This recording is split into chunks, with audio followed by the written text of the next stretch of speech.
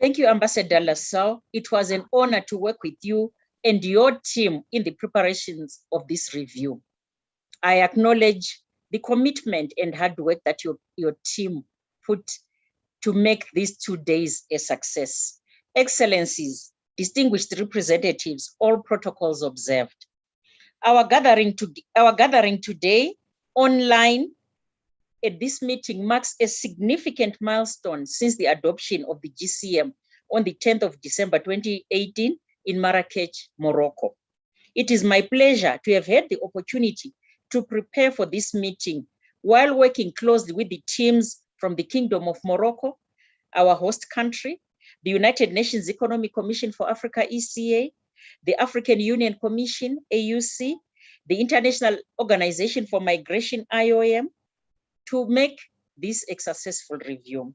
The preparatory work received tremendous support from the United Nations Network on Migration, and I would like to acknowledge the support that they gave us. This meeting provides an opportunity for African member states, regional economic communities, and multiple other stakeholders to take stock of what has been achieved so far ahead of next year's International Migration Review Framework, the IMRF meeting. This is in accordance with the General Assembly resolutions 73/195 and 73/326, which required member states to conduct reviews during the years 2020 and 2021 in contribution to the work of IMRF, the first of which will take place in 2022 next year. Distinguished guests, ladies and gentlemen, we are holding this meeting virtually because of the disruptions caused by the COVID-19 pandemic. The decision to have a virtual meeting was reached in consultation with the Kingdom of Morocco. We had initially proposed a hybrid meeting with some delegates traveling to Tangiers for the proposed in situ part of the meeting. I'm sure, Ambassador Lassau, we will get a future opportunity to take up that generous offer from the Kingdom of Morocco. Over the next 2 days, this review meeting will therefore reflect on the status of the GCM implementation by the African member states since its adoption in 2018. As per the agenda before you on this first meeting of the day, the thematic discussions will follow the integrated migration review framework, indicative roundtable clusters presented in the General Assembly Resolution 73/326, whilst bearing in mind that the Global Compact's cross-cutting and interdependent guiding principles, as well as actionable commitments, will be taken into account. On the second day of the meeting, which is tomorrow, senior representatives of the African governments and technical experts will reflect on the progress, challenges, and opportunities encountered in the implementation of the Global Compact so far. Apologies. My apologies. That have been made so far on the African continent. That is, we'll be reflecting on those challenges and opportunities. The substantive discussions tomorrow will also reflect on the impact of COVID-19 pandemic on migration, and also pan through the 23 GCM objectives as grouped under the IMRF roundtable themes, guided by key documents that have emerged during the review process in 2020 and the first half of 2021. The key documents were prepared jointly by ECA, IOM, AUC, and the UN Network on Migration, and are based on analytical review of data, literature, and information that we obtained from the member states' voluntary reporting and various stakeholders consultations that were conducted in 2020 and 2021.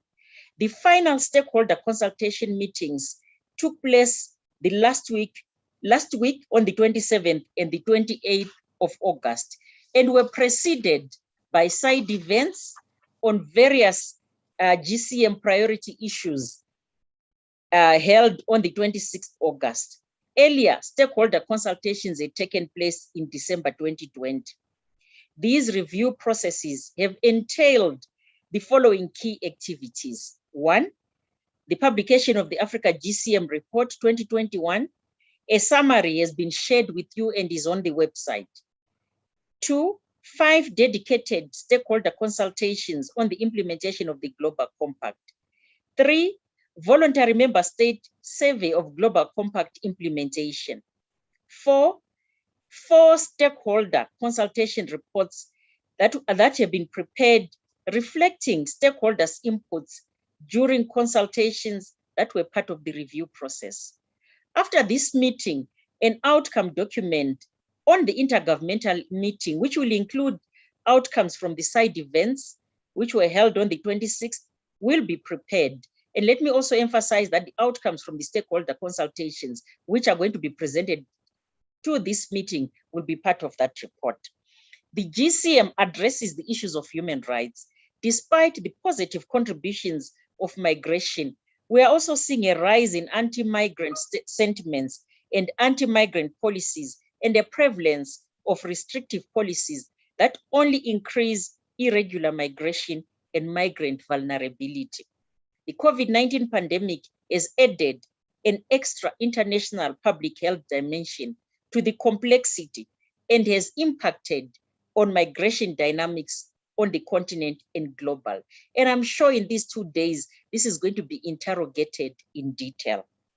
Evidence has shown that more liberal border regimes tend to lead to higher circulation and return, and perhaps even more importantly, remove incentives to embark upon now or never or everything or nothing journeys. The best way to prevent unauthorized migration, smuggling, and abuse of migrants is to create legal pathways for mobility and access to basic rights. Tomorrow we'll hear the member states sharing their experiences, and I'm sure we'll hear from those countries that have liberal border regimes, how this has had an impact on migration. There is a sharp contrast between intense public policy concern with the suffering of trafficked migrants, especially women and children, against the relative lack of interest in other ways that migrants suffer, resulting from immigration policy and its enforcement. The current discourse on trafficking operates to produce and maintain exclusionary conceptions. These conceptions of the normative migrant often inform policy and practice that frequently punishes rather than protect migrants who do not conform to the imagined norm, and that simultaneously reinforces migrants' existing vulnerabilities and creates new ones.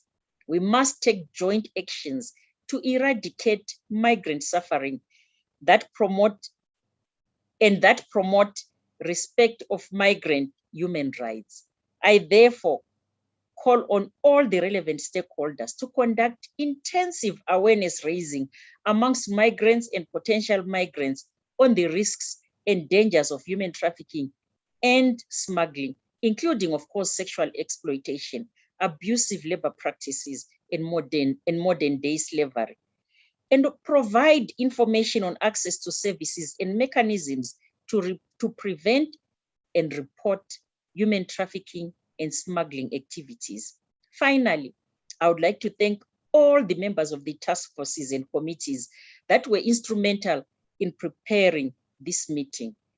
All of them put in long hours and great effort into various tasks and meetings, and also going to continue, and they are also going to continue something, and to ensure that the necessary documents are prepared after the meeting and will be out in time. I know the task forces and the committees worked over summer. Whilst most of you were away on holiday, they were busy working. I urge all the participants to continue supporting the preparatory activities ahead of the 2022 IMRIF, so that as Africa, we are clear around how we've performed, where our challenges, how we are going to address those challenges. I wish all the participants 2 days of successful deliberations and look forward to furthering our cooperation in the implementation of the GCM's priority initiatives identified by member states and the stakeholders on the continent. Thank you. Over to you, Ambassador Lassau. Thank you, Mrs. Toko. Indeed, we are hoping to have a meeting here on migration in Tangier once the health situation permits. So, and thank you for your kind word for the work of the technical committees that have been working very hard. I pass on now the floor to Mrs. Aissata Khan, Senior Regional Advisor for Africa, International Organization for Migration. Madam Khan, the floor is yours.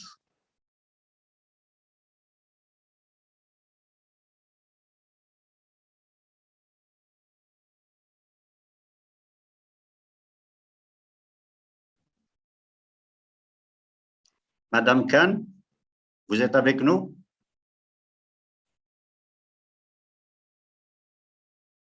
Seems that she's having some difficulties. So maybe I will pass on the floor to Mrs. Sisi Mariama Mohammed, Director of African Union Commission, and we'll come to Madame Khan.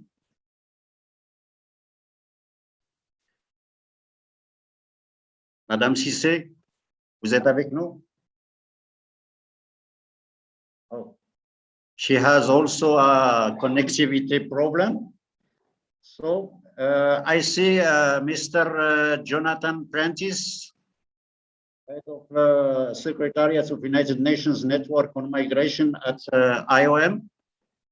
Mr. Jonathan, can you take the floor? No, with great pleasure. Thank you. It's a real honor to be with you all today. Of course, this review of the implementation of the Global Compact for Safe, Orderly and Regular Migration in Africa is a milestone for Africa. It's also a milestone for the Global Compact, the GCM, because with the completion of this regional review, all regional reviews, the first ever regional reviews of the GCM will have taken place. And I would like to acknowledge at the outset, I know that Toko has already noted this, as well as the ambassador. I'd like to acknowledge the challenge that the pandemic continues to represent for the continent, as indeed it does for all corners of the globe, but that it is encouraging, nonetheless, that even within this context, member states and partners are continuing to work on the implementation of the Global Compact, including at the regional level. Today and tomorrow, of course, represents first and foremost an opportunity for member states to discuss how to better work together on migration in the region. This is important. The Global Compact on Safe, Orderly and Regular Migration is not self-implementing. It's just a collection of paper. It's very good words, very sound commitments, but it requires the states who initiated that process, who negotiated the language in that process, and determined that it was for them to drive its implementation, to live up to those expectations they have placed on themselves. So I very much look forward to hearing today and tomorrow how the member states of the United Nations in Africa intend to fulfill those very heavy, very important commitments. I said at the outset that this will be the last of the regional reviews. Of course, we are not allowed to rest, because as soon as the Africa regional review is over, attention will turn to the first global review of the Global Compact, which will take place in the first half of 2022 in the United Nations in New York. So migration as an agenda issue will be returning to the headquarters of the United Nations system at the highest political level. And it's extremely important that that global review will be able to draw from very incisive, very precise requests, observations that come out of the regional reviews, including the Africa Regional Review taking place, of course, today and tomorrow. This is an opportunity that we cannot ignore. Just as this is the first Africa Regional Review, so the Global Review will be the first. We don't always have this in the UN system, the opportunity to shape a new process. So I think it is very important that all of us think how we can be the most ambitious and the most cooperative in addressing our various migration priorities and indeed challenges. And the United Nations network will stand ready to assist you globally. We are developing a broad range of tools to support you in this endeavor, as well as regionally, where we now have some 19 country networks established in the African region.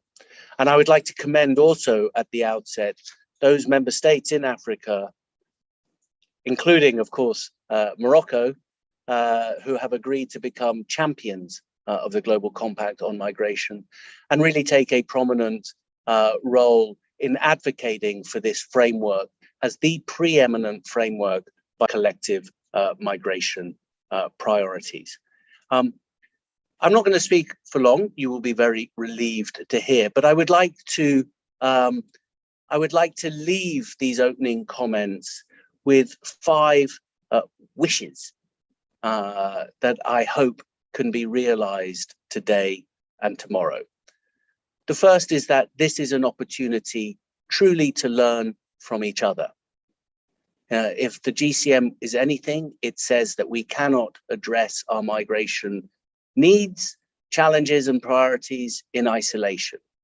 Cooperation is vital. Cooperation within states and between states, within governments and between governments and all stakeholders. So I hope that we listen, that we share experiences, the successes, the not so successes, and figure out how best to address those. Secondly, I hope that the discussions today and tomorrow are expansive, that we recognize that no one objective takes priority over the others. They represent part of an interlocking narrative of the migration journey. And it is vital that we address all of these objectives and don't privilege some at the expense of others. My third hope is that we are inclusive, that the GCM, one of its wonderful features is, as I said, that it recognized addressing our migration needs is beyond the capacity of any one government. It is for that reason that consistently throughout the Global Compact, including in its guiding principles, we recognize the vital importance of meaningfully engaging all relevant stakeholders, not just in a tokenistic fashion, but in a deep, substantive fashion, learning from their expertise and drawing on their capacities and bringing them in to the very heart of deliberations on migration challenges. My fourth hope is that we're ambitious, that this meeting can come out with some very concrete recommendations, looking not just at what has been done, well or badly, but what needs to be done as we move into the future. I think here, in particular, of addressing directly the increasing interrelationship between climate change and mobility. But I could also point, for example, to the absolute imperative need to ensure that as we continue to address the impacts of the COVID-19 virus, and as we look towards recovering from this pandemic, that we do so in a manner that includes all corners of our communities. And that, of course, includes migrants, irrespective of their legal status. If we are to live up to the mantra of leave no one behind, this clearly is a key moment in which we should deliver on that commitment. And that really brings me to my final hope, is that in the conversations today and tomorrow, we truly place migrants and their communities at the center of all our concerns and considerations, and particularly those who find themselves in the most vulnerable of situations. And again, the UN network, the UN system stands ready to support you every step of the way. It really is an honor to be here, and I wish everyone the very best for a fruitful 2 days of discussion. Thank you very much, Mr. Chair. Je vous remercie, Mr. Francis, et je partage vraiment vos 5 vœux pour notre réunion de ces 2 jours. Je vois que Madame Mariama Sissé nous a rejoint. Ma sœur, vous avez la parole. Merci, Monsieur le Président. C'est pour moi un honneur et un privilège d'être avec vous. Tout à l'heure, quand vous m'avez donné la parole, je n'avais pas accès. Donc, je viens d'être autorisée. Excellence, Monsieur l'ambassadeur Abdelrazak Lassel, ma sœur Toko de ICA et ma sœur Aïssata Khan de OIM, Monsieur Jonathan Prentice, and Mr. Maureen Goria, distinguished delegate, ladies and gentlemen. First, I wish to take this opportunity to welcome all participants to this technical meeting of the review of the GCM in Africa. I also wish to thank our technical team led by a joint team of the ECA, AUC, IOM, and the host country, Morocco, that has worked tirelessly hard to make this meeting a success. I'm personally impressed by the turnout of participant witnesses today in this meeting.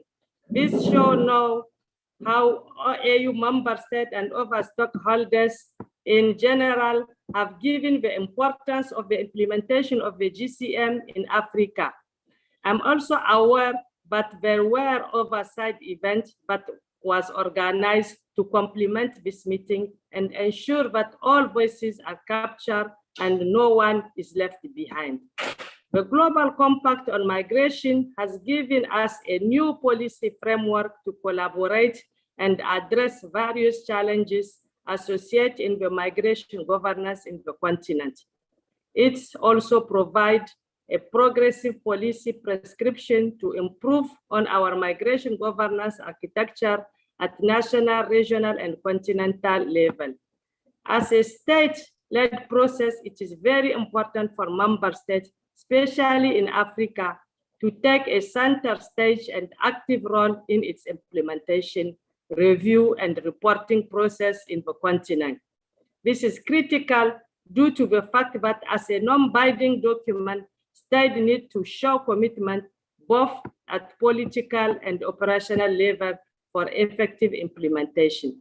Distinguished delegates, this meeting provides a rare opportunity for us to collectively reflect on the progress made in the implementation of the GCM in the continent, while appreciating that the continent has myriad challenges, including the ongoing COVID-19 pandemic that has negatively impacted on the implementation of the compact. I'm glad to note that many AU member states have made commendable strides in the implementation of the GCM. There is therefore need for us to put necessary mechanisms to strengthen the coordination and follow-up of the GCM as we prepare to attend the International Migration Review Forum in 2021 and beyond. We need also to identify specific priorities that the AU member states and other stakeholders can dedicate its energy and resources to implement them based on our continental migration governance priority as captured in the common African position on GCM and by extension the AU migration policy framework for Africa, the protocol for free movement and the African free trade regime and other migration and human mobility policy documents. On our part, the Commission will continue to support AU member states and directs in the implementation of the GCM in Africa.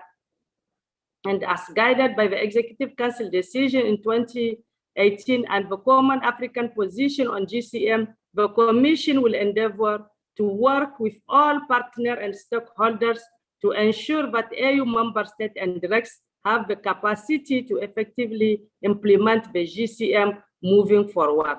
The AU Commission will therefore be very keen to pick up key issues and concerns that have impeded the implementation of the GCM from this meeting.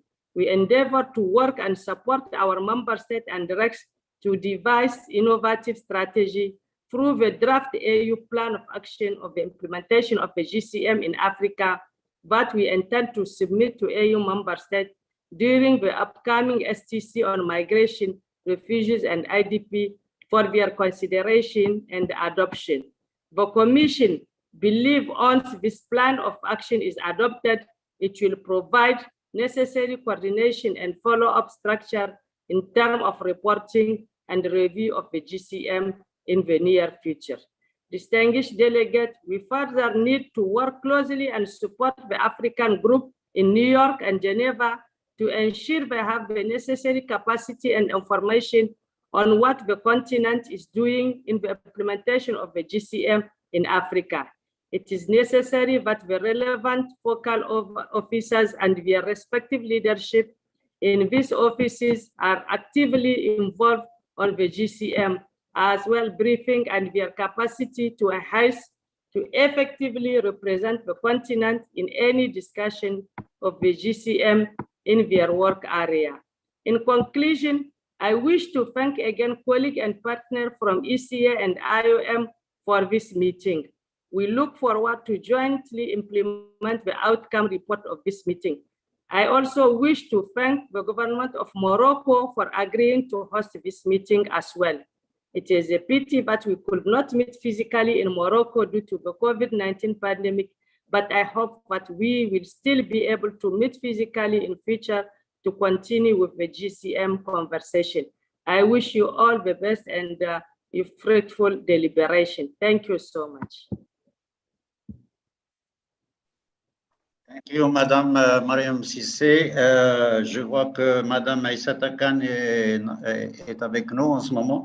Donc, je passe la parole à Madame Aïssata Khan, Senior Regional Advisor for Africa from International Organization for Migration. Madame Khan, vous avez la parole. Merci beaucoup, Monsieur l'ambassadeur Abdelrazak Lassel. Je voudrais tout d'abord remercier sincèrement le Royaume du Maroc pour avoir hébergé et avoir facilité cette revue africaine de la mise en œuvre du Global Compact on Migration, et vous particulièrement pour vos mots de bienvenue et votre discours vraiment inspirant qui a commencé cette session. J'ai aussi un grand plaisir à remercier mes deux sœurs de COSIL et Mariam de ICA et UC respectivement, ainsi que mon collègue Jonathan pour les mots d'ouverture. Je vais continuer en anglais et I also would like here to express IAM's immense appreciation for the collaboration among all respective organizations that led us today to this important conference on the Africa Regional Review on the GCM implementation. Excellencies, distinguished participants and colleagues, let me start by stressing that member states adopted the GCM to remind us the need to use a rounded approach to the mobility continuum. A coherent multidimensional approach to human mobility that helps pave the way for inclusive, coherent, and intersectional dynamics, where each actor actually has a role to play to ensure an integrated and holistic response and sustained opportunities for a safe and orderly migration. The GCM is not only a range of objectives for all stakeholders to implement, but rather a shared vision that migration can benefit migrants, their communities and countries, if well managed and people-centered. We all know that political engagement for better migration governance in line with the range of the GCM objective, is not an end of itself. It is a great occasion to virtually discuss the lessons learned and share the main takeaways of the GCM implementation in the African continent, especially important when looking ahead to the IMRF in mid-2022.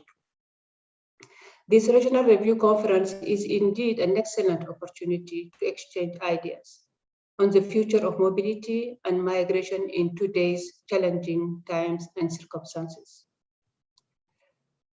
Obviously, this has been an active year, as we all see and discussed, and we had 2 days meaningful discussion among all stakeholders, both through the various multi-stakeholder event, roundtable, and consultation, inclusive of academia and private sector, to seek to hear all voices, particularly those of migrant and the ones of the diaspora.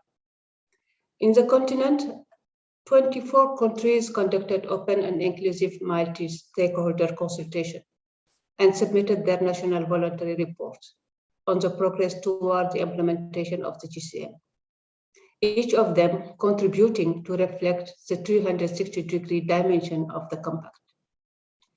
With the adoption of the GCM also in the continent, in Morocco in 2018, and with almost all African countries subscribing to this multilateral document, we are able to build a more inclusive platform, which is critical in helping define a common and shared approach on migration as source of opportunity rather than a problem-solving challenge.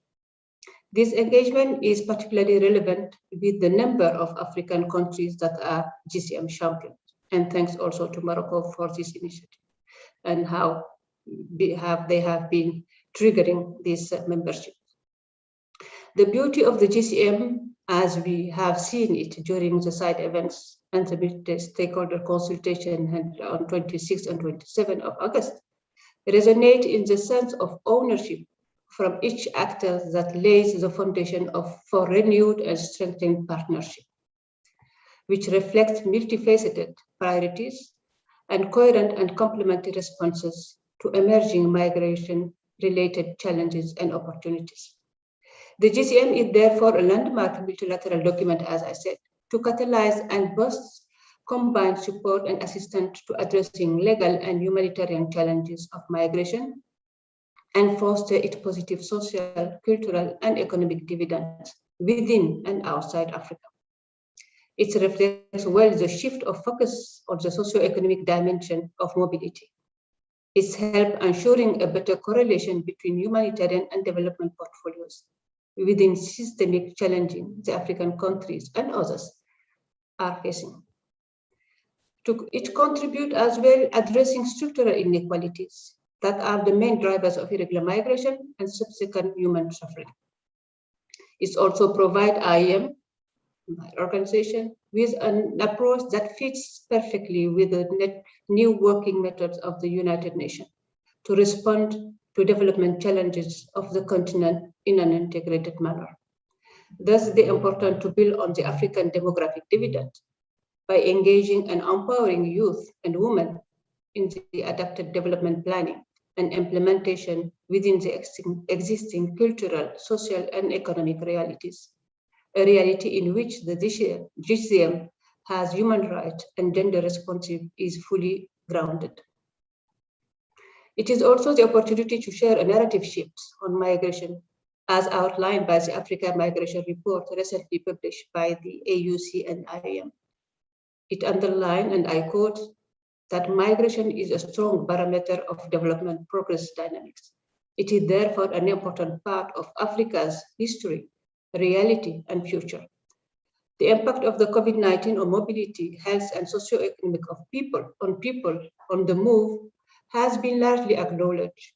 IAM's adaptive response to the consequence of lockdowns and restrictive border measures have shown the adaptability and agility of IAM's response to continue ensuring returnees and migrants' well-being, safety, and dignity.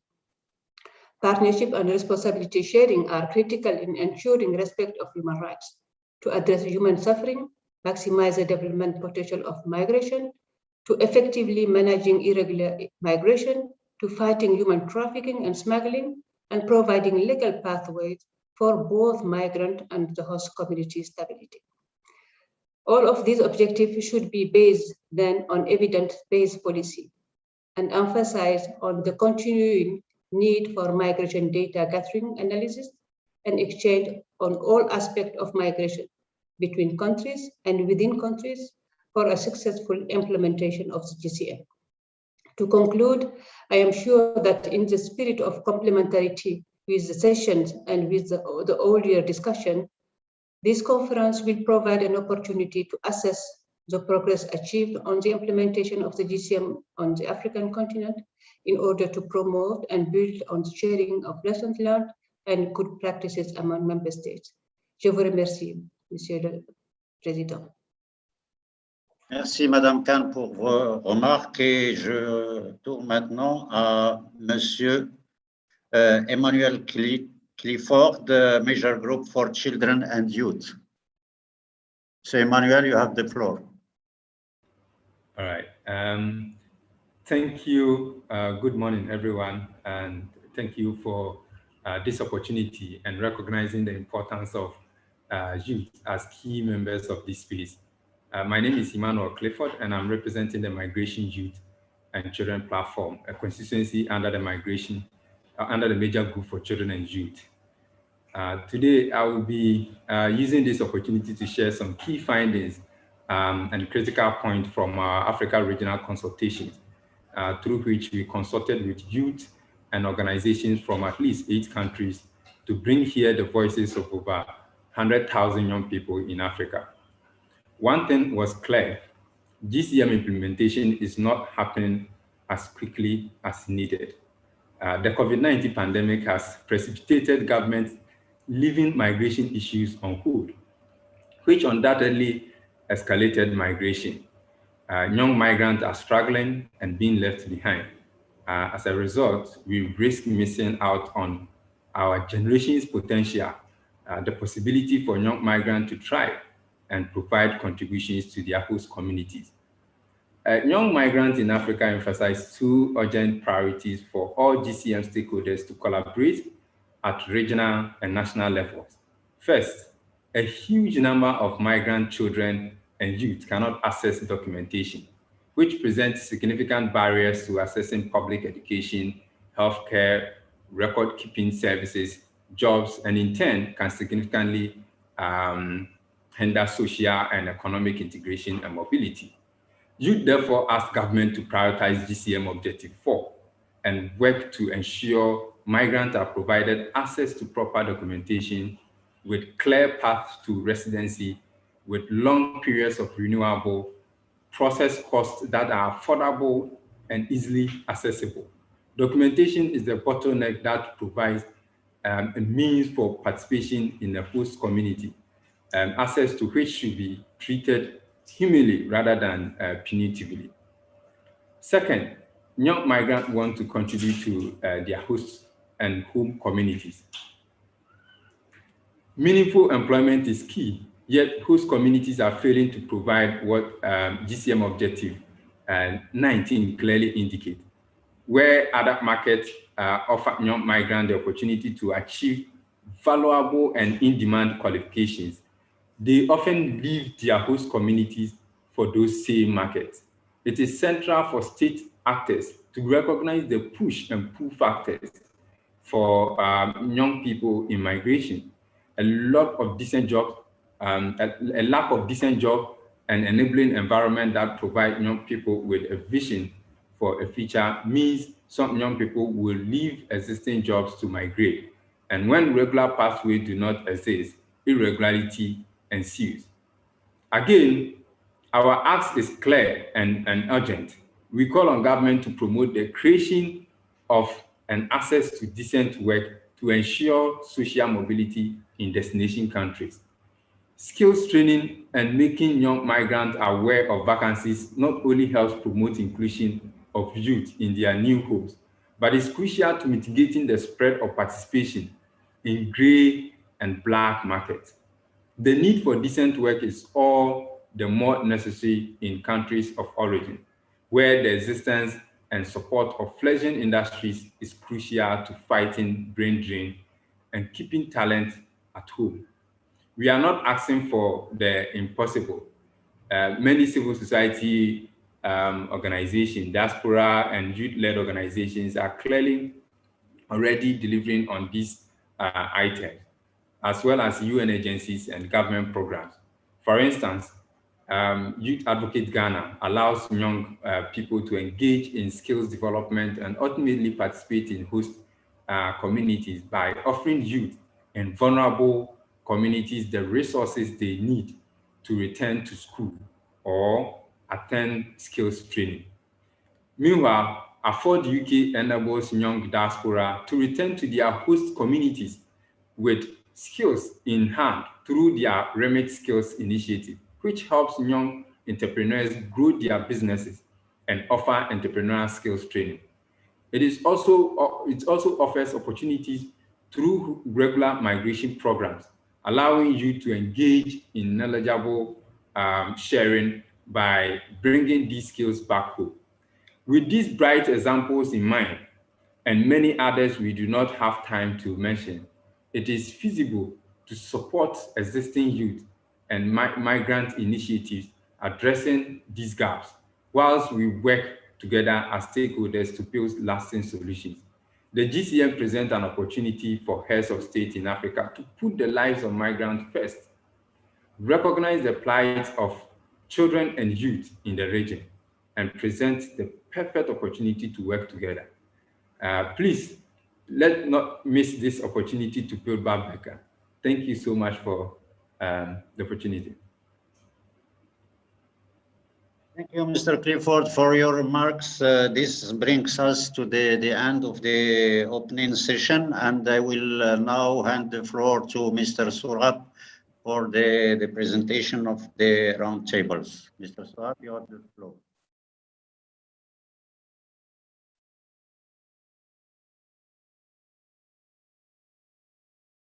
Mr. Soab, are you here?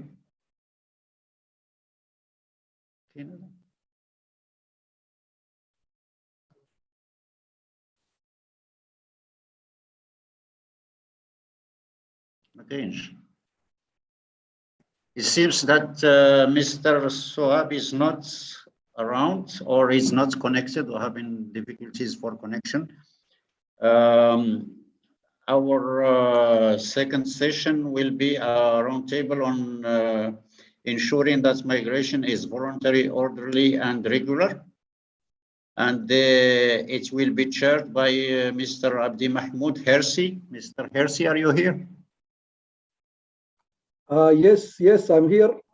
Can you hear me? Please, can you handle this second session, waiting for Mr. Soab to have a connection? Not a problem. Thank you very much. Can you hear me? You can hear me, right? Yes, of course. Okay, so we'll just start the session. And this session is the first thematic roundtable 1. And in this thematic roundtable 1, we will be discussing the theme of ensuring that migration is voluntary, orderly, and regular. And this roundtable will discuss and consider the challenges and opportunities in Africa in the implementation of 4 of the objectives of the GCM. I will be chairing the session, and with me is Ms. Kumba Diop, who will be a rapporteur for the session. Kumba is the Regional Labor Migration Specialist for the International Labor Organization. We will have 4 panelists in the session, 4 distinguished panelists. And I understand there has been some late changes to the panel. So just in case you have the program, I might say name is different to what you have. So the first of the 4 panelists is Mr. Charles Maniawa, Secretary of the National Coordination.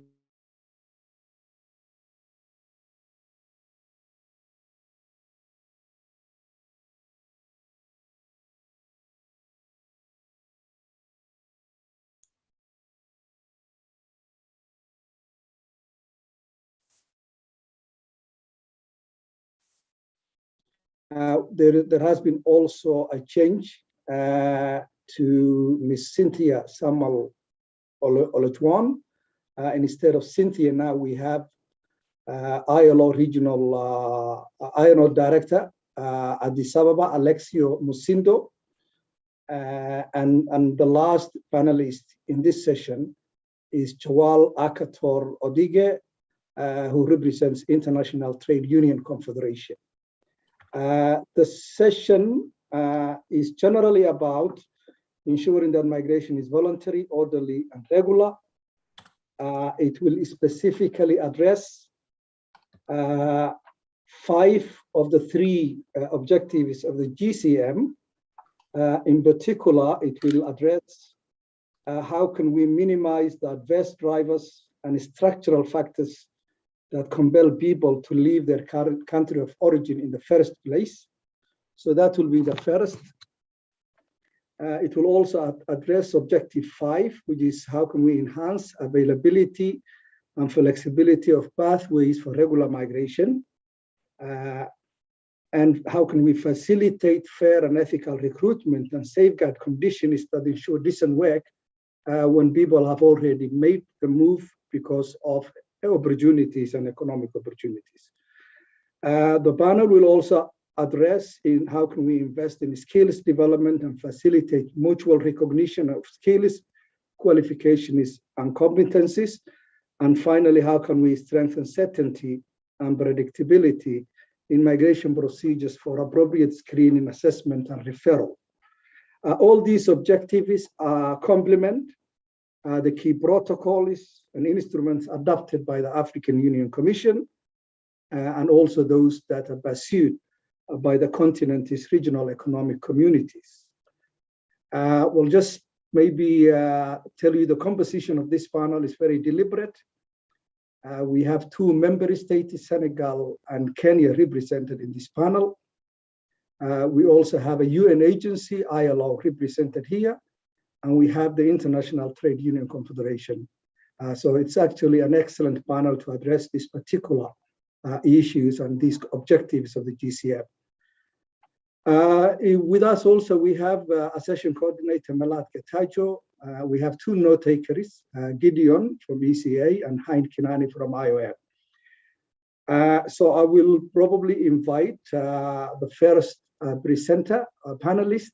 But before I do that, let me just say some very general ground rules, which is we have 10 minutes for each presenter. I would kindly ask you to adhere to that and time yourself for the 10 minutes presentation. And then we will have a 40-minute discussion afterwards. And I would like to now welcome our first panelist, Mr. Charles Maniawa, the Secretary National Coordination Mechanism Kenya. Please take the floor. And I'll maybe turn off my camera and then come back later. Thank you. Mr. Charles, you have the floor.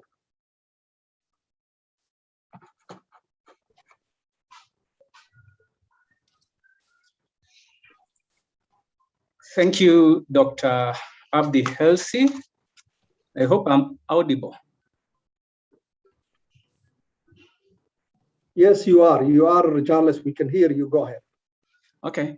Excellencies, ladies and gentlemen. My name is Charles Maniawa, Secretary to NCM Kenya. It gives me great pleasure to be invited today to make remarks at the African Regional Review on implementation of GCM on the theme, ensuring migration is voluntary, orderly, and regular, in line with Objective 2, 5, 6, 12, and 18 of the Global Compact for safe, orderly, and regular migration. As we all know, migration and human mobility are hallmark of the 20th century. Just like the rest of the world, migration has taken center stage in African migration policy discourse. Migration has taken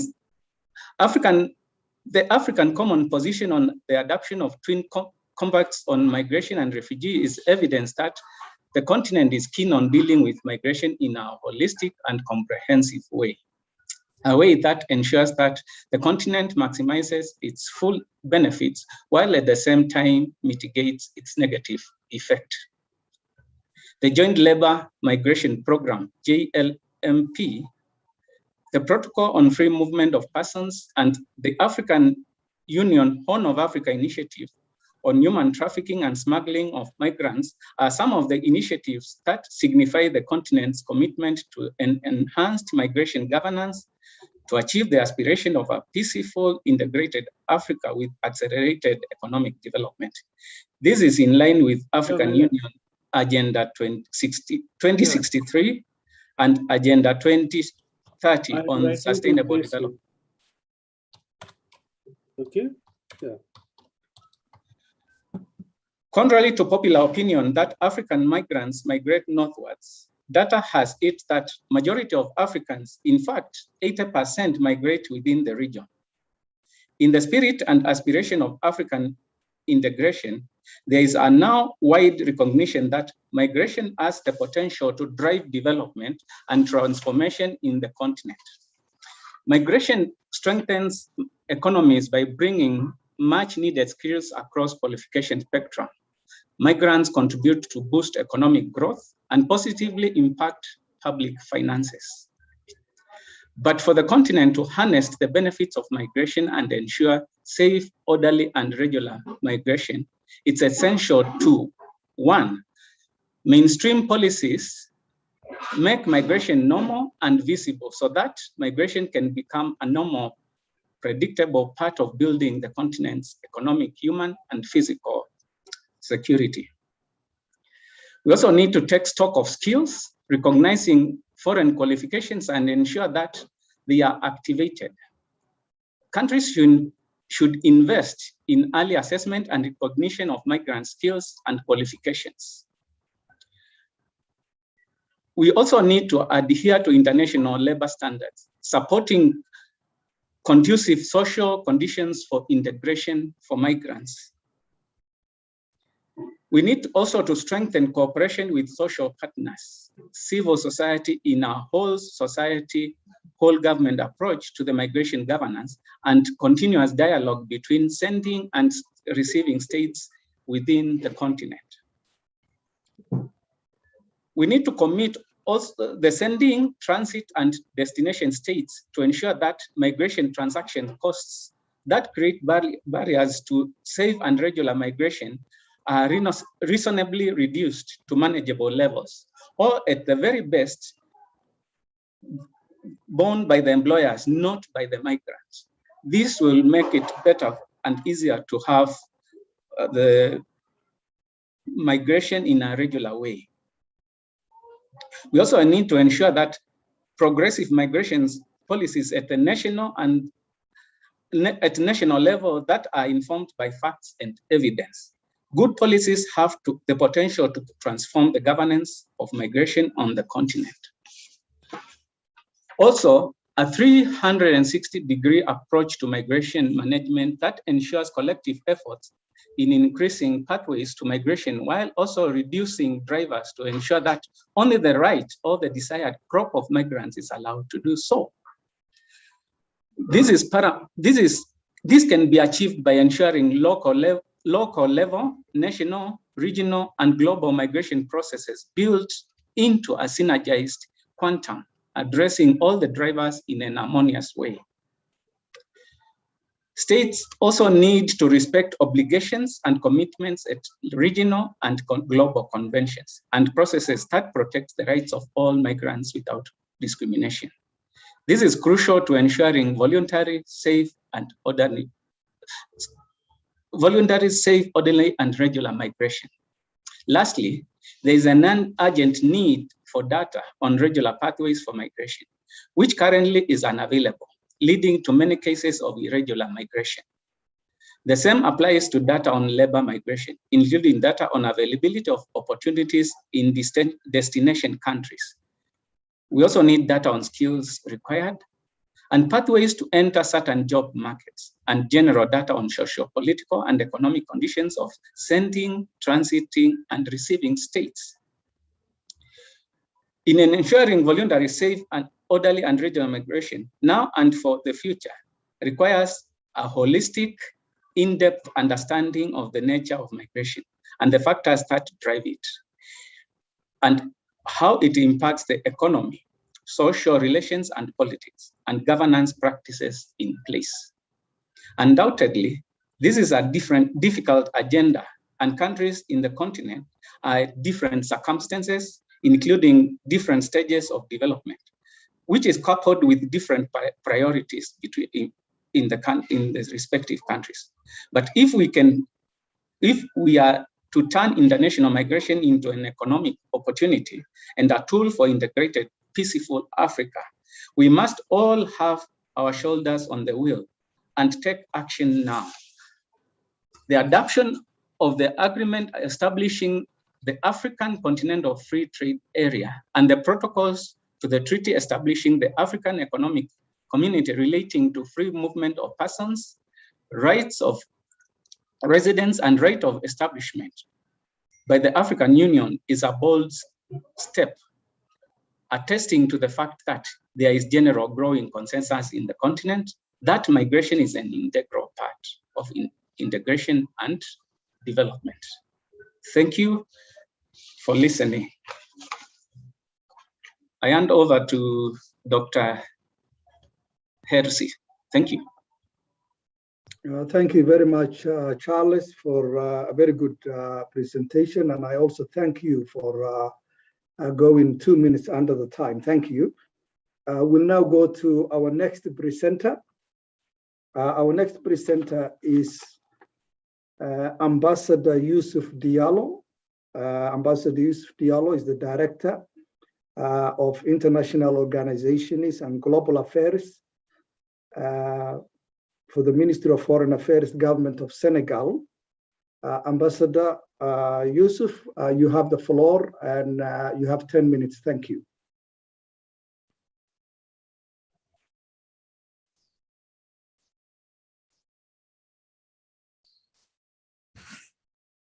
Merci beaucoup, Monsieur le Président.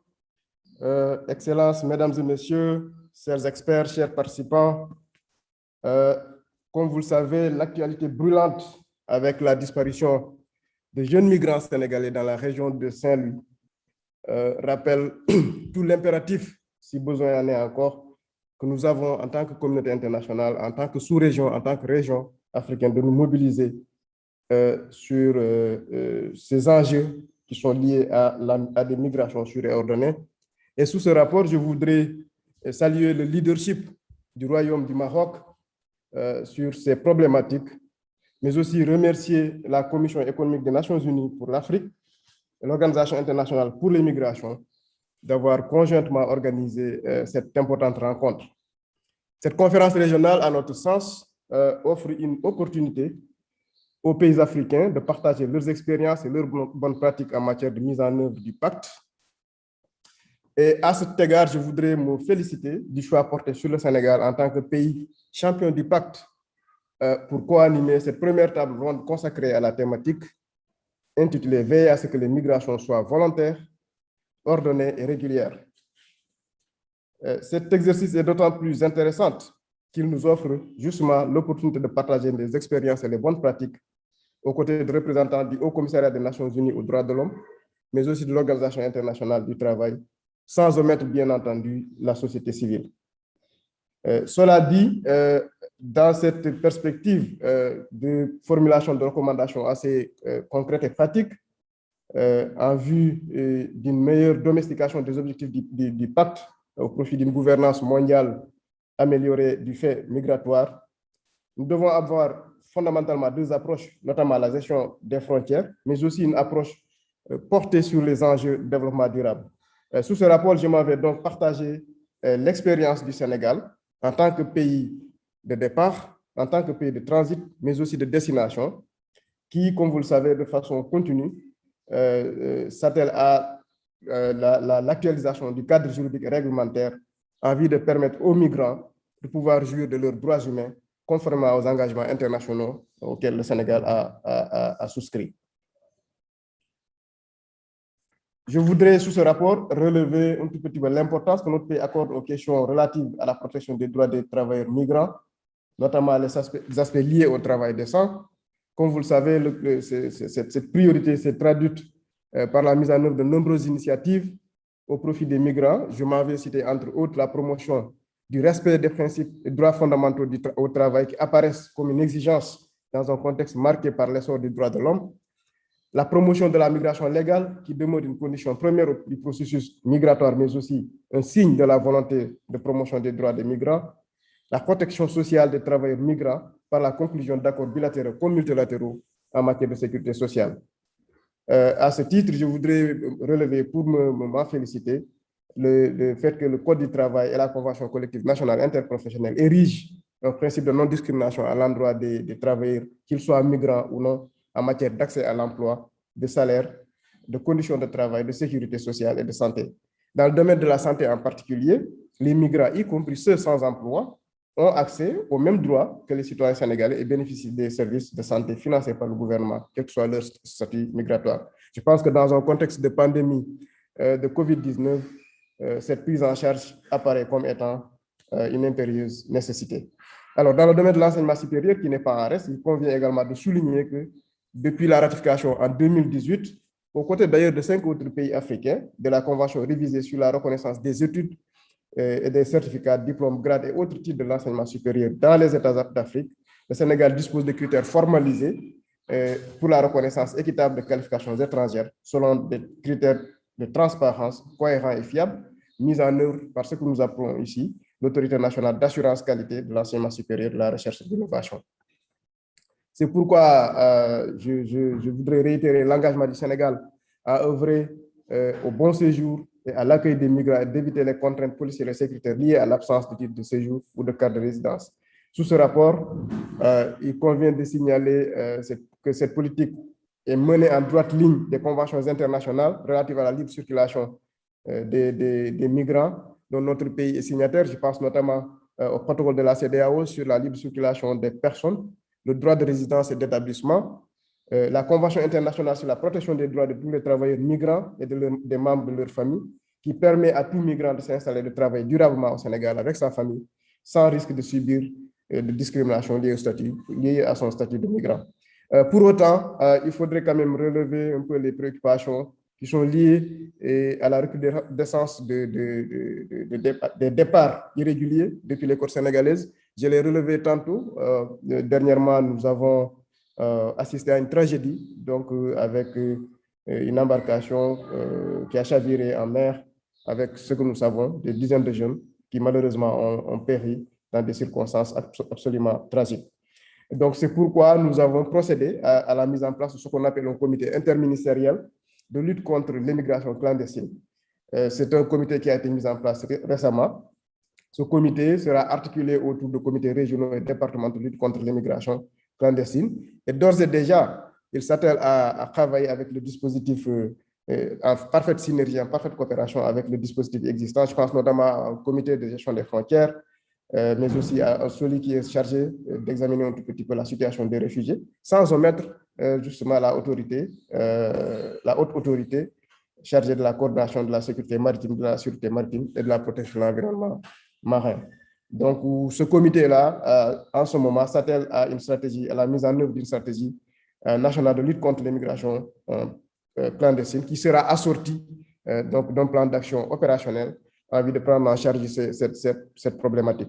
Mais il convient aussi d'avoir vraiment une approche, disons, proactive, plus ou moins préventive de cette question-là. C'est pourquoi le comité, dans le cadre de cette stratégie-là, prévoit d'interagir avec les acteurs au niveau national, au niveau local, et avec des déplacements dans les différentes régions, qu'il s'agisse des régions où nous avons noté que les mouvements de migration se font par la voie terrestre, notamment Tambacounda et Kolda, mais aussi des autres régions où vraiment les mouvements de déplacement se font suivant la voie maritime Je pense notamment à Dakar, évidemment, mais aussi à Thiès, Saint-Louis et Ziguinchor. Donc, mais nous ne le dirons jamais assez. Nous devons donc, à notre sens, justement dans le cadre de cette politique proactive-là, en tant que pays, en tant qu'acteurs, en tant que partenaires internationaux, nous devons tous nous mobiliser en vue de mettre en œuvre une politique d'insertion et de réinsertion socio-économique au profit des jeunes pour véritablement venir à bout de ces fléaux-là. Parce que, bon, une chose, c'est de dissuader ça, d'avoir une approche, si vous voulez, un tout petit peu dissuasive. Une autre, c'est véritablement d'œuvrer ensemble en tant qu'acteurs pour véritablement donner des opportunités à ces jeunes-là, pour leur montrer qu'il est possible, à travers la promotion la promotion de programmes de développement économique au niveau local, qu'il est possible de rester au niveau local et de s'en sortir économiquement, et puis de ne pas véritablement tomber dans les travers de ces marchands d'illusions-là. Alors, c'est pourquoi, donc, cela dit, je voudrais donc saluer un peu la décision du président de la République, son Excellence, le président Macky Sall, de lancer ce qu'on appelle chez nous le Conseil national pour l'insertion et l'emploi des jeunes, qui se veut un organe consultatif, inclusif, stratégique, mais aussi d'impulsion, et dont la mission principale est de lutter contre la migration irrégulière des jeunes en favorisant justement l'insertion sociale et professionnelle de ces derniers. Donc, aussi, en tant que représentant du ministre des Affaires étrangères, au nom de qui je m'exprime aujourd'hui, comme vous savez, la dénomination du ministère des Affaires étrangères, c'est le ministère des Affaires étrangères et des Sénégalais de l'extérieur. Le ministre des Affaires étrangères est assisté par ce qu'on appelle un secrétariat d'État chargé des Sénégalais de l'extérieur. Tout ceci démontre un tout petit peu la volonté politique que le Sénégal a de faire de cette question de migration une grande priorité. Comme je l'ai dit tantôt, nous sommes un pays de départ, de transit, mais aussi de destination. Donc, nous accordons une grande importance à ces questions migratoires. Donc, je voudrais aussi, avant de terminer, relever quelques programmes mis en œuvre par le Sénégal. Je parle notamment de ce qu'on appelle le projet pour la promotion de l'emploi des jeunes dans la banlieue. Comme vous savez, il y a des enjeux de développement, il y a des enjeux d'inclusion sociale au niveau de ces contrées-là. Il y a un programme spécifique que les autorités sénégalaises ont lancé pour justement prendre en charge un peu ces problématiques-là. L'autre dispositif qui est à la disposition des Sénégalais de l'extérieur, c'est ce qu'on appelle le FEZ, qui est logé au ministère des Affaires étrangères, le Fonds d'appui à l'investissement des Sénégalais de l'extérieur. Mais aussi, il y a dernièrement un programme qui a été lancé par le chef de l'État qui s'appelle le programme d'urgence pour l'emploi et l'insertion socio-économique des jeunes, Xeyundaouni en Wolof. Et un autre programme aussi, c'est le programme d'appui aux initiatives de solidarité pour le développement issu de la coopération sénégalo-française, dont l'objectif principal est l'amélioration de la mobilisation des fonds transférés par les migrants en faveur du développement économique et social de leur pays d'origine. Il ne sert absolument à rien de revenir, nous savons tous les chiffres, sur l'importance de transferts extrêmement importants, donc de fonds que les migrants apportent au profit des communautés, au profit des pays d'origine. Dans des pays comme le nôtre, par exemple, il me semble que selon les données, ces fonds-là dépassent de loin l'aide publique au développement. Donc, c'est tout l'enjeu de migration régulière, sûre et ordonnée. C'est tout l'enjeu d'une mise en œuvre effective et cohérente du pacte et donc, qui nous réunit aujourd'hui. Alors, donc tous ces efforts-là, le Sénégal, évidemment, les poursuit dans le cadre sous-régional, notamment au niveau de la CEDEAO, mais aussi dans le cadre de l'Union africaine.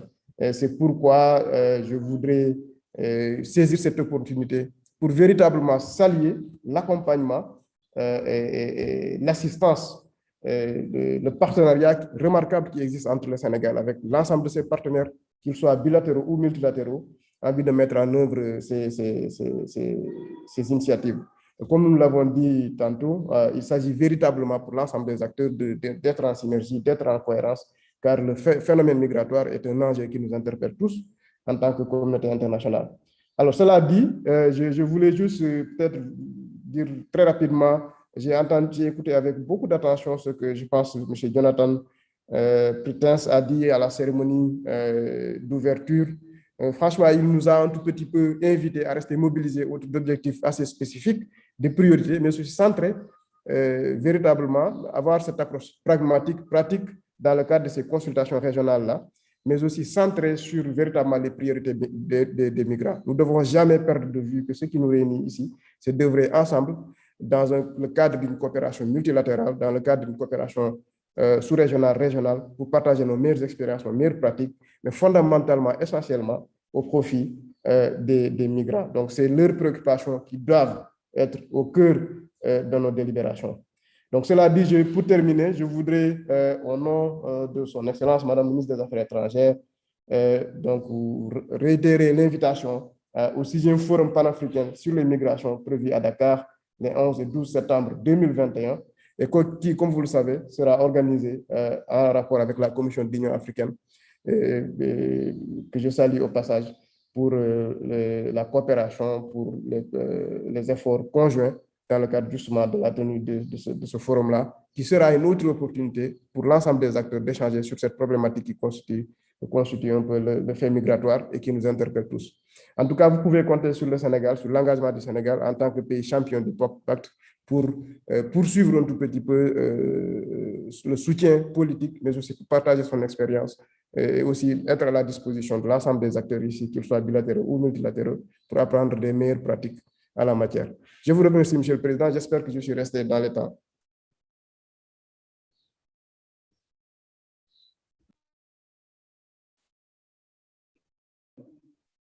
Thank you very much, Ambassador Yusuf Diallo, for that good presentation.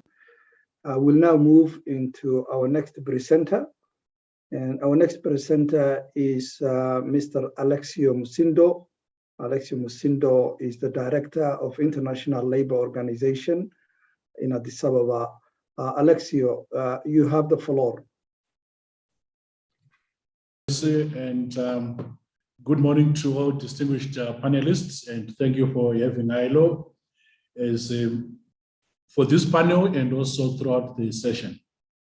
I think firstly, just to acknowledge that the issues raised by Charles and Yusuf very much in line with what I'll also be talking about.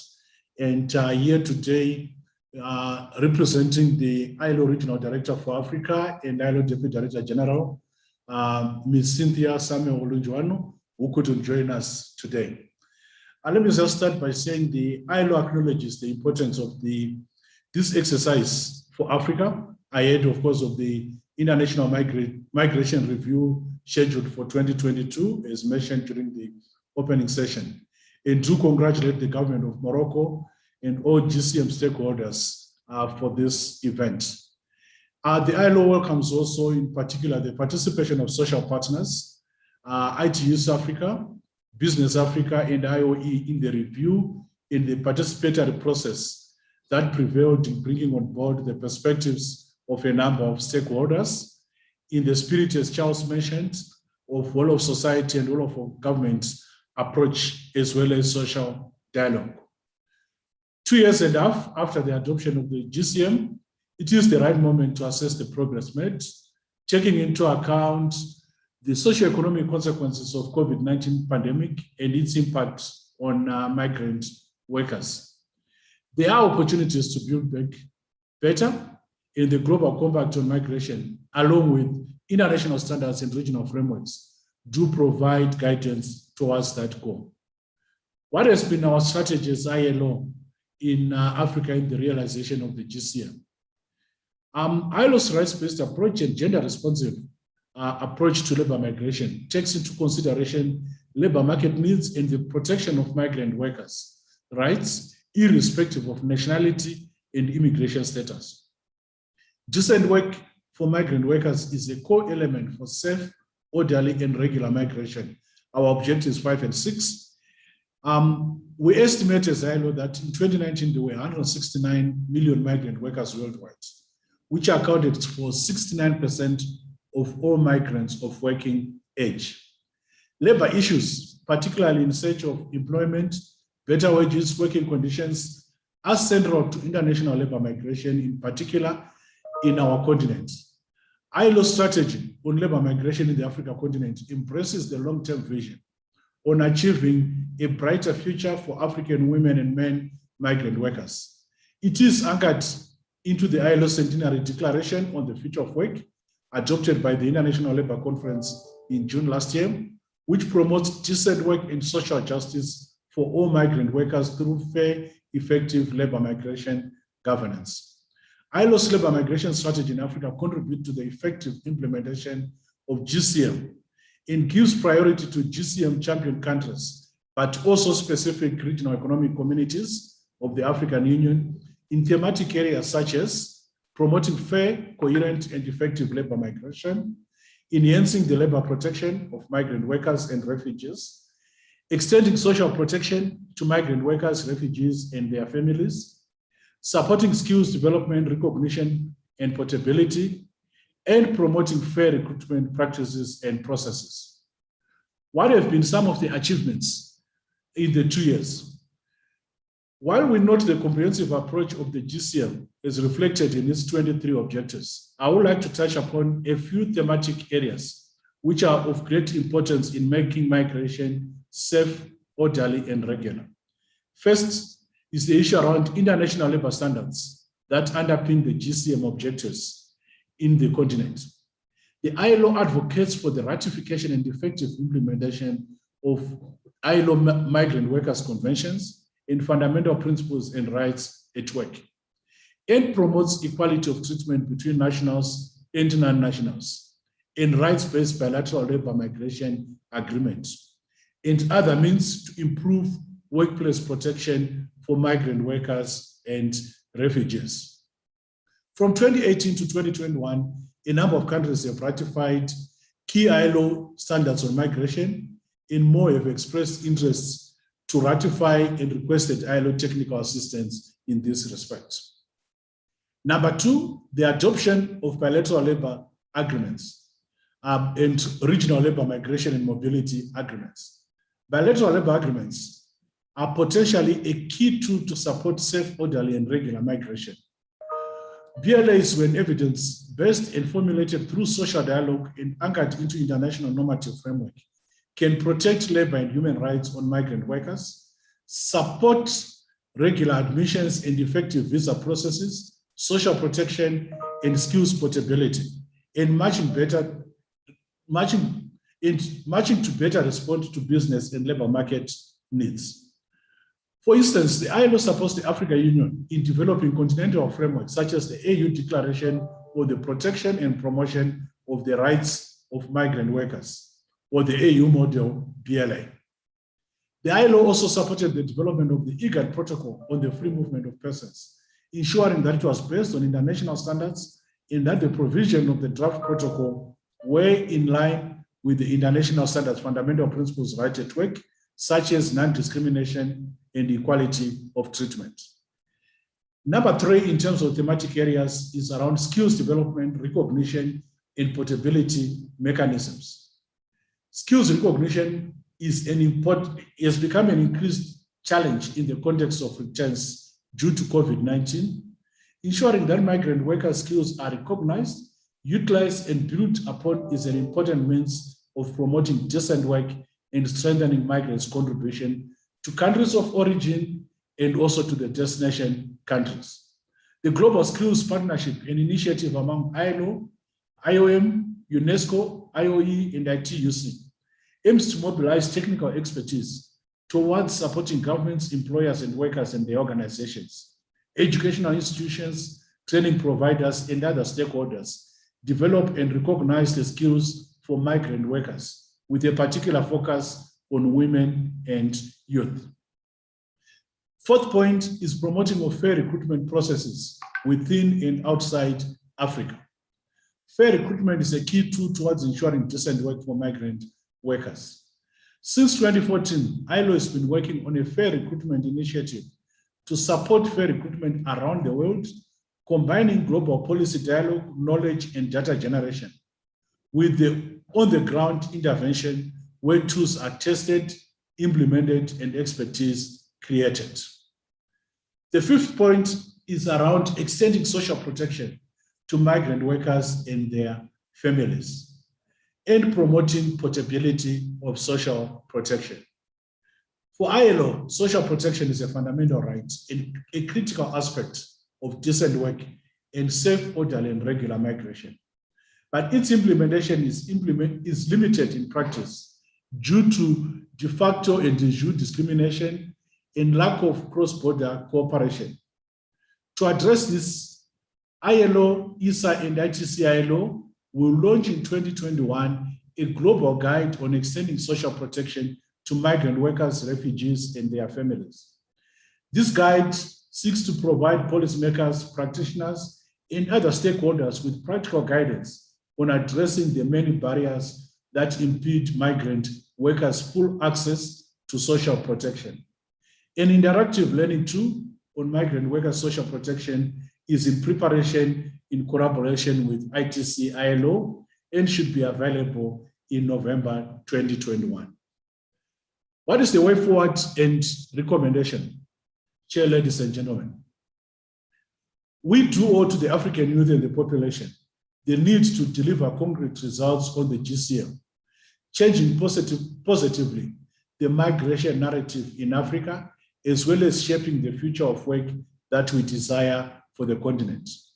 The ILO stands ready to provide technical expertise, continued support, and forge partnership for the effective realization of GCM objectives through a few areas, including the including the implementation, promotion, and protection of the rights of migrant workers and members of their family. Providing technical assistance and recommendation to member states and regs on labor migration management policies and principles in view of improving policy frameworks and legal instruments. Facilitating effective communication on migrant workers' rights, on the benefits of labor migration, and with sister UN agencies in the implementation of the Joint Labor Migration Program. The following recommendations do pave way for further realization of GCM objectives, in particular, the ones we are discussing during this. Firstly, making social dialogue work for labor migration governance in the region, involving workers and employers organizations and ministries of labor. Second, increase capacity for social partners and other stakeholders to familiarize themselves better with the GCM objectives, principles, and areas of work. This also includes capacity building, research, and networking. Third, increased attention to protection of migrant workers in Africa. And finally, addressing the root causes of migration through decent work. Ladies and gentlemen, Chairperson, Dr. Yasin, the ILO looks forward to its continued engagement with the AU, member states, social partners, all GCM partners, all stakeholders present today on labor migration governance and protection of migrant workers within the broader transformation of the continent. We need to work towards the Africa we want, as articulated in the AU Agenda 2063. Thank you, Chair. Thank you very much, Alexio Musindo, for your presentation. We've now come to our last presenter in this panel, and I know there was a question in the chat of interventionists. We will open the floor after our last presentation for those who want to intervene or comment or have questions. So our last presenter is Mr. Joel Akator Odigie. Mr. Joel is from the International Trade Union Confederation. Mr. Joel, you have the floor. Thank you. Yeah, thanks, Comrade Chairperson, for giving me the floor. Let me rest on the very good sentiments of the previous speakers to commend the government of Morocco for helping to coordinate also this process, and equally appreciate our friends, comrades in the UN network migration team for excellent work, the ECA, IOM, ILO, and of course, in particular, the African Union Commission. Comrades, I will first provide the information that ITUC Africa has sent written submissions on 6 of the objectives two of which we are discussing here for proper inclusion in the final outcome documents. But nevertheless, we also appreciate the previous speakers. I think quite a number of them have said what I need to say. Some of them will be emphasis for relevance sake, because you cannot stop repeating some of these things. But more importantly, I want to also speak on what COVID-19 means. So I've been listening to speakers lamenting the fact that COVID-19 has prevented us from meeting in Morocco, which is unfortunate. So first on that point, I want to make a suggestion and a proposal to say, perhaps we should consider an African process for the International Migration Review Forum, and a consultation process that can still take place in Morocco, maybe early next year, so that we give the people and governments of Morocco the opportunity to still follow through this wonderful initiative it has volunteered. And of course, by the time we get to the IMRF process, we will have consolidated quite a number of our thoughts. Let me still dwell on what COVID-19 has meant for workers. It has meant that to address voluntary migration, there is a bigger challenge. That's what it has meant. We have seen how COVID-19 has led to loss of jobs, income, and so it has spiked desperation, especially among the constituency, the demographic that are highly mobile. And so you have that challenge. We have seen how COVID-19 being a mobility challenge, of course, which is why quite a number of us are behind our screen, but much more so how it has triggered discrimination, racism, xenophobia. We have seen that to diplomats. So sometimes you pardon me.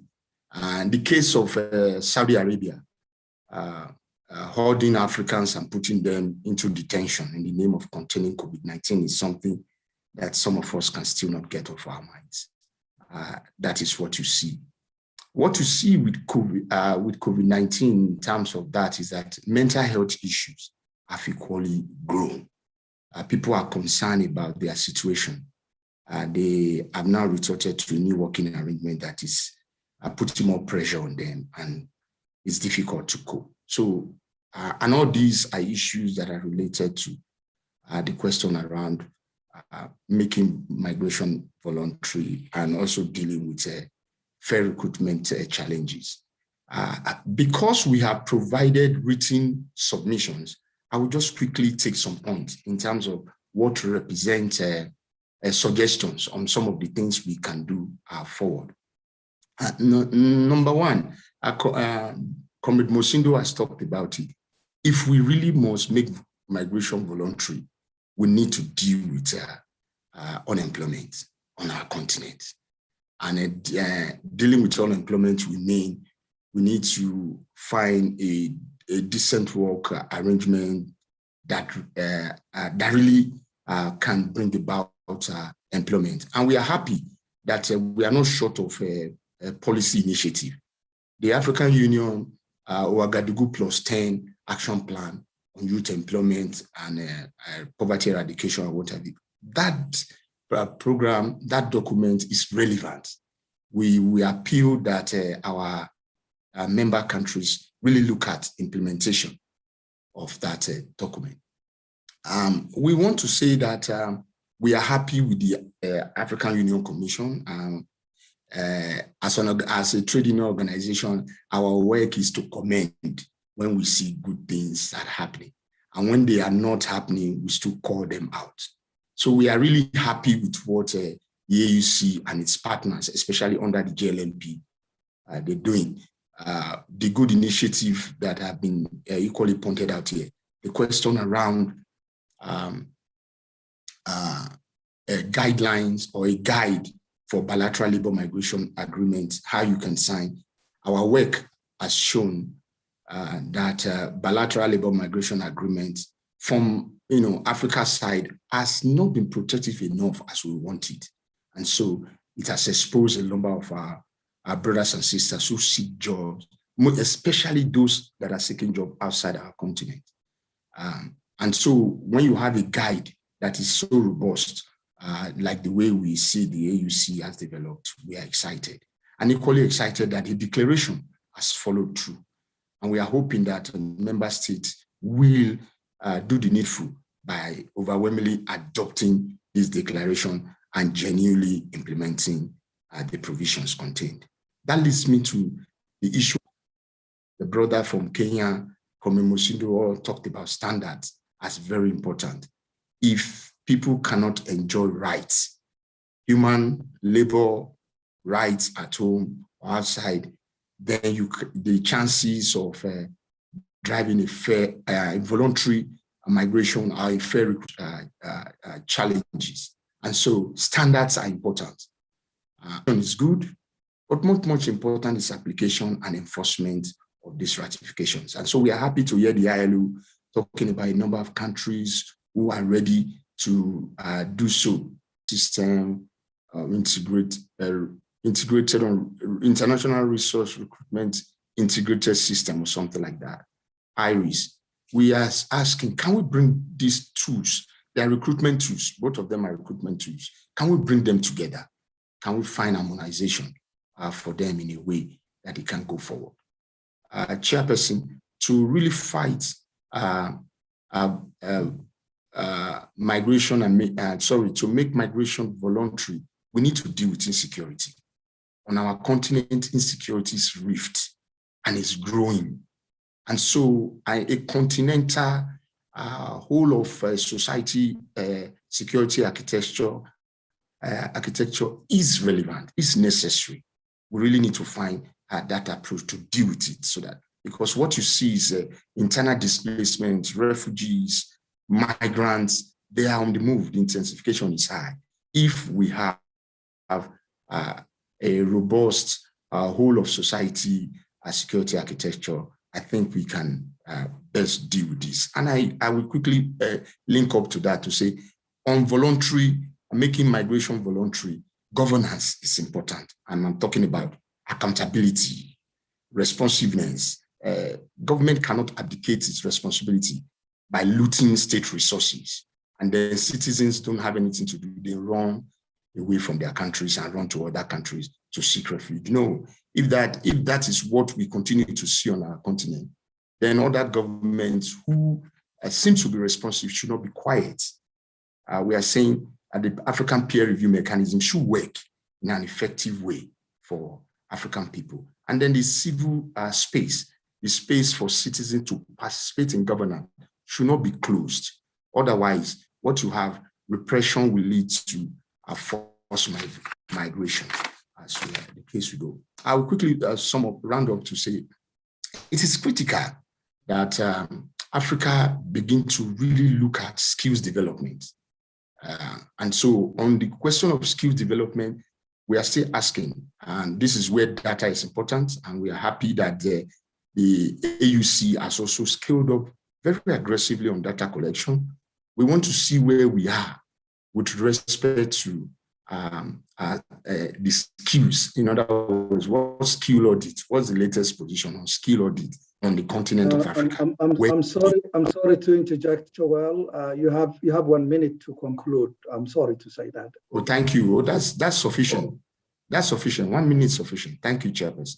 And so, what's the nature of the skill audit that we want to that we have? We need to really work on that. And funding education, we also mean we harmonize our curriculum. And lastly, we, rather than bilateral labor migration agreements, it is time we also begin to consider much more bilateral skills development agreement with other countries. And when we do that in a way that it can help people to do what they can do at home, I think we will go further together. I thank you, Chair, and I thank you for listening to me, participants. Thank you very much, Joel. I think that concludes our panel presentations. We had 4 presenters. I hope presenters, you will stay with us so that you can give answers to some of the questions or comments that may come from the floor now. So we'll open the floor for discussion, and I would encourage you to raise your hand if you want to have an intervention. If it's not a question, we would ask you to limit to your comment or intervention to 2 minutes maximum, so that we can give an opportunity to as many people as attending in this panel. So please raise your hand up, and we'll take 4 questions at a time, and we'll give an opportunity of quick response to the panelists. So please raise your hand up. We'll also take some questions from the chat, and I know there's a question and answer also tab there that may have some questions or comments. So I cannot see any hand is raised. I want the session coordinator to help me if they know that people are raising a hand.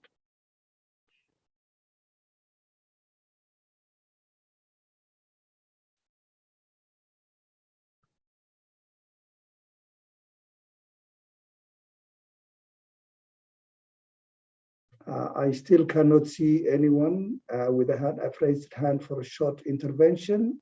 Mohira Kurbano, I'll give you the floor for a quick intervention, and we'll wait more hands to be raised. Go ahead. Coordinator, please allow a microphone to Mohira Kurbanova.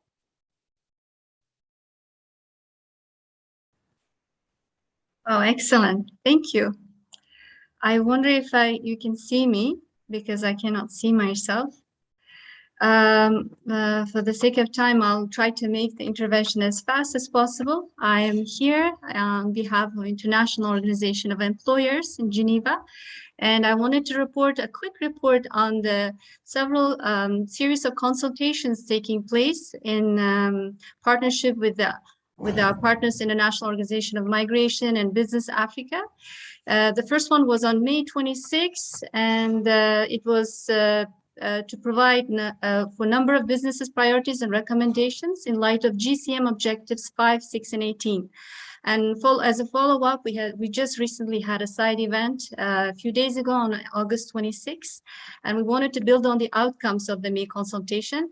And today I just wanted to share with you a few of the key recommendations that will be echoing a lot of the wonderful interventions that we heard today during the conference. So some of the key recommendations we wanted to come across as a whole. All the panelists and participants of the last consultations agreed that ensuring inclusion of business voice at all level of decision-making process of the migration governance is not just desirable, but is necessary. And as we know, Africa is a very complex place for labor migration, but it's also very salient. There's a lot to learn. It's an emerging market for tech businesses, and all employers called for critical attention on the loopholes in the national migration frameworks that hinder regular migration channels.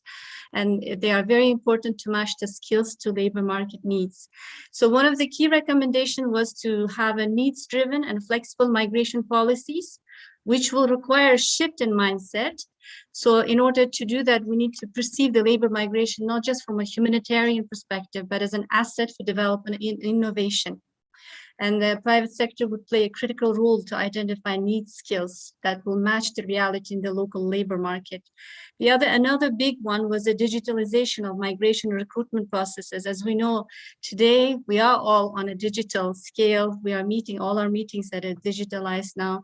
And why not to use this as an opportunity to aid in streamlining, coordinating, and accelerating learning best practices from each other.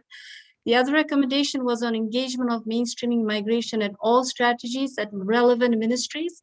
So so all the data, for example, if we want to include, it needs to be a holistic whole. It needs to include whole of society, and it will help us streamline all the information that's coming in. So it's not compartmentalized. Another one was on a free movement and protocol within the continent. There's so much to learn from each other, and it needs to be linked to the right work. It needs to be promoted. Process for obtaining work permit, for example, it needs to be facilitated so migrants can move easily within the region for employment. It's already like, or developing the practicing more mutual agreements on recognizing diplomas and validation of learning. So what I learn in one country should be applicable in a different one. So it's building on, instead of, it's building on skills development. And it will also acknowledge the universal work certificates in both destinations. Another key recommendation was adopting and implementing smart regulations. So we need to, instead of working hard, we need to work smart. And that would be conducive to transitioning from the informal to the formal economies. As we know, the informal economy is huge. And it's time to think about it. It's time to put our heads together to think it's already there. Employers are also called upon to strengthen the capacity of their own national employers organizations. And so this will help them to build evidence-based advocacy in order to support efficient engagement. These are some of the main ones I wanted to share with you. And thank you so much for giving the floor to share some of the key recommendations. And I would like to urge you to, if you'd like to learn more about the challenges and recommendations raised during these consultations and side events, you are welcome to visit our website. I'll put it in the chat. Thank you.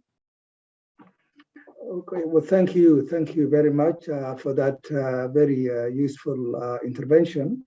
I will now give the floor to Alfonso Wallace. Please allow him to get a microphone.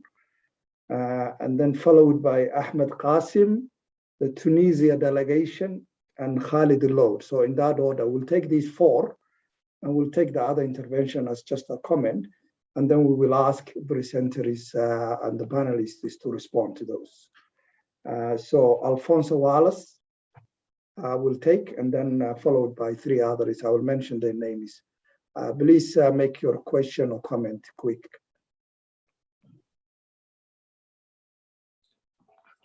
Alfonso has dropped out. Okay, if Alfonso is not there, Ahmed Qasim is the next in line. Ahmed, take the floor.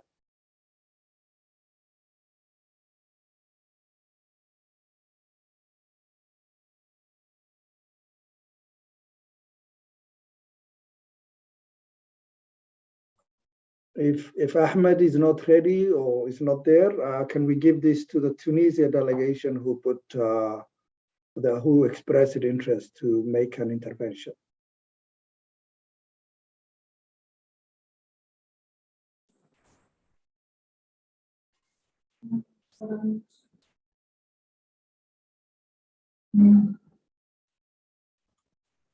Can I request, Chair, ITECA, please, can you allow those that have requested to speak? Can you open their mics so that they can speak? They have been granted access. Okay, please grant them. And check on the chat box to make sure everybody who is on the chat box with a question, if they want to speak, that they are allowed to speak. Thank you, Chair, for allowing me to interrupt. Thank you. Oh, thank you. Thank you very much.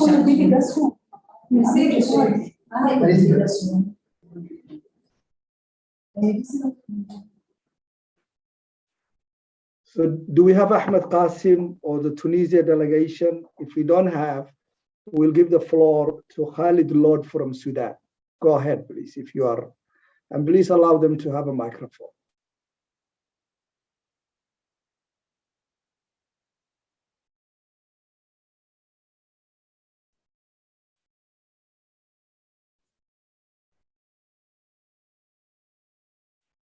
Please allow me to make use of the interpretation and make my intervention. أنا اسمي خالد لورد، أنا مدير لورد الاستشارية، هي مؤسسة استشارية تعمل في مجالات الهجرة منذ فترة. أنا كنت عضو في الوفد السوداني المشارك في الاستشارات الخاصة بالميثاق العالمي للهجرة منذ العام 2016 و17. والأسبوع الماضي أو قبل 10 أيام شاركت في الجلسات الاستشارية للميثاق العالمي بمنطقة الإيجاد. حقيقة شخصيا أعتقد أنه الميثاق العالمي للهجرة يوفر فرصة غير مسبوقة للدول الأفريقية على وجه التحديد والدول النامية والأقل نمواً، ولكن يجب علينا أن نعلم أن تنفيذ بنود هذا الميثاق العالمي ترتبط بشكل وثيق بقدرة هذه الدول، أنا أتحدث عن الدول الأفريقية الآن، بقدرتها على حوكمة وإدارة الهجرة. فأعتقد أن إدارة الهجرة ترتبط بشكل وثيق بتنفيذ الميثاق العالمي. إن كنا نريد حقيقة تنفيذ مع بنود الميثاق العالمي، علينا أن نسعى لتمكين الدول الأفريقية من إدارة الهجرة. إدارة الهجرة في الدول الأفريقية كما ظهر في التوصيات التي خرج بها الجلسات في الإيجاد في الأسبوع الماضي، تتمثل في نقاط محددة أرجو أن أثير في هذا المحفل حتى تجد الاهتمام المطلوب. كثير جدا من الدول ليست لديها سياسات وطنية للهجرة، وحتى تلك التي لديها سياسات وطنية للهجرة تجد صعوبة بالغة في تنفيذها، والتي نفذتها بشكل جزئي. فهذه قضية جوهرية في إطار إدارة الهجرة. النقطة الثانية تتعلق بالمؤسسات الوطنية المعنية بقضايا الهجرة، وعلى رأسها وجود آليات تنسيق وطنية بدول الإقليم والدول الأفريقية. هذه الآلية التنسيقية لقضايا الهجرة تعتبر من الضرورة بمكان، لأنها هي الرابط ما بين الجهود الوطنية والإقليمية والدولية.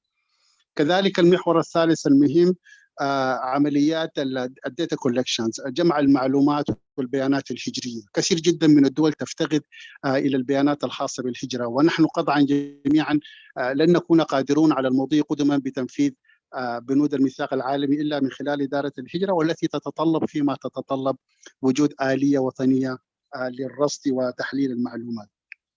كذلك من القضايا المهمة ربط الهجرة بالتنمية. نحن في أفريقيا دول نامية ودول أقل نمواً، 34 دولة تقريبا من أفريقيا من الدول الأقل نمواً. فربط الهجرة بالتنمية يعظم من عائد الهجرة لهذه الدول، وبالتالي تستطيع أن هذه الدول أن تمضي أيضا قدما ليس فقط في تنفيذ بنود الميثاق العالمي ولا فقط في إدارة وحوكمة الهجرة، ولكن أيضا في تنفيذ SDGs اللي هي فيما تتصل بالتنمية المستدامة وأهدافها. أنا أعتقد أن هذا المنبر مهم جدا لتمكين الدول من حوكمة وإدارة الهجرة، وبالتالي تنفيذ الميثاق العالمي للهجرة، وبالتالي الارتقاء بكل المفاهيم وبالإنسان، وبإيجاد حلول دولية وعالمية لقضايا الهجرة التي تواجهها المنطقة. شكرا جزيلا على إتاحة الفرصة.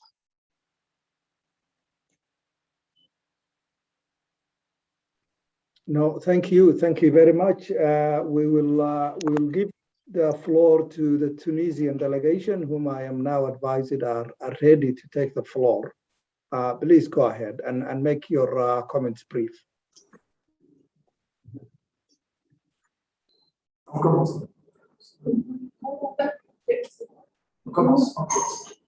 Alors bonjour tout le monde, je me présente, je suis Ahmed Mali, directrice au sein de la Direction générale de la coopération internationale en matière de migration, ministère des Affaires sociales. There is a background noise, but we can hear you. Go ahead. Bon, merci. Tout d'abord, je tiens à remercier les organisateurs pour cette opportunité. J'essaierai d'être bref. Enfin, je dois intervenir pour présenter les avancées réalisées en Tunisie afférentes aux objectifs reliés à cette table ronde qui sont 2, 5, 6 et 18.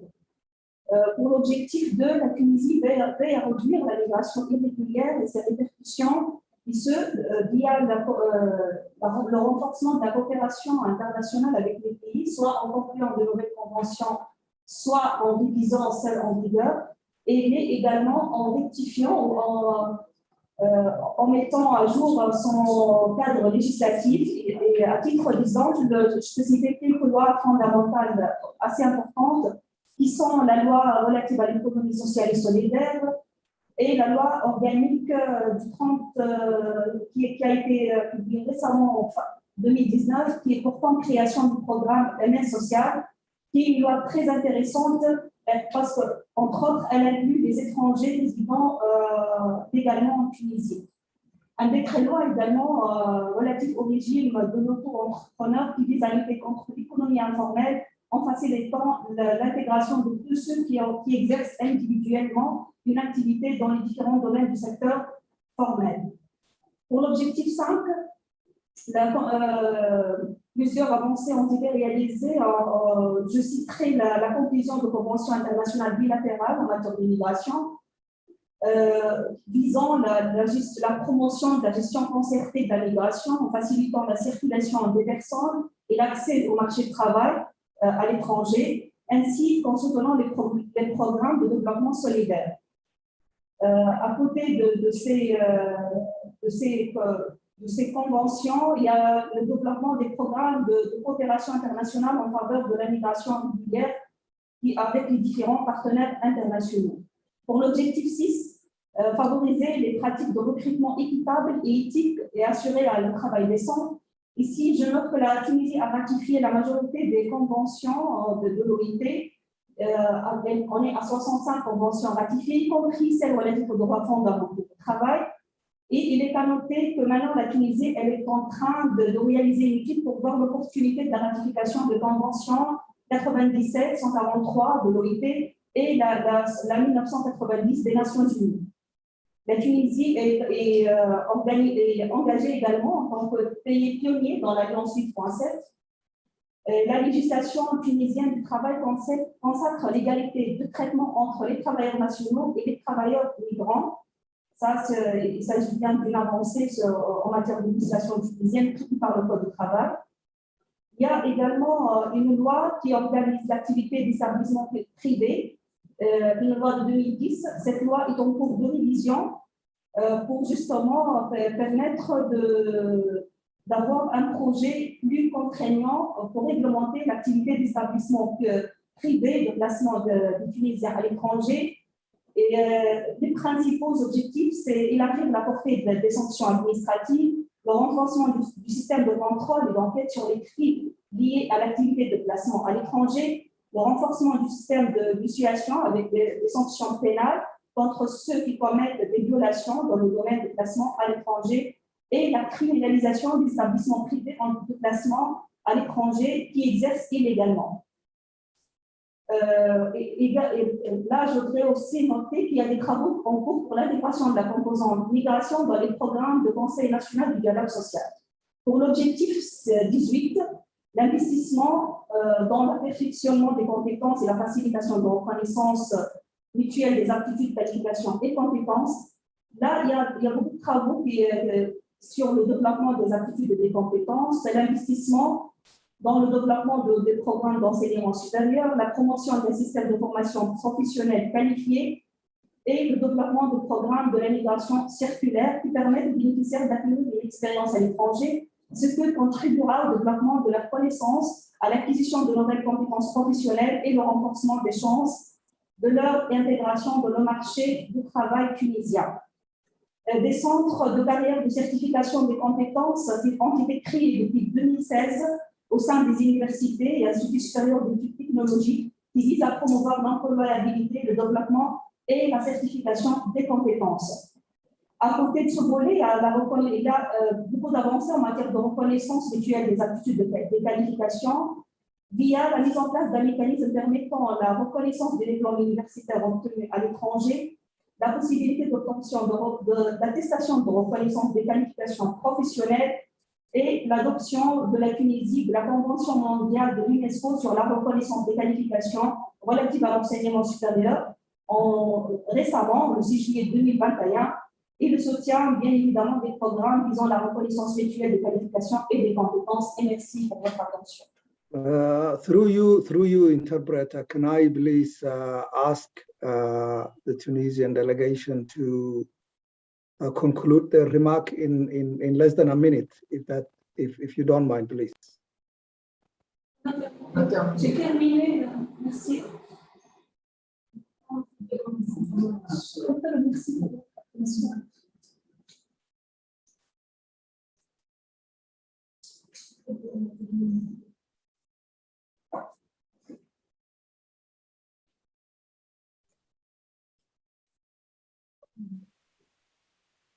Thank you very much. We'll give the floor to Ahmed Kasim if he is ready now, and then Alphonse Wallace, and then we'll ask presenters to respond to these 4 remarks. Ahmed Kasim first, and Alphonse Wallace after that.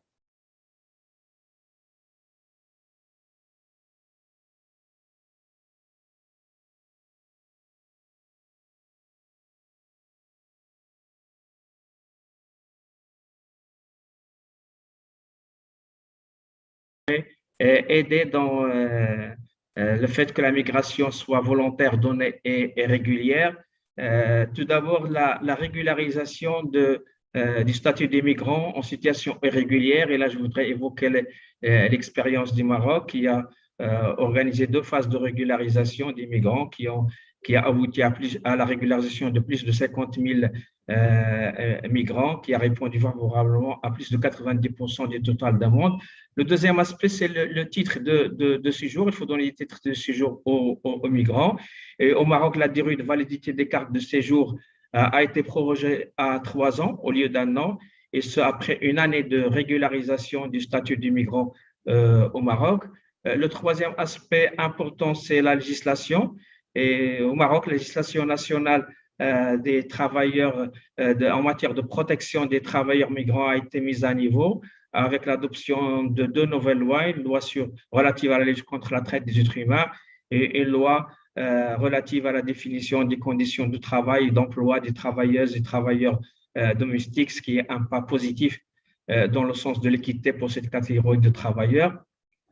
Quatrième point, c'est la lutte contre la traite des êtres humains et le trafic des migrants. Au cours de l'année 2020, le Maroc a démantelé 349 réseaux criminels opérant dans le trafic de migrants.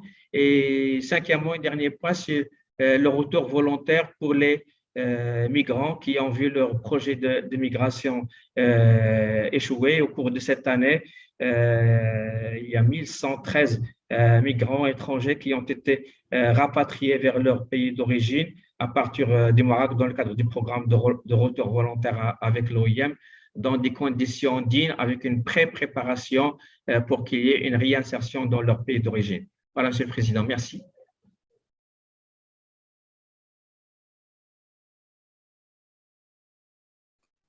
Thank you very much, and thank you for being very quick and brief in your remark. We'll now give the last one of this round of questions to Alphonse Wallace, if he's online. Thank you, sir. We also want to recognize the Moroccan government for the effort thus far in ensuring that this forum is being hosted. Again, yes, I am from the Liberia delegation, representing Liberia. Basically, we thought to draw the attention of the forum to countries that are striving to ensure that they can make effort galvanize resources to support this effort, but yet it's still a challenge for them. For example, in the area of assessment to gather data on migrant situation in a particular country, for example, Liberia, and the awareness that inform people of the migrant activities. Liberia is seriously challenged in terms of meeting its needs for assessment and awareness. And so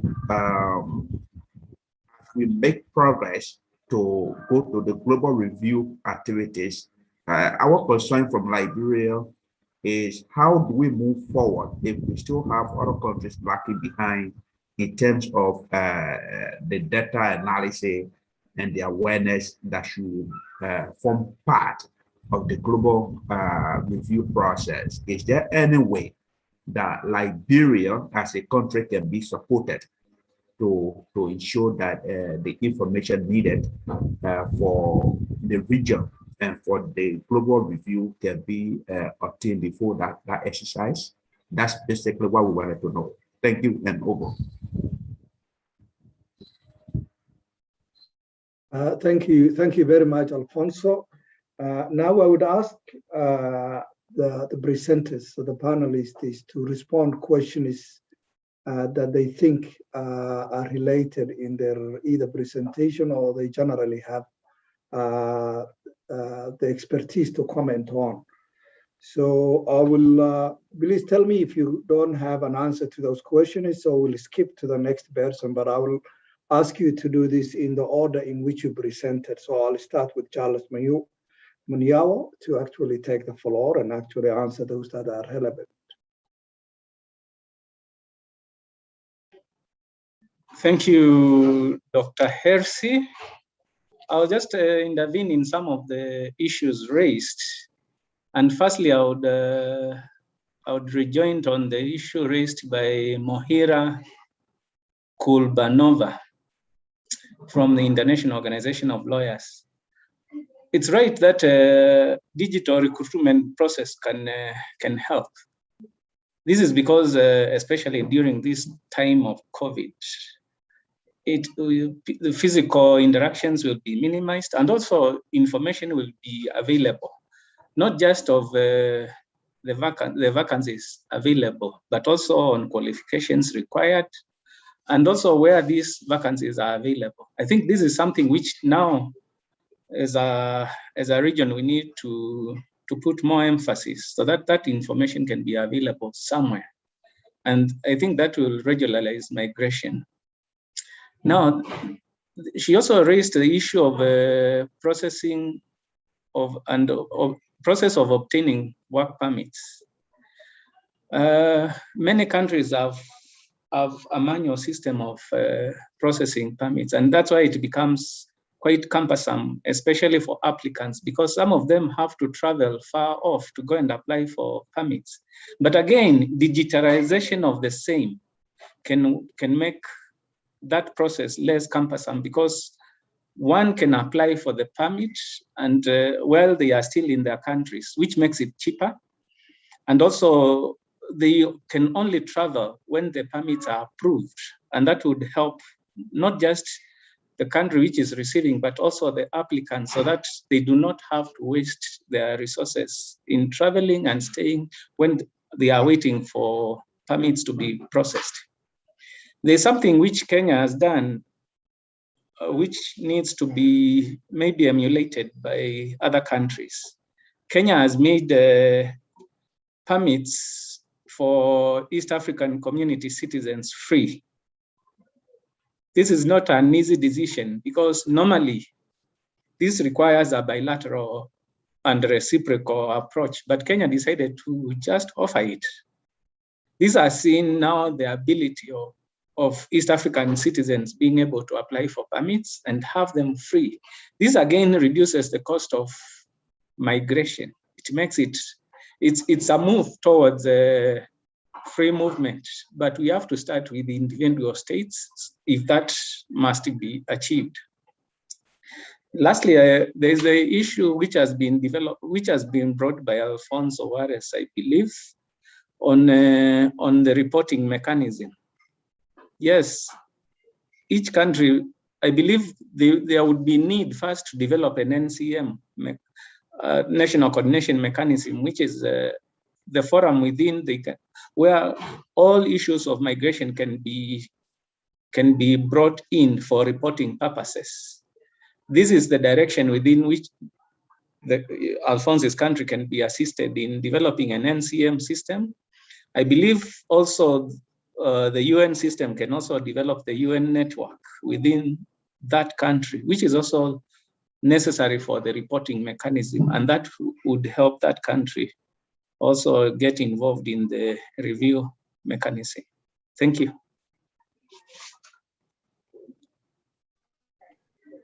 Thank you very much, Charles. Thank you, Charles. And I will now ask Ambassador Yusuf Diallo if he has any response to give. Ambassador, please take the floor.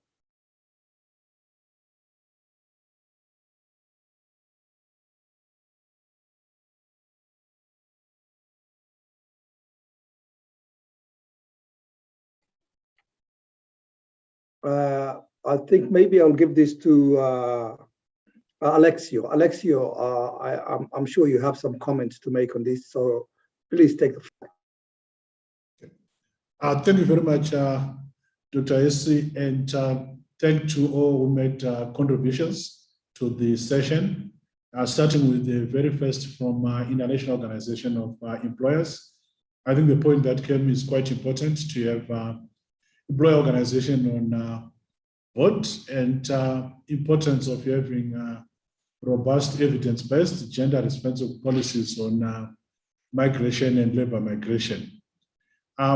Related to that, I think it's also bringing a whole of government approach, and here again from ILO and social partners, the involvement of Ministry of Labor being critical into this. So just want to reiterate on the points that came from IOE. Then the second point I wanted to put was the issue around, I didn't come across as that, but I'll put it as the word trusts, in terms of bringing everyone on the table for dialogue. From the ILO, it's social dialogue is central in addressing issues on labor migration. But for that to happen, the key word is trust, and the key word is also the capacity of the various institutions that will be part of the process. I think at the end, one of the objectives of the session is around migration as a choice. And related to that of having migration as a choice, the importance that came in the discussion around creating jobs, decent jobs at home, so that one is not forced to move out. I think somebody made a comment around the informal economy. How do we improve the working conditions there so that we move out, because that's basically a choice that I would take. At the recent International Labour Conference that was in July this year, the ILO did a global call to action for a human-centered COVID-19 recovery. And this does prioritize what I'm saying, creation of decent jobs for all, at the country of origin, at the same time address inequalities that are caused by the crisis, COVID crisis, for all workers at home and abroad. So I think I will stop here in the interest of time, and thank you all for putting us on the panel and also for the interactive session. Over to you, Dr. S. Thank you very much, Alexio. And now, if you're still online, Joel Katon Odigie, please take a minute or two to respond. Thank you. Thank you. Yes, okay. I wanted to also respond to the question that was raised. That somebody was asking in the chat, what happens to, is it the case that we just organize labor migration just because of remittance? I don't want to speak for His Excellency, the Ambassador of Senegal, but to say from the trade union perspective, no, that's not the idea. It is clear labor is not a commodity. So it's not the case that we are commodifying labor. But what His Excellency is trying to say, and which is also critically important for these processes, the added value of labor migration to development. As we see on our continent today, even with COVID-19, remittances from abroad, it dwarfs foreign direct investment. You can compare, and so it is relevant. And much more important is the sectors, the areas these remittances are going to. They are going to, trying to alleviate household issues of consumptions, healthcare, education, small business. Startups. So the relevance cannot be overemphasized. So states needs to find a space to have a better governance of it. But perhaps what is more important is that these migrants that are sending this money are effectively well protected. That is what is even more important. And that is why we appreciate what the Asians are doing with the Colombo process. They have used that to effectively navigate labor migration, especially with countries in the Middle East, to protect their migrants and to also receive monies from above. But the question of the protection of the migrant, the human and the labor right of migrant are the things we put in front. Remittance follow, as it were. Just to add that voice. Thank you. No, thank you very much for all responding to those questions and comments. I think, to be fair, I would probably ask the interpreters to look at the question and answer in the chat and actually ask two of those questions in French language, because I don't speak French and I cannot do that. So our second round of questions, and we have about 10 minutes to finish this session.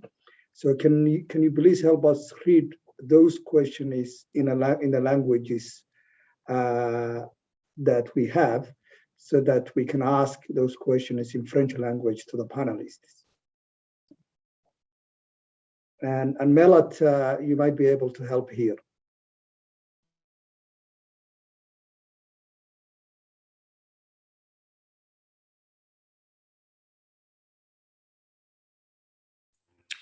Elsie, if you want, I can also step in.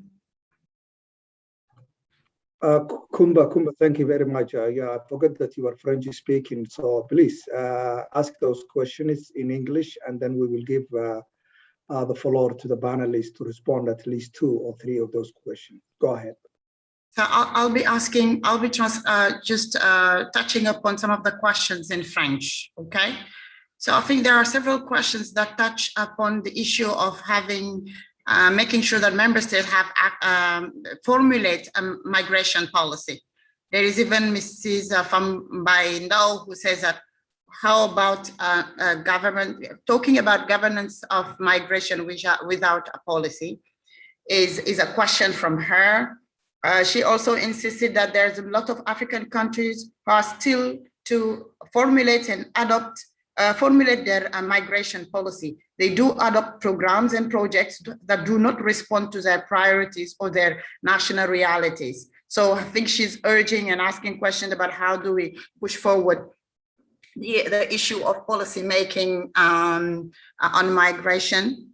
And then one asked about Ambassador Yusuf Jallo about the national migration policy of Senegal and where they stand right now. And okay, so I think I've covered the French. And there is a question about diaspora. It's directed to Senegal, but there's a question about diaspora, about what strategies member states should be adopting to kind of support the mobilization or to support the diaspora, because we know that there are billions that are transferred from Senegal, but this is relevant to other member states, and that there are investments that are done through resources that are channeled by the diaspora. So what strategies for the diaspora to make sure that we benefit from that trends of resources? So from what I've seen and what you assigned me, RC, this is the main questions in French. These are the main questions in French. Thank you, Kumba. And we'll ask now Ambassador Yusuf Diallo to answer the 2 questions on Senegal, one in the migration policy and the status of that, and the other one on diaspora. Please take the floor.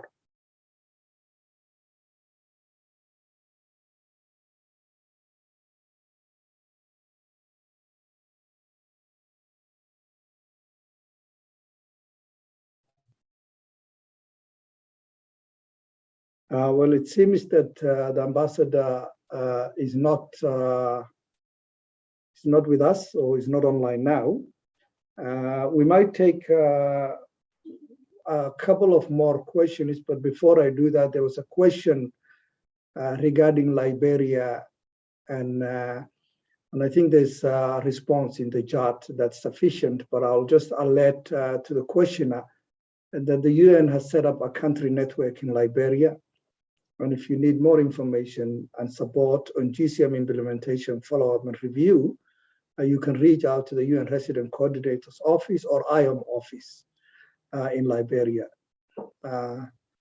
Thank you. And I think they've already noted that very well. So let us just take a couple more questions and then we will conclude. Maybe one or two last questions or remarks.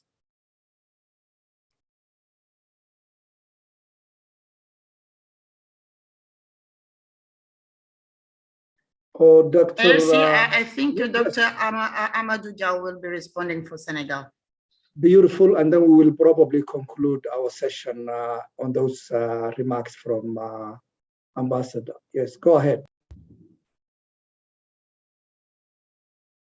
Bonjour tout le monde.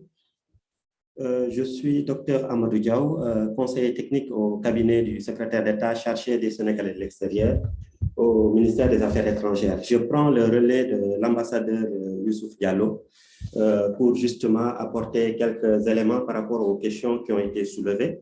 La première question relative à la validation du rapport de politique nationale migratoire. Il est vrai, depuis quelques années, le Sénégal était dans une dynamique d'élaboration du document de politique nationale migratoire qui a connu quand même, disons-le, une validation technique en 2017.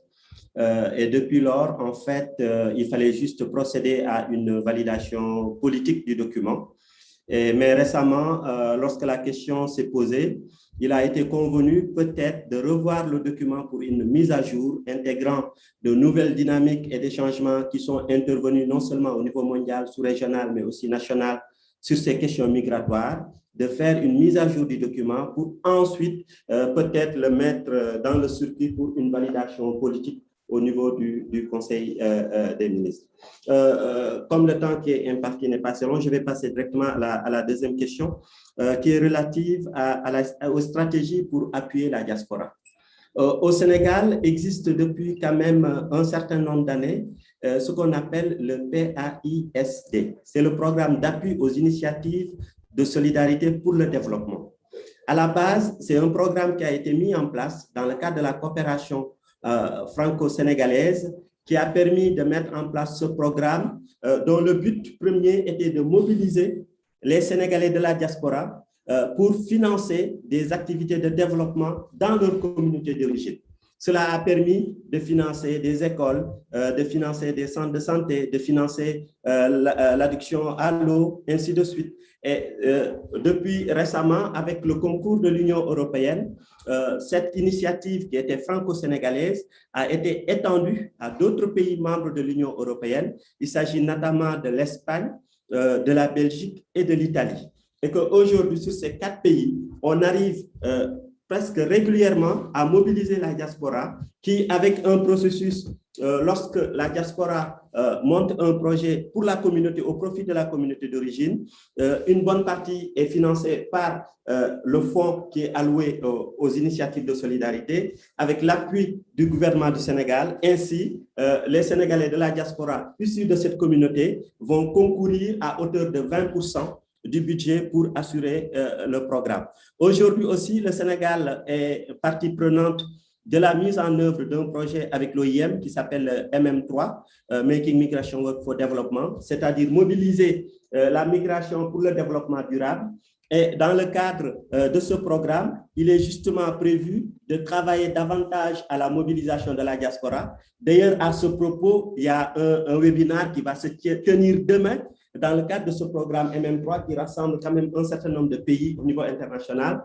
Et ce webinaire, justement, va porter sur comment mieux engager la diaspora dans une dynamique de développement durable, non seulement au profit des communautés d'origine, mais aussi pour l'intérêt du pays. Et il y a eu encore d'autres initiatives qui ont été appuyées, notamment avec le GRDR, où il y a une forte dynamique de mobilisation des diasporas entre ici et ailleurs, qu'ils contribuent à la fois au développement de leur pays d'accueil, mais tout en aussi ayant une pensée positive en termes d'engagement par rapport à leur pays d'origine. Voilà un peu quelques éléments que je tenais à apporter par rapport aux différentes questions qui ont été soulevées. Je remercie encore une fois de plus les organisateurs d'avoir bien voulu associer le gouvernement du Sénégal de manière active à l'organisation de ce forum. Je vous remercie de votre très aimable attention. Thank you, Dr. Amadou Diaw. Thank you very much for answering those questions. It's also a very good question that's coming from Sarah Al-Khatib.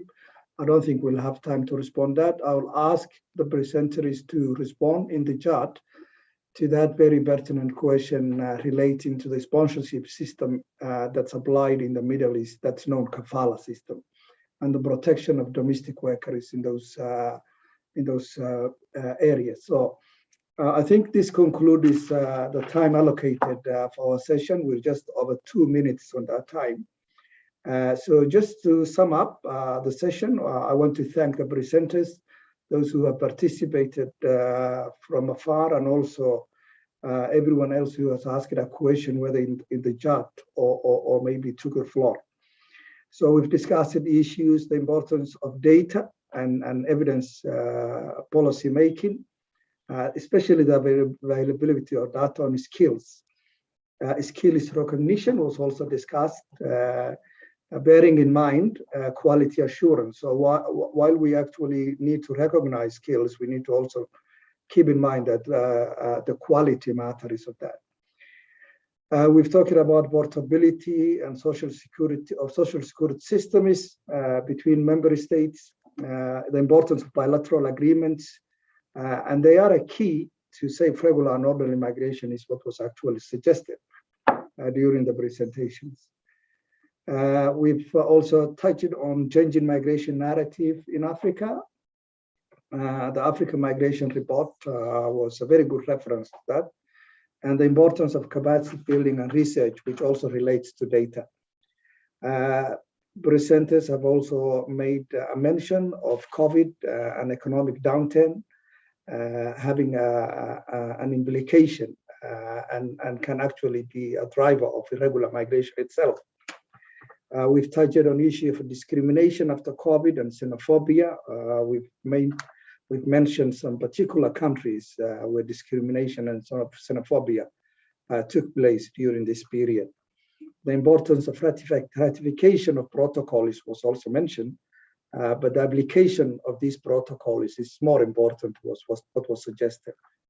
And there was comment on the chat that said the way Africans govern themselves can actually lead or be a driver of irregular migration. So allowing citizens to participate in the political affairs and shaping their country can actually be good and might actually have something to do with stopping irregular migration. And digitalization at the end was one other thing that was mentioned. That's it, and thank you very much for all. And I will now hand this back to Soraba to take the floor and take people to the next session. Thank you very much all.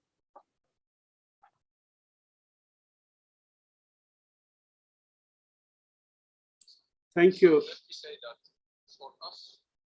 Thank you, colleagues. And I must thank the chair for managing this session very well. And thank you to colleagues. We have had 2 sessions now, and we are going to go into a short break. It's originally planned for 15 minutes, but I'll suggest if you can come in 10, because we are already running a bit short before we move on to the session 3. So we'll take a 10-minute break if that's okay. Thank you, colleagues.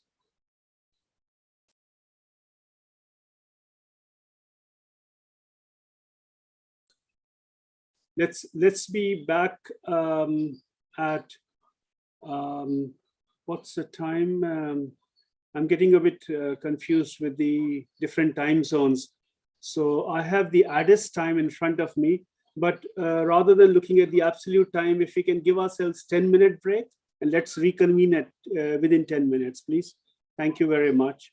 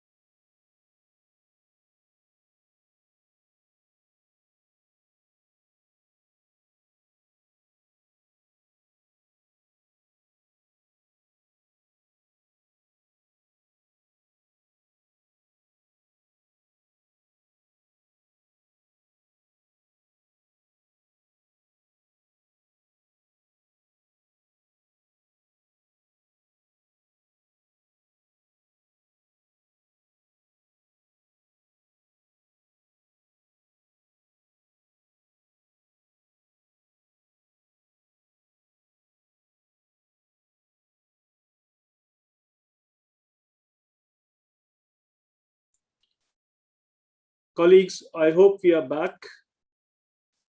Many of us did not even leave, but I think we should start the next session, session 3.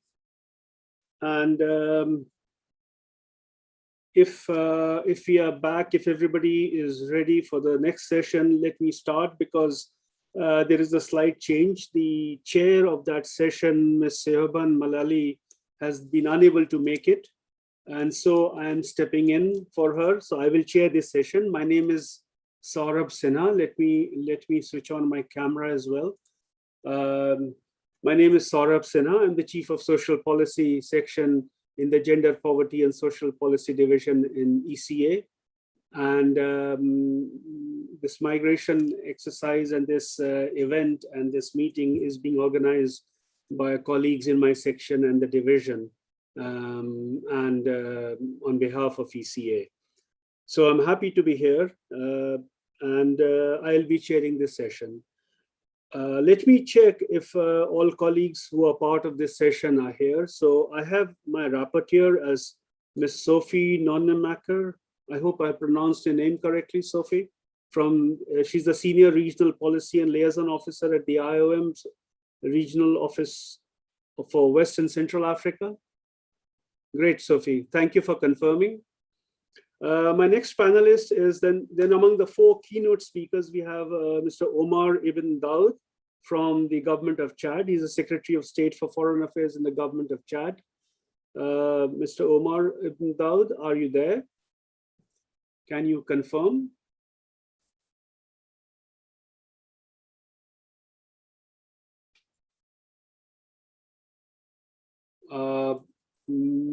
I'm going to rely on my colleagues who are helping coordinate this session, Helena and maybe Melat, if you can help out as well. If Mr. Omar Daud from the government of Chad is here, and let's see if he's attending this session. Then we have Dr. Edward Adadai from the UNICEF's, who's the UNICEF's representative to the AU and ECA. Dr. Edward, are you here? Great. Okay, thank you. And then we have Mr. Bruce Mokaya Orina, who's the head of the International Committee of the Red Cross.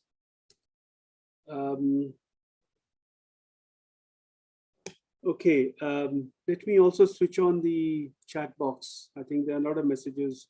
Yes, if chat can be upgraded, please. Thank you.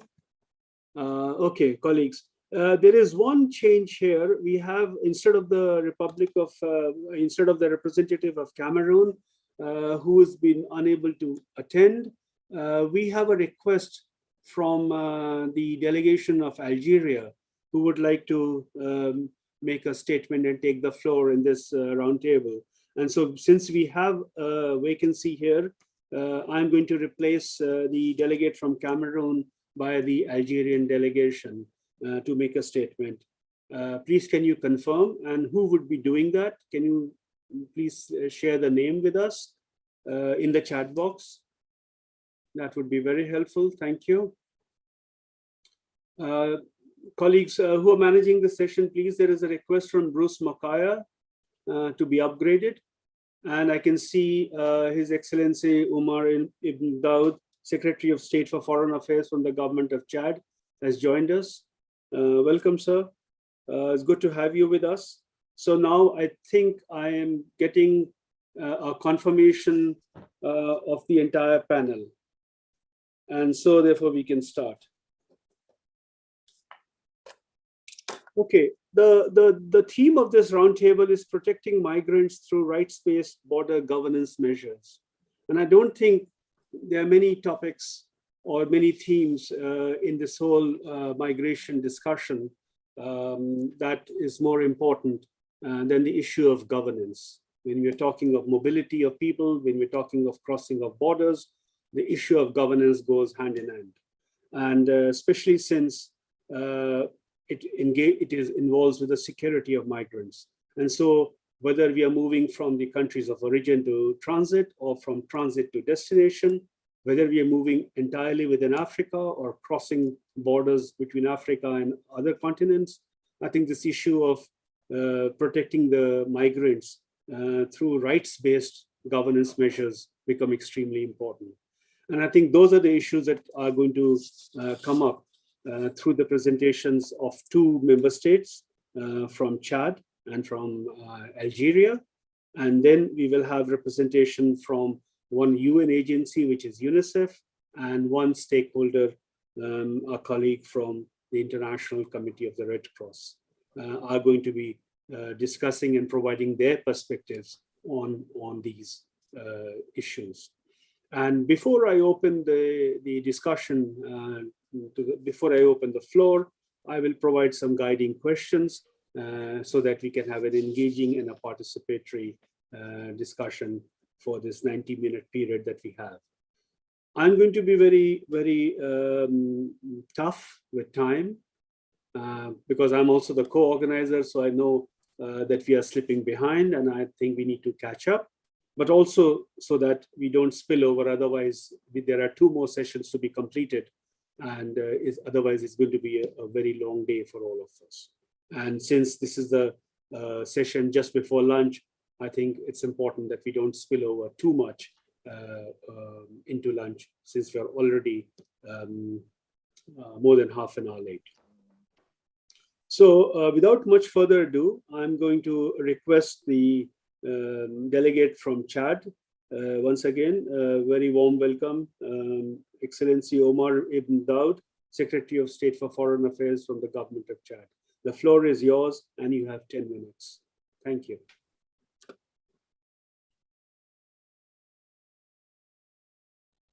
Merci beaucoup. Excellence, Monsieur le ministre des Affaires étrangères, de la coopération africaine et des Marocains résidant à l'étranger, Monsieur le directeur général de l'Organisation internationale pour les migrants, Monsieur le représentant de la Commission économique des États des Nations Unies pour l'Afrique, Monsieur le représentant de la Commission de l'Union africaine, Mesdames et Messieurs, chers participants, je voudrais tout d'abord saluer l'initiative de la Commission économique des Nations Unies pour l'Afrique et du réseau des Nations Unies sur les migrants pour l'organisation de cet examen et adresser mes sincères félicitations au Royaume du Maroc pour l'accueil de cette conférence qui constitue un véritable laboratoire d'échanges, d'expériences et de bonnes pratiques dans la gouvernance de la migration dans nos pays respectifs. Mesdames et Messieurs, depuis l'adoption du Pacte mondial pour les migrants en décembre 2008 au Royaume du Maroc, le Tchad a multiplié des politiques et stratégies pour le renforcement de ces mécanismes juridiques et institutionnels de la gestion de sa migration. En juillet 2019, le gouvernement a organisé avec l'appui de l'Organisation internationale pour les migrants une consultation nationale pour l'adoption du Pacte mondial pour les migrants au niveau national. À l'issue de cette consultation, un plan d'action national comprenant 8 axes prioritaires a été élaboré. En novembre 2020, nous avons tenu de tout premier examen national volontaire du Pacte mondial pour les migrants avec l'appui du réseau des Nations Unies Migration. En décembre 2020, le Tchad a promulgué la loi numéro 027 portant asile en République du Tchad, confirmant ainsi l'inclusion des réfugiés. En février 2021, le gouvernement a mis en place le comité technique multisectoriel contre le trafic illicite des migrants et de la traite des personnes, dont les membres sont officiellement installés le 1er juillet 2021. En juin 2021, le gouvernement a organisé en partenariat avec l'OIM, un atelier sur le lien entre la migration, le changement climatique et l'insécurité alimentaire. Le 4 août 2021, le gouvernement a renforcé les attributions de la direction des Tchadiens et de la migration par le décret 213 portant organigramme du ministère des Affaires et de l'intégration africaine. Ces progrès ont permis l'éligibilité du Tchad comme pays champion de migration, pays référent pour le domaine 3 du plan d'action de Marrakech portant sur la protection et l'asile. À cet effet, nous ne pouvons pas perdre de vue les actions de la mission de l'Organisation internationale pour les migrations au Tchad, dans le cadre de la promotion des migrants coordonnée et régulière et l'implication de la diaspora au développement de notre pays. Chers participants, il faut dire que la pandémie de Covid-19 et le décès du maréchal du Tchad ont porté un coup dur sur l'exécution de notre plan d'action triennal 2019-2021. Cependant, la baisse de la courbe de la pandémie, le gouvernement de la République du Tchad, sous la vision éclairée du général de corps Mamad Idriss Déby Itno, président du Conseil militaire de transition publique, chef de l'État, a relancé les activités dans la mise en œuvre du plan d'action, envisage l'élaboration d'une loi portant sur la protection des travailleurs et les membres de leur famille et procédera au lancement officiel du projet migratoire du Tchad et de mener à bien d'autres actions. Mesdames et messieurs, la bonne gouvernance des migrants ne serait peut-être possible que par la collecte et l'analyse viable, la coopération et la solidarité internationale. C'est à cet effet qu'un protocole de partenariat a récemment été signé entre l'Institut national de la statistique, de l'étude économique et de démographie et l'Organisation internationale pour les migrants, l'OIM, afin de renforcer la gouvernance des données à travers le pays et encourager la production de domaines migratoires sûrs. Mesdames et messieurs, par les multiples actions entreprises au cours des 3 dernières années, le Tchad démontre son engagement dans la mise en œuvre du pacte mondial pour les migrations afin de tirer profit de sa migration pour son développement durable. Les besoins restent énormes. Aujourd'hui, le Tchad, qui accueille plus de 500 000 réfugiés et compte plus de 460 000 personnes déplacées internes sur son sol, a besoin de plus de 996 milliards de francs CFA pour la mise en œuvre de la feuille de route de la transition. À ce nombre sont venus s'ajouter à partir du 11 août 2021 plus de 11 000 réfugiés venus du Cameroun fuyant les conflits intercommunautaires. De ce fait, la poursuite de la mise en œuvre du pacte mondial pour les migrations au Tchad nécessite un soutien de la part de nos partenaires au programme de renforcement des capacités des acteurs impliqués dans la gestion de la migration, aux initiatives locales et aux services consulaires pour les migrations. Mesdames et messieurs, la protection des migrants nécessite une approche coordonnée entre les différentes parties prenantes, notamment les États à travers leurs différents organes, mais aussi avec les possédant une expertise dans ce domaine. C'est ainsi qu'avec l'appui de l'Organisation internationale pour les migrants OIM, le Tchad a formé plus de 605 de polices de migration sur documentaire les bonnes pratiques en matière de gestion des migrations et de frontières, surtout en période de COVID-19. La transhumance sûre et ordonnée, ainsi que la lutte contre la traite des personnes. L'appui des partenaires a permis également à la réhabilitation et l'équipement de plusieurs postes frontaliers à travers le pays pour renforcer la bonne gestion des flux migratoires entre entrants et sortants du pays. Mesdames et messieurs, pour finir, nous encourageons les échanges qui auront lieu tout au long de cette conférence pour une meilleure synergie d'action et en appelant à tous les partenaires et parties prenantes à renforcer ce cadre de partage entre les États, nous permettant de relever ensemble les défis de la migration. Je vous remercie.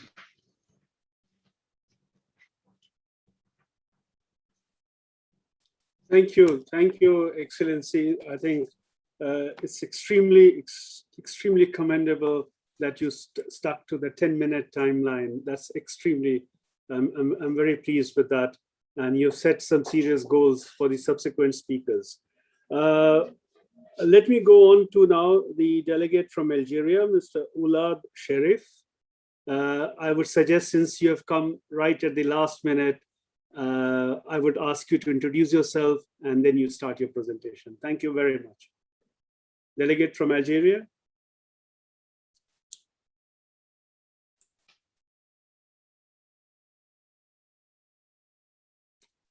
I hope ECA technical colleagues have helped them resolve their technical glitch.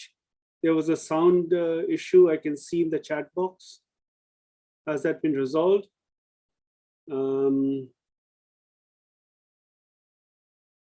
If not, I will move on, and then we can bring in the Algerian delegation afterwards, because we have Dr. Edward from UNICEF with us. So maybe there is a glitch. Let me just see if there's anything. Colleagues, ECA colleagues, please, can somebody support here to see the Algerian delegation so that they can get access?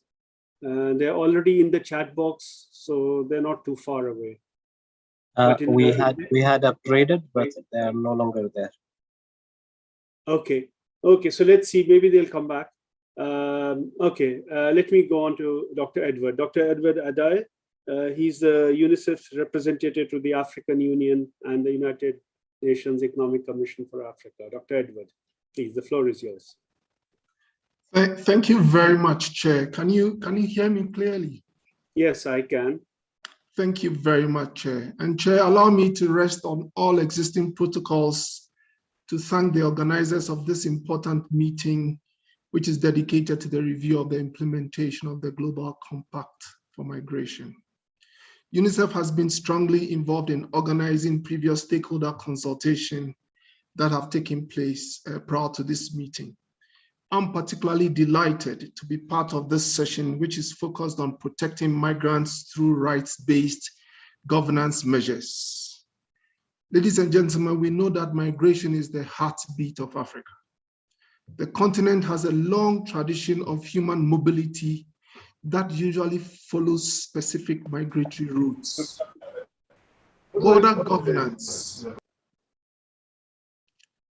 governance is concerned with both directionality and coordination of our actions at borders. It rests on human rights principles and requires transparency, accountability, predictability, and participation. Human rights border governance sets the framework and gold standards for migration, which is what we term the safe, orderly, and regular migration. Ladies and gentlemen, for most of us, safe, orderly, and regular migration is a norm. It's an assumption that we all make.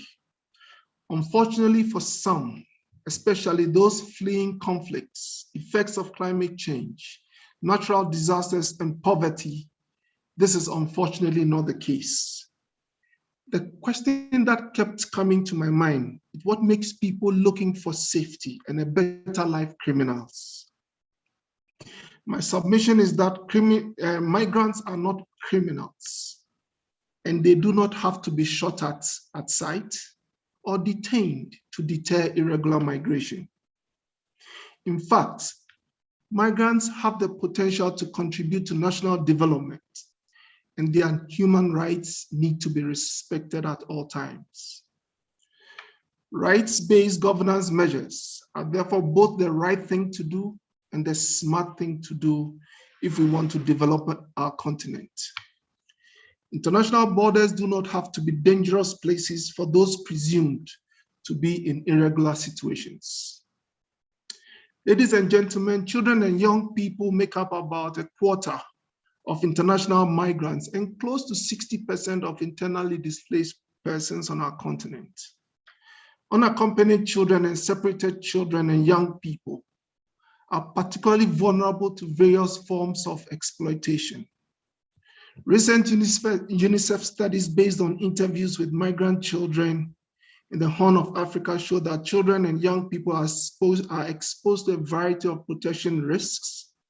They lack trust in the protective services and rely heavily on smugglers to facilitate their migration. Furthermore, girls face more risks such as gender-based violence, child marriage, and lack of access to quality education and sexual reproductive health rights and services. But this does not have to be so. Migration policies and practices that are not child sensitive will therefore not work. The compact reminds us that we must pay attention to children and young people, not only because they need protection, but because laws, policies, and practices that ignore them are ineffective. When children and young people fall through the cracks, migration systems fail. Ladies and gentlemen, for this reason, UNICEF recommends that protecting children and young migrants through rights-based governance measures should include at least 5 mutually reinforcing elements. The first is strengthening national child protection systems and promoting child-sensitive cross-border and regional cooperation, including strengthening social services workforce and finding solutions for undocumented migrants who may be at risk of statelessness. 2, designing pre-screening processes and reception systems that protect children and young people. 3, investing in adequate reception and care to protect any child and young person who enters an African country without having to resort to detention. By investing, I mean financial and human resources, as well as facilities that are up to standards, service provision in collaboration with civil society organizations and NGOs, as well as case management systems. 4, ensuring availability and access to services for migrants, including health and education, irrespective of migration status, as well as recognizing previous education qualifications to facilitate access to employment. 5, addressing issues that concern migrant mothers and their children, including the fact that sex and age disaggregated data is collected systematically to understand their issues appropriately, as well as enabling women to register their children to avoid statelessness. And lastly, supporting migrant children and young people to integrate back into their homes through case management, family tracing and unification, psychosocial support, and long-term monitoring. Ladies and gentlemen, the Global Compact on Migration presents us with an opportunity to address migration at the continental, regional, and national levels. The Compact represents a breakthrough for children and states alike. For the first time, it recognizes that children and young people are central to migration management and provides governments and stakeholders with a practical tool to better meet their existing obligations to protect and empower all children and young people regardless of status. Our priority and focus should therefore be its implementation. The Africa Regional Review of the Compact therefore comes at a very, very pivotal and important time. It's an opportunity to further align member states and African Union policy, align member states and African Union policies with the core commitments for children in the UNCRC and the African Charter on the Rights and Welfare of the Child. Commitments that are now also reflected in the Compact. It's also an opportunity to reflect and focus effort on what works and scale up promising practices that address perennial systemic weakness that have put migrants, especially women and children, at risk for too long.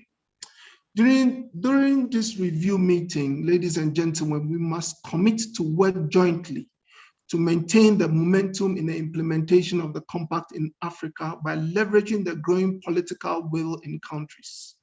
This should include adoption and accelerated implementation of the African Union Action Plan for the implementation of the Compact. We must be deliberate in engaging, empowering, and partnering with migrant children and young people as drivers of change and development on our continent. Lastly, for children and young people already on the move, we must ensure access to services that they need to achieve their developmental milestone, regardless of their circumstances. These children cannot wait. Before I conclude, let me note that all of us here, whether speakers or participants, are crucial actors in ensuring that states are protecting migrants through rights-based governance measures. Our commitment and support through implementing, supporting, monitoring, and reporting in this regard will be crucial. And I want to warmly thank all of you for the work you continue to do. Let us continue to rise to the challenges ahead of us as we reimagine and recreate migration systems for and with children and young people on the move across Africa. I thank you for your attention. Thank you, Dr. Edward. Again, I must thank you for keeping to the time, but also the fact that you bring in and you make a strong case for making it safe for children and protecting migrant children, I think is a very important point, and I'm sure it's going to be picked up by colleagues in this session, in the discussions that will follow. I'm going to check very briefly if the delegation from Algeria has resolved the technical issue. Algeria, delegate from Algeria, Mr. Oulad Sharif, can you connect? Can you hear us? I think they were having some problems. So can you join now? The delegate, I can see a message from Noor El Huda Senussi. If Algeria is ready, please start.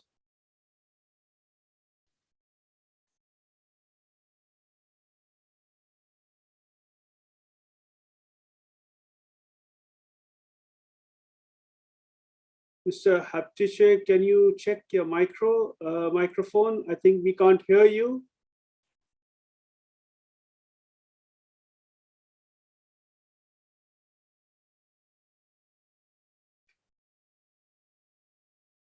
We can't hear you. My technical team tells me that the audio is on from our side. Can you check this issue from your end, please?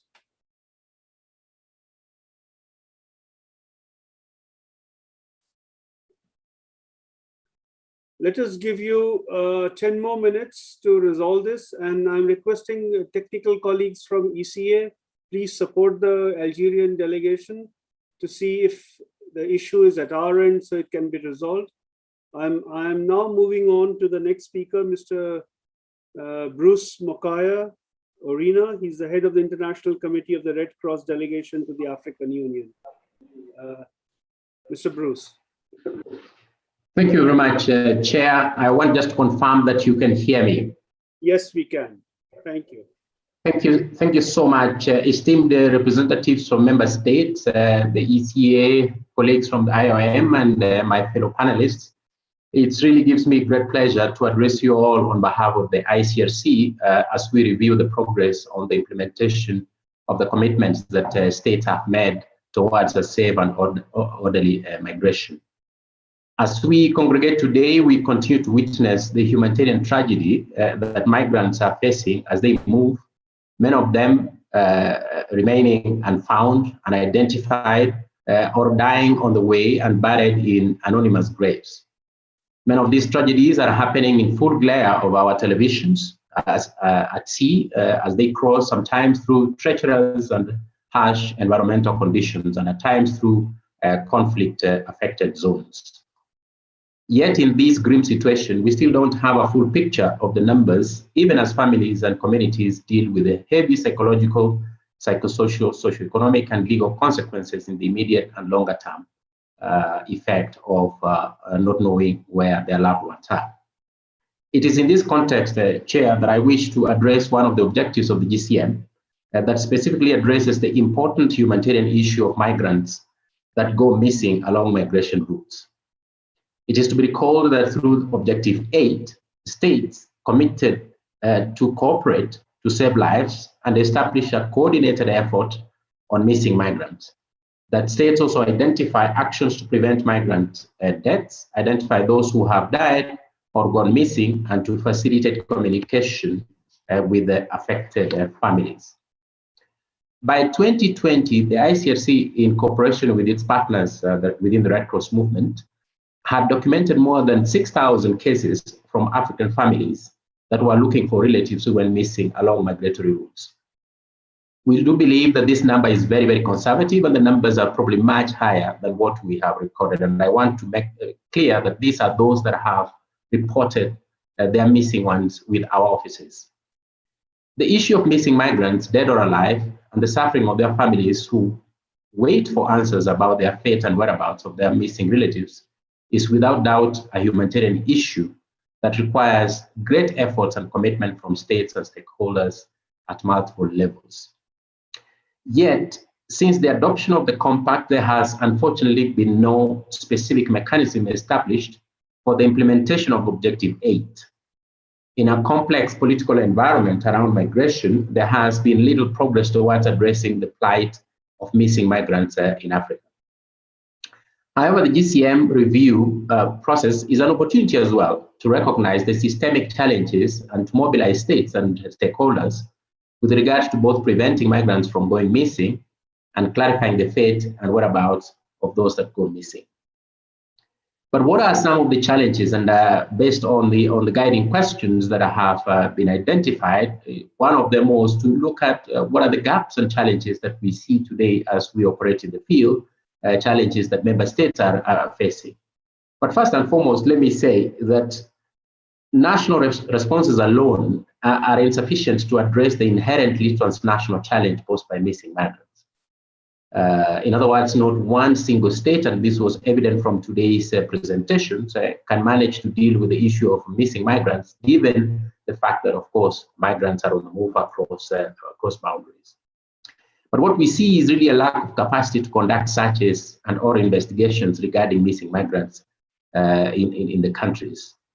The second weakness is really the lack of critical capacities, such as the ability to conduct rescue operations, forensic and medical legal systems, including the systematic management and identification of the dead, or the collection, compilation, and analysis of critical information, and in particular, in situations where there have been shipwrecks or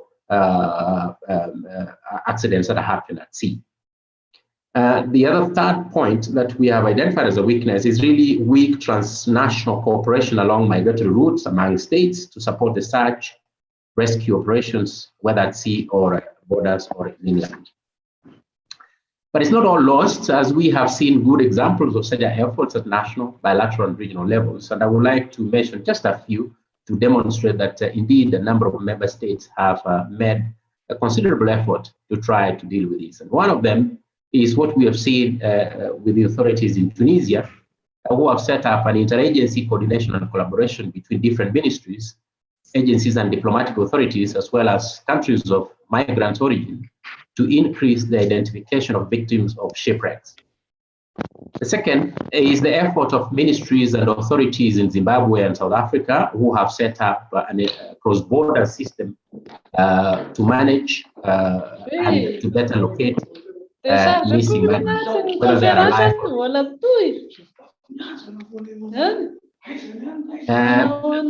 third example that I wish to give, that is, if you can mute a representative of Madagascar, please, thank you. The third example I wanted to give is Ethiopia, that when they have been making their presentation in terms of their national migration plans, they have mainstreamed the missing issue into the overall national migration governance framework, thereby bringing in various agencies, not only to look at the overall migration management, but in fact also to be able to address the issue of missing migrants. I think the inauguration of the Migration Observatory in Morocco promises to bring good visibility as well regarding the challenges related to migration and support member states, and in particular on the issue of missing migrants. Last but not least, we must applaud the recently adopted resolution by the African Commission on Human and People's Rights on missing migrants in Africa, including also a decision to conduct a study on the efforts that African member states are conducting when it comes to the issue of migration. We congratulate the Commission and the African states on this groundbreaking achievement. In conclusion, then, Chair, and in the context of the Africa Review, the Global Compact on Migration specifically, I would like to mention a few recommendations regarding Objective 8.1 to states is really to mainstream the missing migrants into the national migration governance framework and policies by strengthening national interagency collaboration. 2, to take measures to prevent migrants from going missing, including by preventing family separation, enabling communication between migrants and their families without delay, reuniting families wherever possible. 3, in partnership with relevant stakeholders, take measures to strengthen medical, legal, and forensic capacities, standardize the collection and exchange of information, and establish effective coordination channels for the search and identification of missing and dead migrants, and facilitate communication with the affected families in accordance with internationally accepted data protection rules and standards.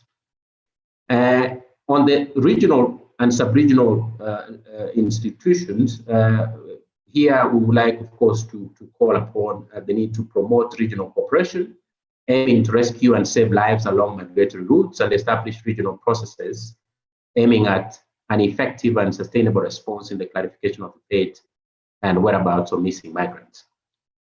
For the international organizations, I think it's important that we all work together to reinforce the capacities and the importance and respect to data protection standards, and act as conveners and support states in establishing mechanisms for preventing and responding to situations where migrants risk going missing. Establishment of effective mechanisms are possible but need a political will. Through national mechanisms, bilateral cooperation, and building up towards achieving regional cooperation and on the clarification of the fate and whereabouts of missing migrants. Allow me also to touch on Objective 13 regarding immigration detention. In accordance with the spirit of the GCM, it's important to ensure respect to related objectives so that immigration detention is a measure of last resort, and if it happens, then procedures and international standards committed to address conditions of detention, allowing of family contacts, providing consular services are provided to migrants. Last but not least, Chair, just to echo and to commit and say that the ICRC will ensure that missing migrants in Africa are not forgotten. We remain committed to helping people maintain family contacts along migration routes. We also stand ready to provide our technical and legal expertise to help ascertain the fate and the whereabouts of missing migrants and support their families. I thank you all for listening.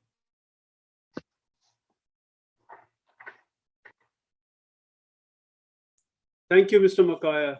A very, very enlightening presentation, and especially the whole discussion on the missing migrants.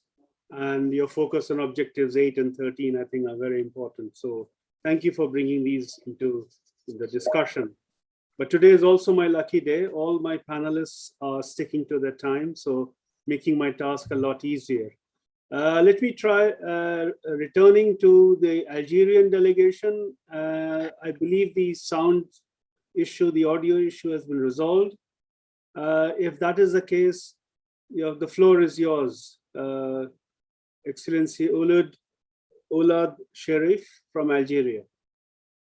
Can you start now?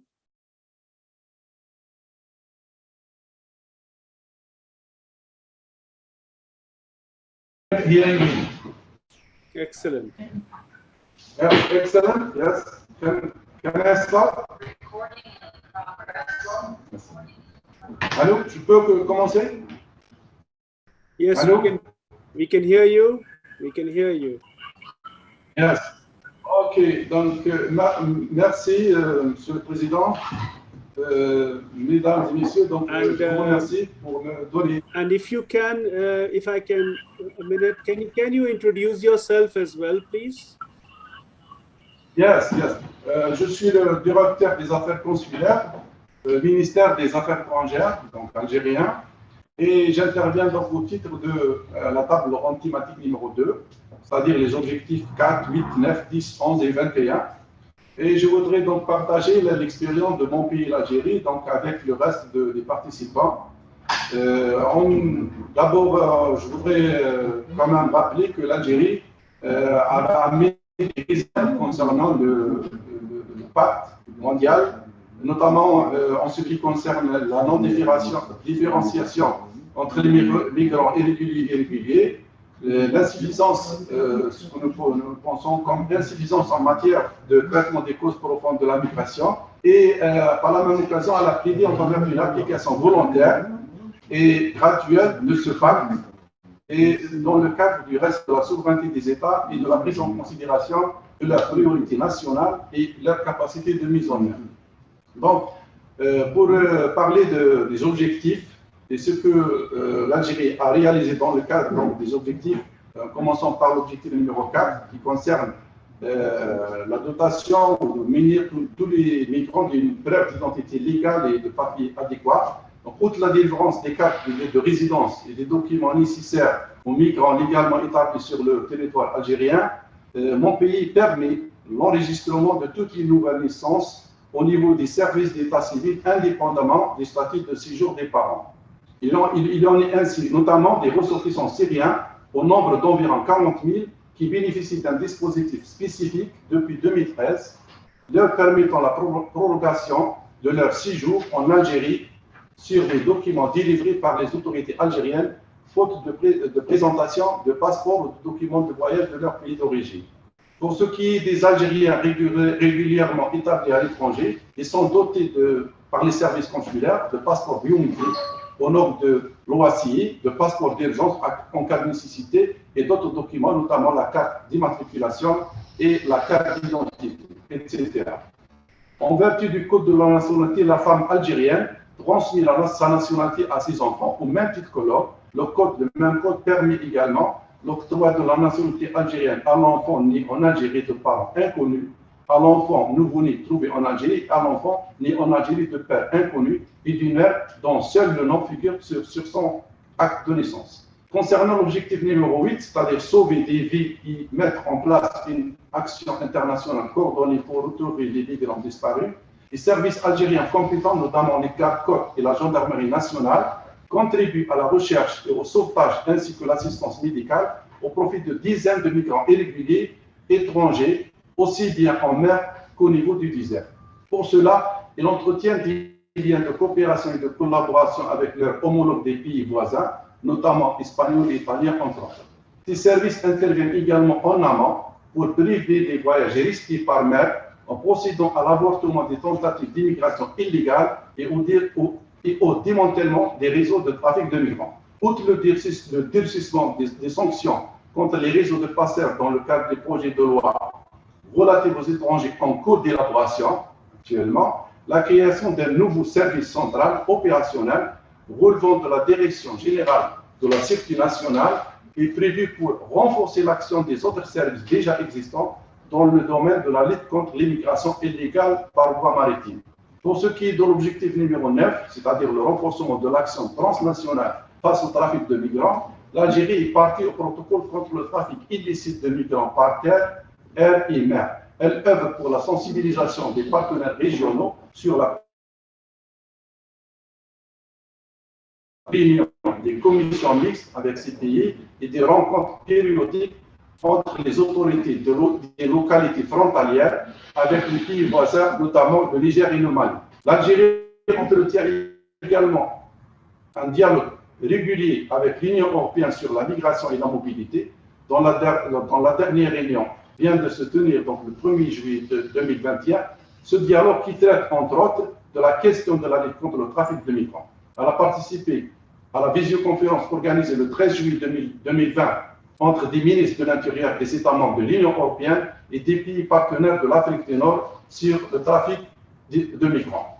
S'agissant de l'objectif numéro 10, c'est-à-dire prévenir, combattre et éliminer la traite des personnes dans le cadre des migrations internationales, l'Algérie a transposé ses engagements internationaux en la matière dans sa législation nationale à travers notamment la loi 09/01 et son article 303 bis 4 qui a permis l'intégration d'une définition plus conforme au droit international et qui tient compte de toutes les spécifications de ce phénomène.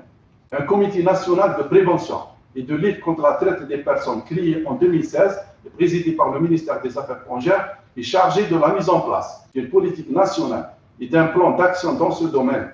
En 2019-2020, ce comité a organisé plusieurs actions portant notamment sur la formation et la sensibilisation sur ce crime qui ne constitue pas en Algérie un phénomène de grande ampleur dans la mesure où le nombre de cas recensés reste assez limité. Dans ce cadre, un projet de loi sur la traite des personnes est en cours d'élaboration pour renforcer davantage les dispositions contenues dans la législation algérienne sur la traite des personnes. Concernant l'objectif numéro 11, c'est-à-dire la gestion des frontières de manière intégrée, sûre et coordonnée, l'Algérie, en sa qualité de pays d'origine, de transit et de destination des migrants irréguliers, déploie d'importants moyens pour la gestion de ces frontières maritimes, longues de 1200 km et terrestres, longues de plus de 7000 km, à travers des dispositifs de surveillance, de contrôle et de collecte des informations sur les réseaux de trafic de migrants. Elle consomme de gros efforts pour faire face aux défis migratoires à travers la lutte contre les réseaux de trafic de migrants et la prise en charge des victimes de ce trafic, qui bénéficient d'hébergements provisoires, de soins de santé et de prise en charge de leur rapatriement vers leur pays d'origine dans le cadre du respect de leur dignité humaine et en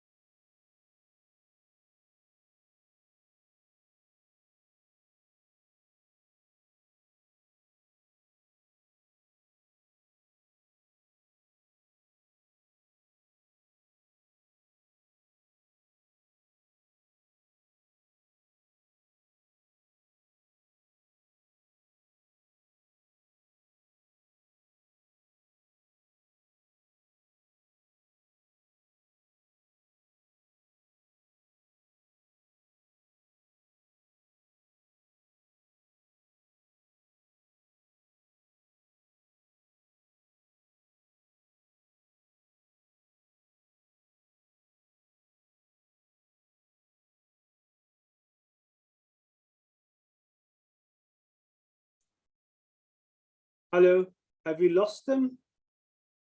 Colleagues, can you hear the Algerian presentation? No. I think we'll have to stop the presentation. I've lost it. Because there is no audio. Colleagues from Algeria, I'm sorry, nobody can hear you. And the interpreters are unable to translate.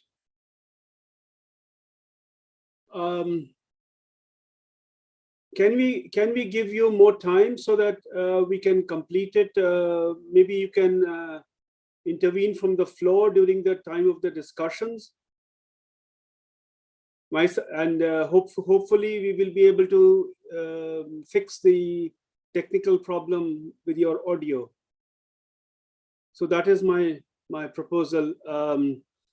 Also, we have come close to the lunch hour, so there is a request from the interpreters that we break now, and maybe we can complete that open discussion session right after lunch. So if we can break now, if that's okay, we can break now for lunch. This was a time, if we had started on time, we would have finished by now this session number 3 before lunch. But what's happened is that since we started late, we are going over. We have completed the presentations except for Algeria. But the only thing that is remaining is the open discussions. So if it is okay, my suggestion is that we break for lunch, and in the meantime try and fix the Algerian audio problem, and then we return, let's say by what time? I've got the Moroccan time should be 1:15 p.m. So if we can return by 2 p.m. Is that okay? Please, can somebody confirm this? This is my proposal, so that we give ourselves that much time, and hopefully the Algerian delegation can fix it from their end, because everybody else is able to use the audio system here. So, Ambassador, thank you very much. I think you have confirmed so that we can break for lunch at this moment. We have finished the presentations for session 3, and let's hold on to our discussion and our comments and questions when we come back from lunch. So we are breaking for 45 minutes, colleagues, and we'll reconvene at 2 o'clock Morocco time, 2 p.m. Morocco time. Thank you very much.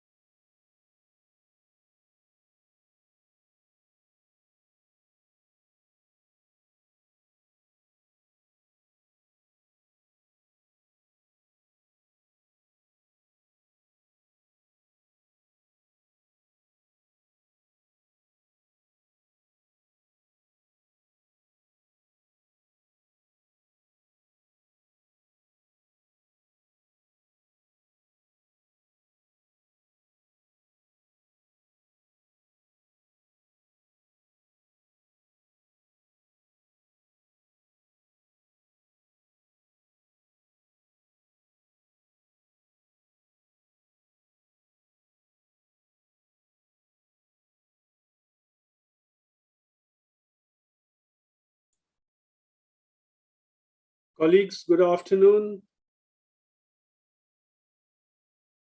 We'll be starting soon. We are just waiting for the interpreters, and my colleagues are checking if the interpreters are back. And once they are, we will get started very soon. Thank you.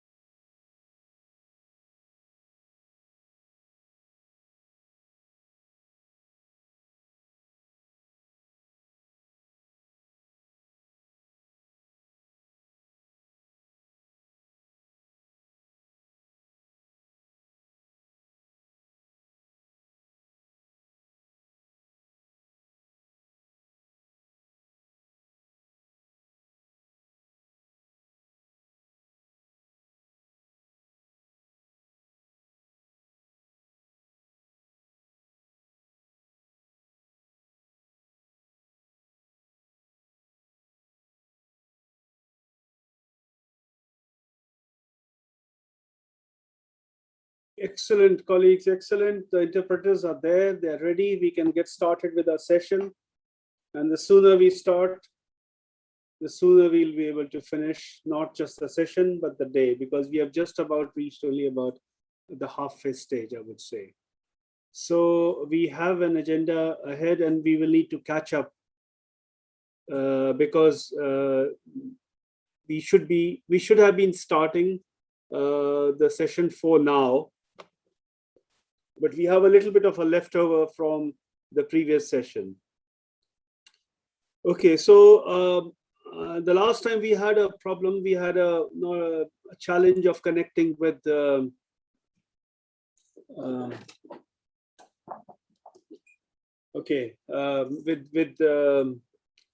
Algeria. I want to invite them again one more time, if they are connected this time, and if they can join in and complete their presentation.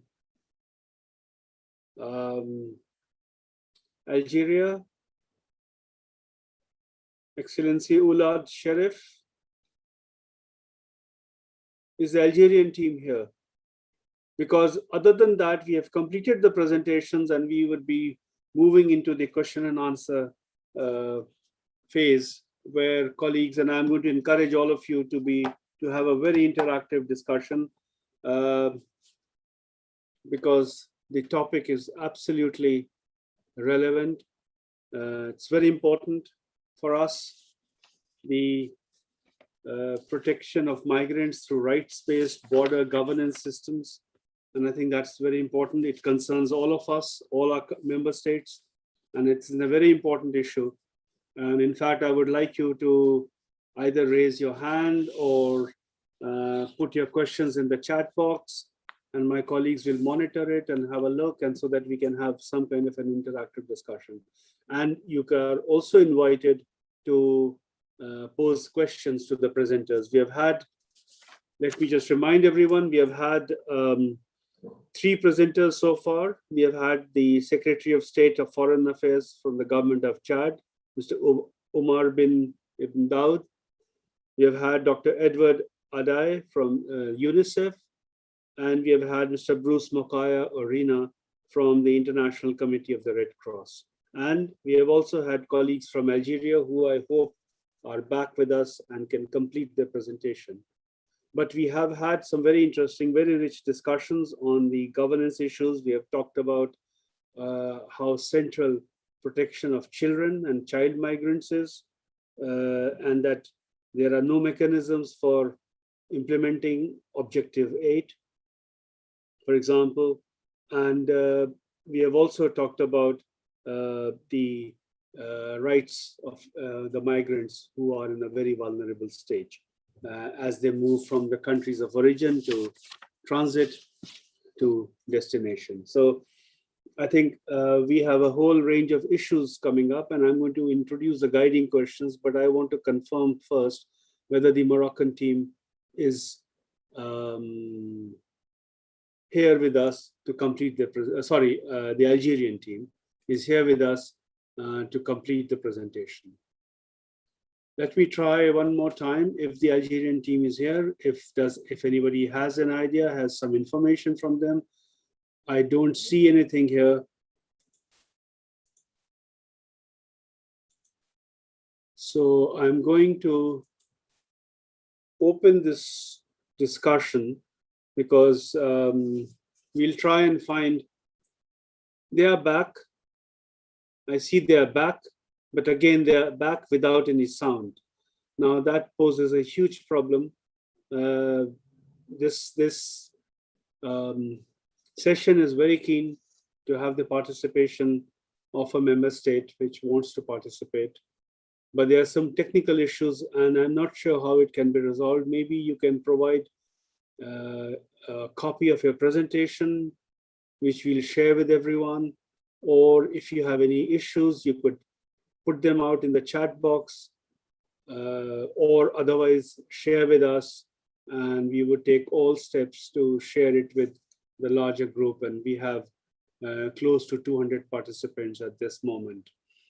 And it would have been extremely beneficial and rich contribution from Algeria.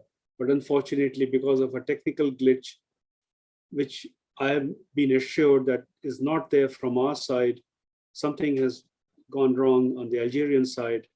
And so as a result of which they are unable to participate in this session. So what I'm going to do is I'm opening up the discussion. Let me share with you some guiding questions that we have prepared and which was shared by colleagues, with colleagues in preparation for this session. But some things that do arise, if you look at the literature, if you look at the work that has gone on, and also if you have followed carefully the presentation by the 3 delegates so far. So the questions that do arise are, what are the major constraints that have impeded the countries in which have restricted the country's efforts to guarantee protection to migrants? What strategies and support mechanisms can be provided by member states to ensure that all migrants have proof of legal identity, because very often the lack of proof of legal identity results in a lot of harassment and suppression of the rights of migrants. So what can be done to ensure that migrants have legal identities? How can African countries and international partners expedite efforts to save lives and enhance their coordination on missing migrants? And this also requires some international collaboration, because when you're crossing borders, more than one country is involved. How can African countries, as I said, improve their collaboration to combat smuggling of migrants and other kinds of irregular movement of migrants? But not just that, what can be done to address the challenges faced by border communities? Now that becomes an important issue, including cross-border violence and securing borders that are often porous and difficult to monitor, which is the case in many countries in West Africa. What steps should be taken to help African countries implement the provisions of international human rights instruments, Articles 9 and 10 of the International Covenant of Civil and Political Rights, which require migration detention to be used only as a measure of last resort? And then what lessons can be drawn from good practices? And I think that is very important when we are at a meeting like this, to share experiences, because everything is not gloom and doom. There are examples of success, of progress, of what can be done. And I think it's very important that we learn from each other's experiences. And so I think it would be very useful if we can share some of those experiences on this platform. Now, to organize it, of course, I'm going to encourage all of you to raise your hands, put your questions in the chat box, and otherwise indicate that you want to take the floor. And for the largest number of people to take the floor and intervene, I think we'll have to keep our interventions very precise and to the point. And in case they're directed at one of the speakers, please let us know. Thank you, colleagues. So I'm looking out for questions. I believe Sudan has raised its hand, and there is one law delegation. I don't know which one is it. Khalid Lord. I see Sudan has raised his hand, so maybe why don't you be the first one to kickstart this discussion? Over to you.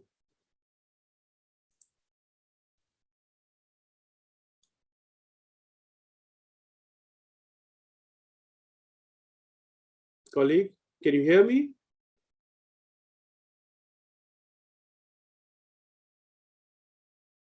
I don't hear anything.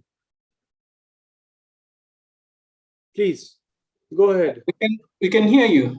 Okay, excellent, excellent. I'm so glad you can. For a moment, I thought I was talking to myself, but please go ahead. You've raised your hand. Please identify yourself.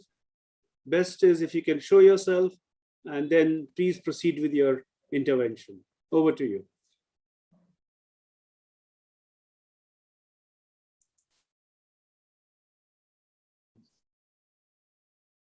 Alors, bonjour.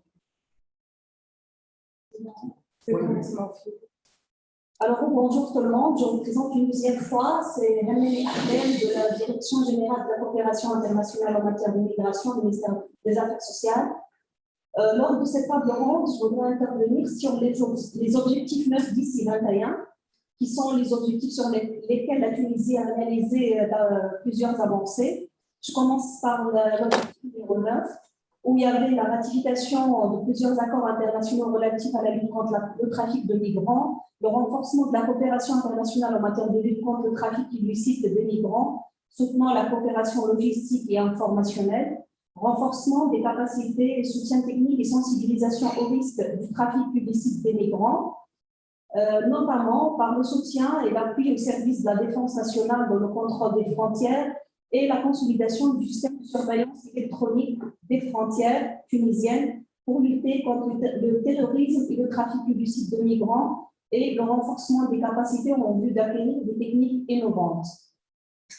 Pour l'objectif 10, relatif à la prévention et à la lutte contre la traite des personnes dans le cadre des migrations internationales, la Tunisie a ratifié plusieurs conventions internationales et régionales relatives à la lutte contre la traite des personnes et elle a développé sa législation et les mécanismes relatifs à la prévention, à la lutte contre la traite, notamment moyennant la promulgation de lois organiques en 2016 relatives à la prévention et la lutte contre la traite des personnes, qui vise à prévenir toute forme d'exploitation auxquelles pourraient être exposées les personnes, notamment les femmes et les enfants, y compris les immigrés sur le sol tunisien. Cette loi a permis l'élaboration d'un guide de loi afin de faciliter sa mise en pratique. Cette loi a permis également l'élaboration d'une stratégie nationale de lutte contre la traite des personnes. Cette stratégie, elle vise cette stratégie nationale de lutte pour la période 2018-2023.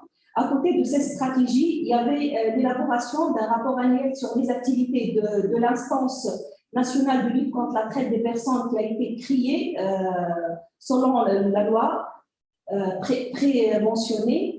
Et là, je voudrais mentionner que la Tunisie a obtenu le premier prix de meilleur rapport sur la traite des personnes dans le monde qui a été décerné qui lui a été décerné en 2019. À côté de ce rapport, il y avait la mise en place d'un mécanisme national d'orientation des victimes de la traite des personnes et il y avait également l'assurance de la gratuité des soins et de traitement pour les victimes de la traite des personnes conformément à la même loi subventionnée, avec la création d'un organe consultatif au sein de l'instance nationale de lutte contre la traite des personnes et la mise en place d'un numéro vert au profit des victimes de la traite des personnes, favorisant ainsi leur prise en charge et leur protection. À côté de cette loi, il y avait une autre loi aussi importante qui a été promulguée, c'est la loi organique de 2017 relative à l'élimination de la violence à l'égard des femmes. À côté de cette loi, il y a également l'organisation du secteur d'intermédiation dans le domaine de placement à l'international afin de faire face à la présence illégale de certains intervenants en élaborant un projet de loi relatif à l'organisation de l'exercice des établissements privés d'activités de placement à l'étranger. Une autre loi également à mentionner, c'est l'adoption de la loi réglementant le travail domestique qui a été adoptée récemment en 2021, qui a pour objectif de réglementer le travail domestique de manière à garantir le droit au travail décent, sans discrimination et dans le respect de la dignité humaine des travailleuses et travailleurs domestiques conformément à la Constitution et aux conventions internationales ratifiées. Pour l'objectif numéro 21, relatif à la coopération en vue de faciliter le retour et la réadmission des migrants en toute sécurité et dignité, ainsi que l'assurance de leur intégration durable. Dans le cadre de cet objectif, pour la Tunisie, on a travaillé sur deux volets, la réadmission des migrants en séjour irrégulier et la réinsertion des migrants tunisiens de retour. Pour le premier axe relatif à la réadmission, la Tunisie a travaillé sur le renforcement de la coopération avec de nombreux pays, notamment les pays européens, en matière de réadmission, ainsi que plusieurs conventions bilatérales ont été conclues dans le domaine de la migration, avec la France, la Suisse, la Belgique et l'Allemagne, comportant des dispositions relatives à la réadmission des migrants tunisiens en séjour irrégulier. Il y avait également le lancement des négociations depuis 2016 relatives à un projet d'accord de réadmission des personnes en séjour régulier entre la Tunisie et l'Union européenne, et ce, dans le cadre de la mise en œuvre de la déclaration conjointe pour le partenariat de mobilité conclu entre les deux parties. Pour ce qui est de réinsertion des migrants tunisiens de retour, les conventions bilatérales conclues en matière de migration comportent des clauses relatives à l'intégration sociale et économique de ces migrants de retour en mettant en place des dispositifs d'insertion des migrants de retour. Notamment, je note le dispositif français d'aide au retour volontaire et à la réinsertion, le dispositif suisse d'aide au retour volontaire et à la réintégration et la création d'un centre tuniso-allemand d'information pour la migration, l'emploi et la réintégration. Et ce centre a été créé en 2017. Une toute dernière innovation dans ce domaine, c'est l'instauration d'un dispositif national de réinsertion socio-économique des migrants tunisiens de retour. C'est le dispositif Tolesna qui a été créé au sein de l'OTE, de l'Office des Tunisiens à l'étranger, afin de favoriser la réinsertion socio-économique des migrants tunisiens en provenance des pays européens adhérents au dispositif, à savoir la France, l'Allemagne et la Suisse, et de leur assurer un accompagnement de proximité tout au long du processus de retour, et ce, en étroite collaboration avec les autorités tunisiennes compétentes et les acteurs de la société civile tunisienne. Et merci.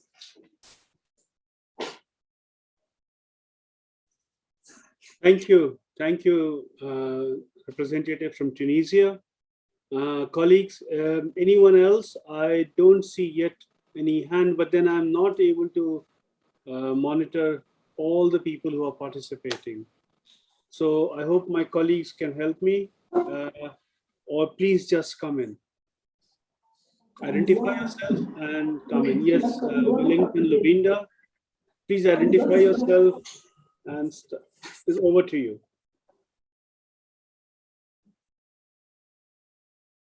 Go ahead, please.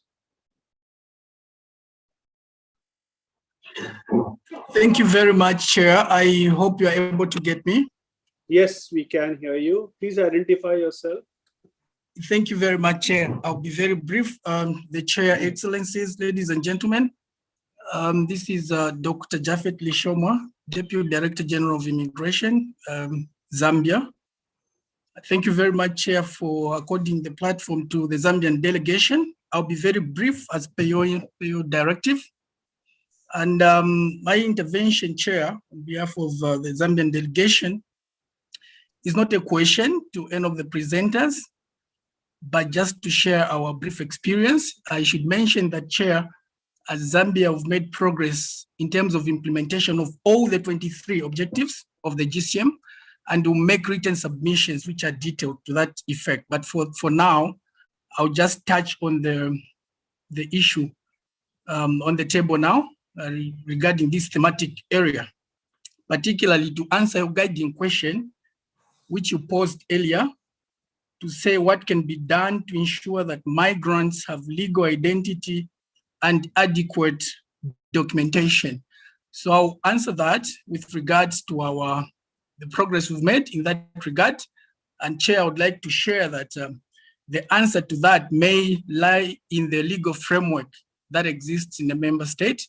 And to that effect, I'd like to report that we have statutes which provide for the documentation of not only our citizens, but all migrants to Zambia.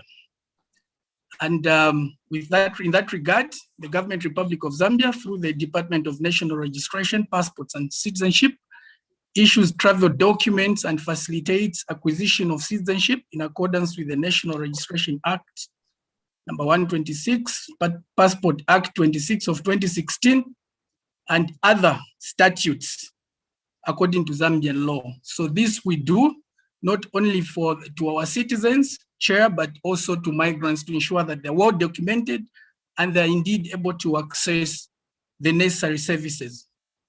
As Zambia, Chair, through the same Department of National Registration, we also issue birth certificates, death certificates, national registration cards for both Zambian citizens and non-citizens.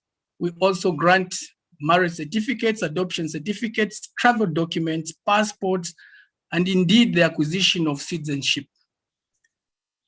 Currently, Chair, Zambia, we are reviewing our legislation to provide for dual citizenship. Previously, we only allowed for single citizenship, but now we're reviewing our legislation to provide for dual citizenship.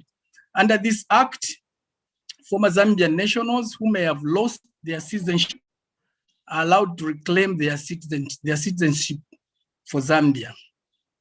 And at the same time, those migrants who've settled in Zambia for whatever purpose, whether it's for work purposes or investment, they are eligible now to apply and obtain Zambian citizenship. That is apart from their original nationalities, Chair.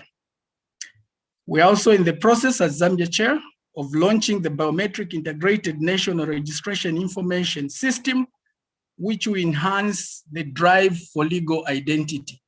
Chair, in the interest of time, I'll stop there, but I thought I should share that progress and our own experiences. As I said earlier, we'll make very substantive and detailed submissions on all the 23 objectives of the GCM, which means now we'll touch on all the thematic roundtable subjects and the issues to do with the challenges, the best practices, the opportunities arising from the process. Chair, I submit. Thank you very much for the floor on behalf of Zambia. Thank you, Chair. Thank you. Thank you to the delegate from Zambia. Thank you for your intervention. Any other comments? Can I see any hands? Yes, Khaled Lord, please come in. Very brief, please.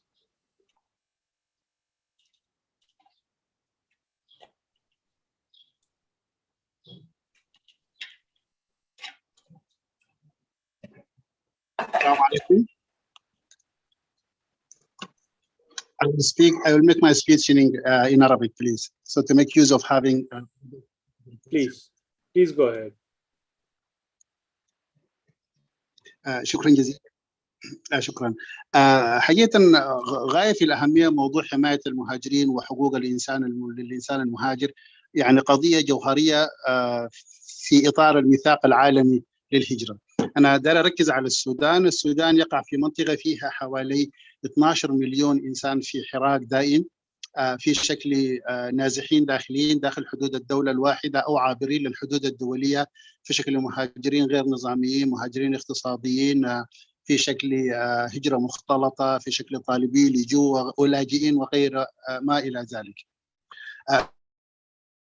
5 مليون مهاجر سوداني في الخارج، جلهم في دول الخليج. السودان يستقبل أكثر من 2.5 مليون لاجئ من دول الجوار السوداني، وأكثر من 3 مليون مهاجر غير نظامي. الآن الأوضاع النزاع في أثيوبيا أدى إلى هجرة حوالي 500,000 لاجئ من أثيوبيا، وكذلك هنالك حوالي نصف مليون هربوا من النزاع في دولة جنوب السودان إلى الشمال إلى السودان. السودان يستوعب أعداد كبيرة جدا من المهاجرين غير النظاميين ومن الطالبين اللجوء من اللاجئين، ونرجو أنه في إطار الميثاق العالمي تعزيز التعاون ما بين الدول المستضيفة للمهاجرين واللاجئين وطالبين اللجوء والمنظمات الأممية والدولية ذات الصلة. في إطار آخر حقيقة كنا السودان كان تقدم بمبادرة نحن في الوردة الاستشارية خاصة بإدارة الهجرة. هي كان محاولة، لأنه الحديث عن مكافحة تهريب المهاجرين والإتجار بالبشر لوحده لا يكفي. على الدول إن هي فعلا أرادت أن تكون قادرة على مكافحة تهريب المهاجرين والإتجار بالبشر أن تفعل ذلك في إطار حوكمة وإدارة الهجرة اللي هو جزء أصيل جدا من الميثاق العالمي للهجرة. المبادرة التي كنا قد تقدمنا بها قبل حوالي العامين خاصة بإدارة الهجرة اسمها المبادرة الأفرو عربية لإدارة الهجرة ومكافحة الإتجار بالبشر. المبادرة الأفرو عربية لإدارة الهجرة ومكافحة الإتجار بالبشر.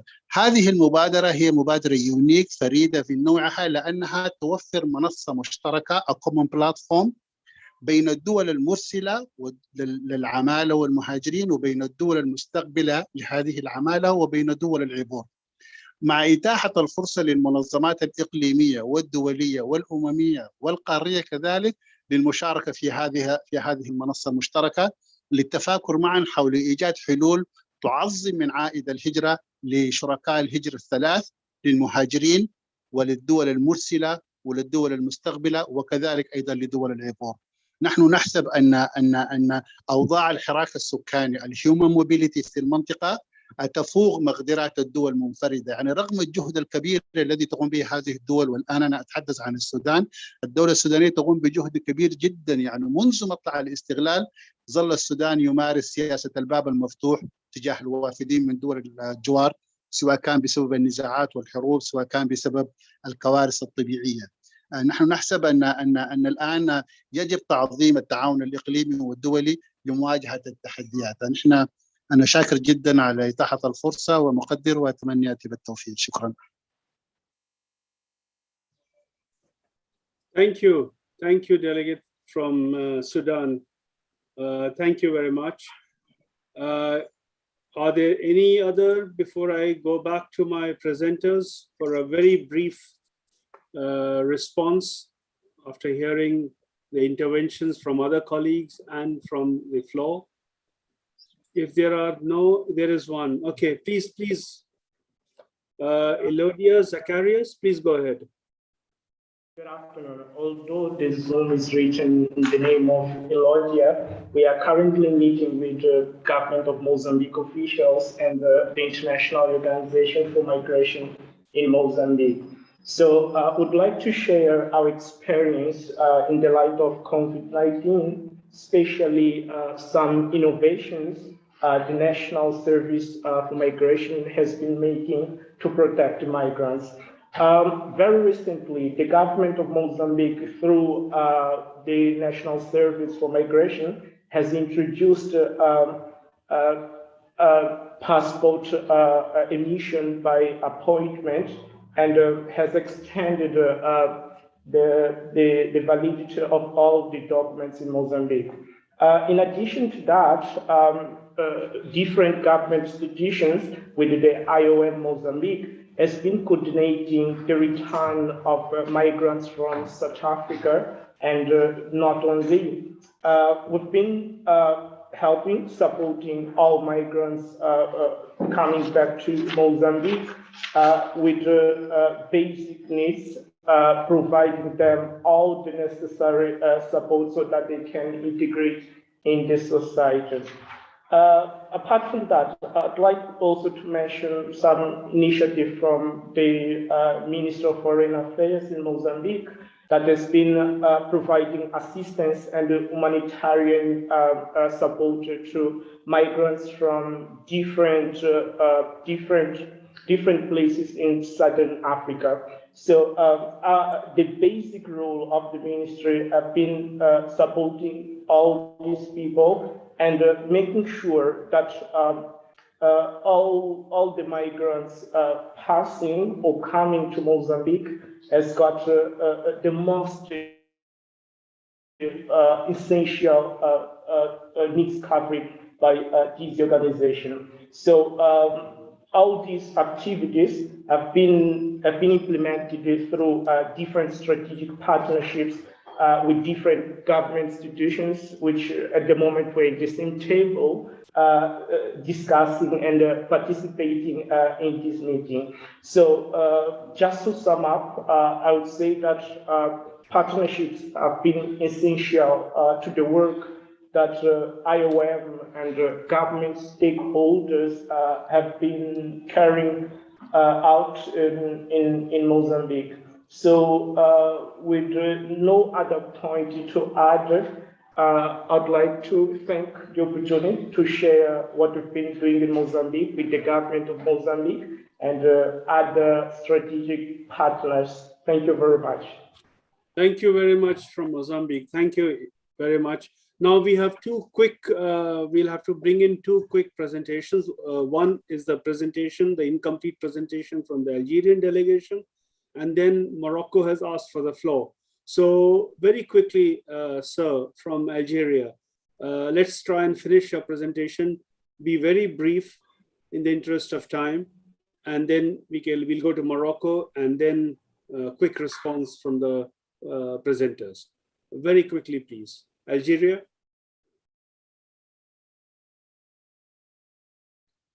I believe the problem has been solved. Or has it? There is still silence.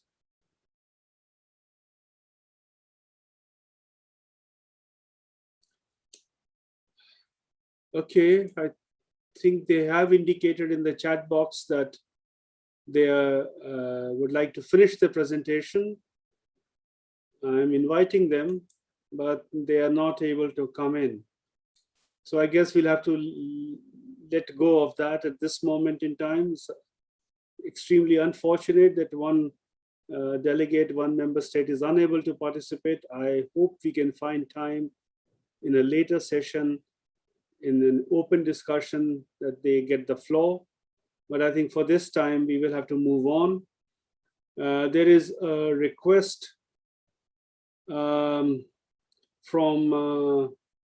Sudan, but Sudan has already spoken, unless there is a different delegate and they want to make a different point.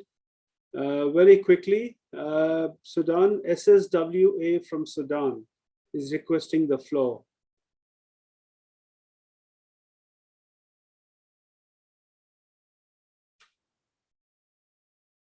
No. Okay, so let me go back. I'll revert to Morocco, who have requested the floor, and then we'll wind up the session by bringing in the presenters for a brief response. Morocco. Sorry, you have come back. Please go ahead. Very quickly, please. Your audio has switched off. Can you switch it on? Algeria? Voilà. Please. Oui, merci beaucoup. Vous m'entendez? C'est bon? Vous m'entendez comme ça? Yes, we can hear you. Donc, je voudrais brièvement terminer ma présentation de tout à l'heure dans le cadre de... But very briefly, please, can you summarize the main points of your presentation? Unfortunately, we are running out of time. Parler de la traite des personnes, donc l'Algérie a transposé ses engagements internationaux en la matière dans sa législation nationale et qui a permis l'intégration d'une définition plus conforme au droit international qui tient compte de toutes les spécifications de ce phénomène. Un comité national de prévention et de lutte contre la traite des personnes créé en 2016 et présidé par le ministère des Affaires étrangères est chargé de la mise en place d'une politique nationale et d'un plan d'action dans ce domaine. En 2019-2020, ce comité a organisé plusieurs actions portant notamment sur la formation et la sensibilisation sur ce crime qui ne constitue pas en Algérie un phénomène de grande ampleur dans la mesure où le nombre de cas recensés reste assez limité. Dans ce cadre, un projet de loi sur la traite des personnes est en cours d'élaboration pour renforcer davantage les dispositions contenues dans la législation algérienne actuelle. Concernant l'objectif numéro 11, l'Algérie, en sa qualité de pays d'origine, de transit et de destination d'immigrants irréguliers, déploie d'importants moyens pour la gestion de ses frontières maritimes et terrestres à travers des dispositifs de surveillance, de contrôle et de collecte des informations sur les réseaux de trafic de migrants. Elle concentre de gros efforts pour faire face aux défis migratoires à travers la lutte contre les réseaux de trafic de migrants et la prise en charge des victimes de ce trafic, qui bénéficient d'hébergement provisoire, de soins de santé et de prise en charge de leur rapatriement vers leur pays d'origine dans le cadre du respect de leur dignité humaine et en conformité avec les lois nationales et les engagements internationaux ainsi qu'en application d'arrangements bilatéraux établis avec les pays d'origine. Dans ce cadre, et conformément au programme frontière de l'Union africaine, l'Algérie œuvre pour la conclusion d'accords bilatéraux et la création de comités mixtes frontaliers pour faire face aux défis de la migration irrégulière, du terrorisme et de criminalité transnationale organisée. Elle est liée par des arrangements dans ce domaine avec le Mali, au Niger, à la Tunisie, à la Mauritanie et à la Libye. Dans le même temps, l'Algérie coopère avec les pays d'origine, notamment les pays de l'Afrique subsaharienne, pour la mise en place de projets de développement, des investissements structurants et la facilitation des échanges commerciaux dans le cadre de la zone de libre-échange continental, africain, la ZLECA, à travers la création en cours de zones de transit au niveau des villes frontalières à Tamanrasset, Tindouf et Élysée, ainsi que la construction d'une route transsaharienne. Dans le contexte du Covid-19 et malgré les restrictions à la mobilité dues à la fermeture des frontières, les ressortissants étrangers ont été autorisés à quitter le territoire national et entrer en 2020 et 2021. Suite à la réouverture partielle des frontières le 1er juin 2021, ces ressortissants se rendent en Algérie sans autorisation en respectant le dispositif sanitaire mis en place pour la prévention et la lutte contre le coronavirus. Pour ce qui est de l'objectif numéro 21, l'Algérie mène une coopération en matière de rapatriement des migrants irréguliers avec les pays subsahariens, les voisins du Sud, dans le cadre d'arrangements bilatéraux et de la coopération avec leurs représentations consulaires en Algérie, qui procèdent au préalable à l'identification des personnes concernées avant la délivrance des laissez-passer nécessaires. À cet égard, des arrangements ont été établis avec le Niger, le Mali et le Nigeria. L'OIM contribue également depuis 2019 aux opérations de retour volontaire des migrants en situation irrégulière en Algérie au titre de son programme de retour volontaire et de réintégration. L'Algérie est également liée aux principaux pays européens récipiendaires d'immigration algérienne par des accords bilatéraux de réadmission. Il s'agit de la France avec l'accord de 1994, de l'Allemagne avec un accord de 1997, avec l'Italie un accord de 2000, avec l'Espagne un accord de 2002, la Suisse en 2006 et le Royaume-Uni en 2006. Merci de votre attention.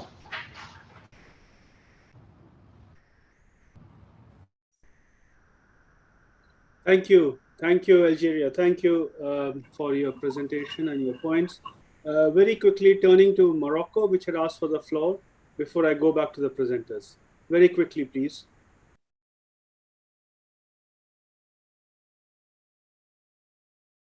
Morocco, are you there?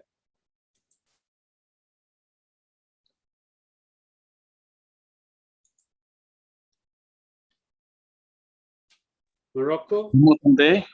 Yes, please. Oui, bonjour, Monsieur le Président. Je me présente, Mohamed Bessri, ambassadeur directeur des affaires consulaires et sociales, ministère des Affaires étrangères, de la coopération africaine des Marocains résidant à l'étranger. Alors, je voudrais intervenir sur les objectifs 4, 8, 9, 10, 11, 13 et 21. Alors, comme vous le savez, le Maroc, de par sa position géographique, a toujours été un carrefour sur les routes migratoires. C'est un pays à triple vocation de départ, de transit et de destination finale. Le Maroc, je rappelle qu'il a organisé, comme il a dit mon collègue, 2 larges opérations de régularisation des personnes en situation de séjour irrégulier en 2014 et en 2017. C'est un fait particulier dans la région, dans un moment qui était difficile pour l'immigration internationale. Ces deux opérations ont permis la régularisation de la situation de séjour de plus de 50 000 ressortissants étrangers. La deuxième opération en 2017 a donné la priorité principalement pour les regroupements familiaux et pour la régularisation de la situation des personnes vulnérables. Le Royaume du Maroc est parmi les rares pays à disposer d'un référentiel national sur l'accueil, l'orientation, la prise en charge, l'accompagnement et les suivis d'immigrants vulnérables et des victimes des réseaux de trafic et de traite. Ce référentiel national régit en fonction du statut d'immigrant, l'acheminement et l'orientation spécifique vers les acteurs institutionnels appropriés, ainsi que les structures et dispositifs de prise en charge, de suivi et d'accompagnement. La stratégie nationale d'immigration et d'asile a consacré un volet à la gestion des flux migratoires dédié à la protection des droits des migrants franchissant les frontières nationales, qui vise à renforcer le système d'aide humanitaire aux victimes de la traite des êtres humains.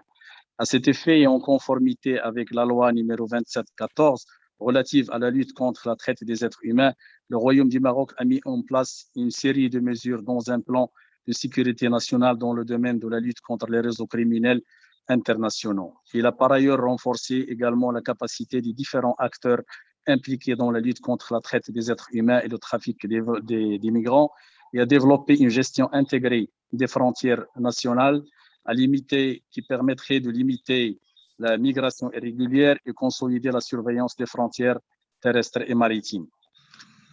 Dans le souci également de protection des droits de l'homme et au respect de l'état de droit, le Maroc a renforcé les programmes de formation continue dédiés aux services de sécurité en matière de la migration, de l'asile, de la traite des êtres humains et de la gestion des frontières. De plus, les formations destinées aux fonctionnaires et aux fonctions chargées de l'application des lois accordent aujourd'hui une place de choix au module de la culture et des principes des droits de l'homme, et particulièrement à ceux relatifs aux droits des migrants et des victimes de la traite des êtres humains. Et ce, en vue d'assurer une attention perpétuelle tout au long de la carrière du personnel à ces questions. Les différents instituts et centres de formation veillent à l'organisation continue de conférences, de séminaires, de tables rondes en la matière, avec la participation d'experts nationaux et étrangers. S'agissant de la coopération, pour faciliter le retour, la réadmission, le Maroc est parmi les pays qui disposent d'un système d'identification à base d'empreintes digitales et émet des documents biométriques, aussi bien pour les Marocains résidant à l'étranger, les Marocains résidant au Maroc, ainsi que les étrangers résidant au Maroc.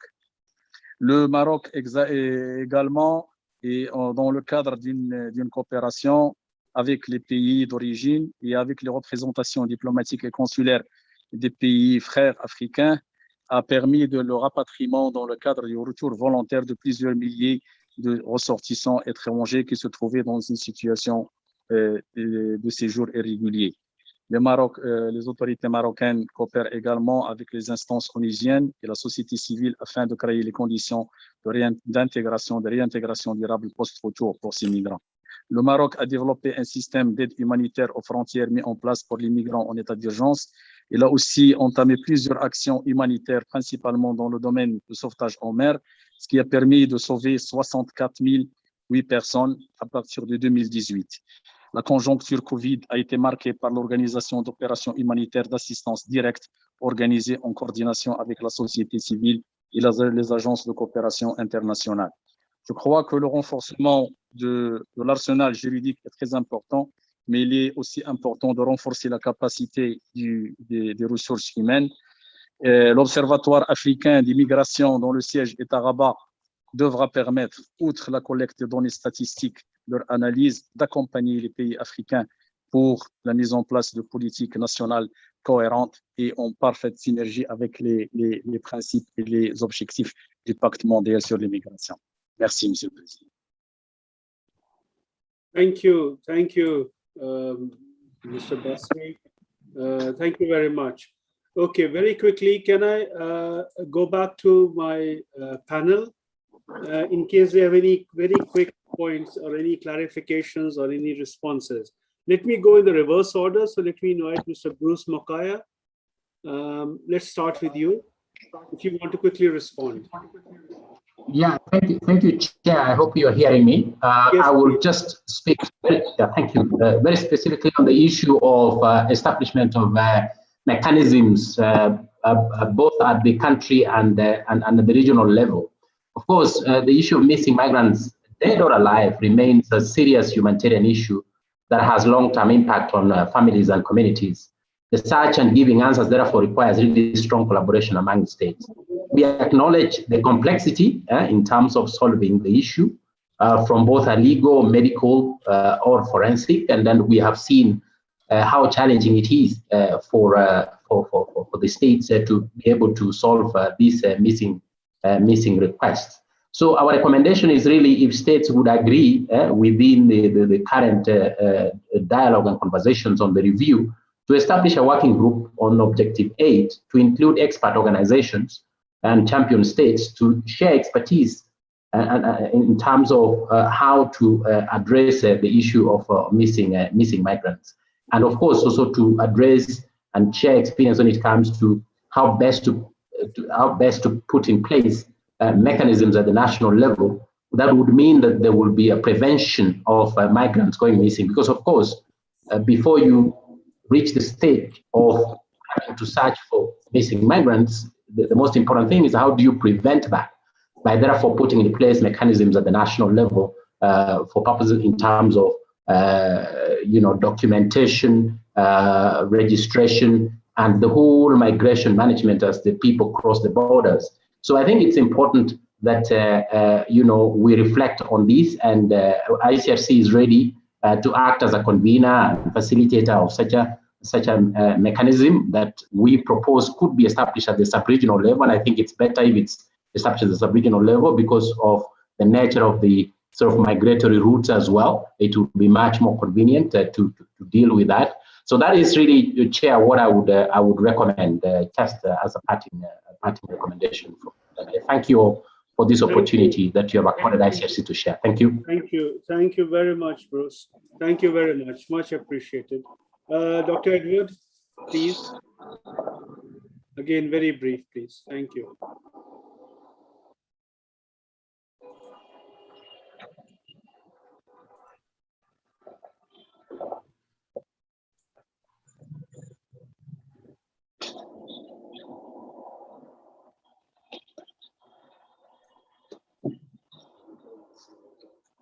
Dr. Edward, are you there?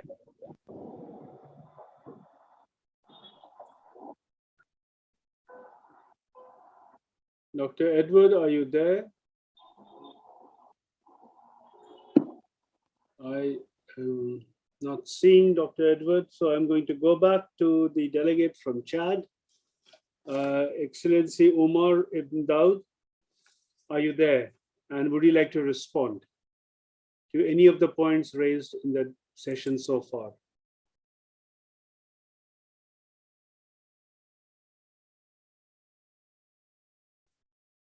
Excellency Daud, Omar Ibn Daud from Chad. Can you hear me?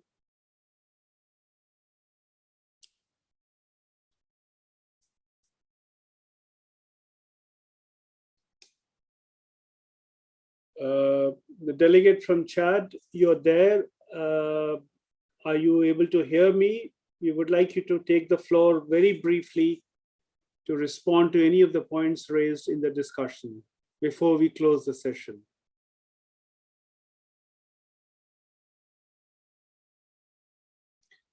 Okay, if the delegate from Chad is not available already, then let me take this opportunity. I will do away with my closing remarks because there is a request from the floor from South Sudan, which is the government entity in charge of all Sudanese diaspora, or is it Sudan or is it South Sudan? I don't know. SSWA, if you want to take the floor very quickly, please come in.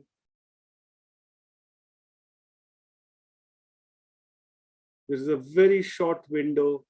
Please utilize it. Please come in.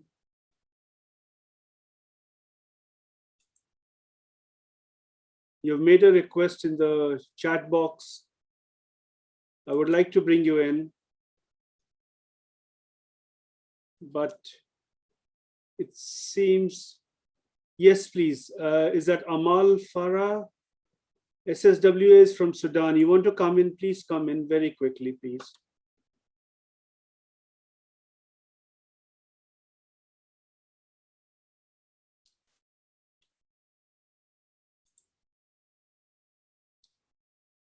Amal Farah, please come in. SSWA from Sudan.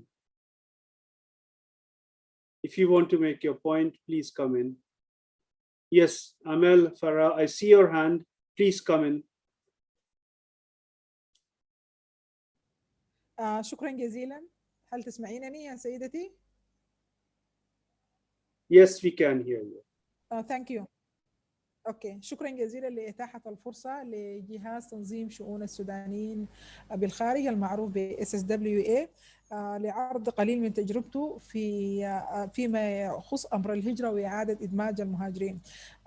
الكل يعلم أن السودان بعد التغيير السياسي الكبير اللي حصل وإزالة النظام البائد والانتقال لمرحلة انتقالية، السودان أصبح مفتوحا على المجتمع الدولي، وكلنا يعلم الوضع الاقتصادي الصعب الذي يمر به العالم والذي أثر على حركة المهاجرين عموما، وأثر جائحة كورونا على حركة المهاجرين أيضا، وزاد ذلك زيادة الهجرة غير النظامية وتبعها حركة عبر السودان كدولة عبور وكدولة منشأ أيضا، وزيادة أعداد المهاجرين في دول الجوار وتحديدا الدول المنضوية تحت المبادرة الأوروبية للعودة الطوعية الكريمة وإعادة إدماج المهاجرين التي يقوم بتمويلها الاتحاد الأوروبي وتنفذها المنظمة الدولية للهجرة بالشراكة مع حكومة السودان ممثلة في جهاز تنظيم شؤون السودانيين بالخارج. الزيادة بتاعت زيادة الأعداد العائدين يمكن نجاح جهاز المغتربين وممثل لحكومة السودان في إعادة عدد كبير جدا من العائدين وإعادة إدماجهم. وصل العدد إلى 3358 عائد، إعادة إدماجهم إدماج اقتصادي وإدماج اجتماعي وحتى تقديم مشاريع تنمية مجتمعات محلية. أنا أعتقد أنه لزيادة أعداد المهاجرين وللضيق الاقتصادي وللأثر الكبير اللي كان لجائحة كورونا على الوضع الاقتصادي في كل العالم، أثر على عدد المهاجرين، والدليل على ذلك زيادة الأعداد الآن الموجودة في دولة ليبيا مثلا تحديدا بانتظار إجراءات العودة الطوعية للسودان. كل هذا يضع السودان في محك ولاستقبال هؤلاء العائدين وإعادة إدماجهم لعدم تفكيرهم في الخوض مرة أخرى لمغامرة الهجرة، ويضع المجتمع الدولي أيضا في موقف بذل المزيد من الجهود وبذل المزيد من الدعم للمنظمات المعنية بأمر إعادة أمر المهاجرين ودعم حكومة السودان لإعادة إدماج المهاجرين، لأننا كما ذكرت نعلم الوضع الاقتصادي الصعب. المبادرة الأوروبية للعودة الطوعية وإعادة إدماج المهاجرين بدأت في 2017 وبنهاية 2021 ينتهي هذا المشروع، وهناك الآلاف من المهاجرين في ليبيا والنيجر والجزائر وتونس ينتظرون العودة للسودان، وبانتهاء المشروع وانتفاء الفند يبقى هؤلاء المهاجرين في المجهول في ليبيا بانتظار العبور للبحر الأبيض المتوسط، وهو مغامرة غير معلومة الجوانب. ندائي من هنا للمجتمع الدولي وتحديدا للاتحاد الأوروبي، وأنا بعتبر هذا النداء نوع من الأبيل، لأنه الاتحاد الأوروبي وعبر شريكنا المنظمة الدولية للهجرة وريكوستين إنه يعيدوا النظر في انتهاء مشروع المبادرة الأوروبية المشتركة للعودة الطوعية لبذل مزيد من الدعم للاستمرار، لأن الأعداد الموجودة في ليبيا الآن بانتظار العودة للسودان تفوق العدد الذي عاد بالإحصائيات ب4 أضعاف. بيقودنا هذا النقاش لنقطة أخرى وهي المهاجرين المفقودين، أعداد كبيرة جدا السودانيين الذين هاجروا تحديدا الهجرة غير النظامية إلى ليبيا مفقودين وفقدت أسرهم الأثر وبتصلنا نداءات للمساعدة في البحث عنهم وهم ما مفقودين. هذا بيقودني لانه الريكومنديشن اللي قالوا ذكرت قبل قليل في انه يكون في فريق عمل الساعة 8 فيما يختص بقضية المهاجرين المفقودين. اتمنى انه جهاز تنظيم شؤون السودانيين بالخارج يكون جزء من هذا باعتباره المؤسسة الحكومية المعنية بأمر الشتات السوداني بالخارج. أتمنى أنه أكون ما أطلت عليكم. شكرا جزيلا لتحديثكم. Thank you so much. Thank you very much, Amal Farah from Sudan, from SSWA. Thank you for your intervention. And colleagues, in the interest of time, we have to wind up this session. I think we were really getting started. Very, very interesting discussion, but I'm not going to wind it up or summarize the discussion, both in the interest of time, but also because of the large variety of the points that have been raised. I'm sure the note takers and the rapporteurs have taken note. And so therefore, I am bringing this session to a close. And I'm going to pass on the baton to my colleague, who's the chair of the next session, Dr. Fiona Braka. Dr. Fiona Braka, and I'm going to request, please switch off your microphones and put down your hands so as to not to confuse the new chair. Dr. Fiona Braka, over to you, please.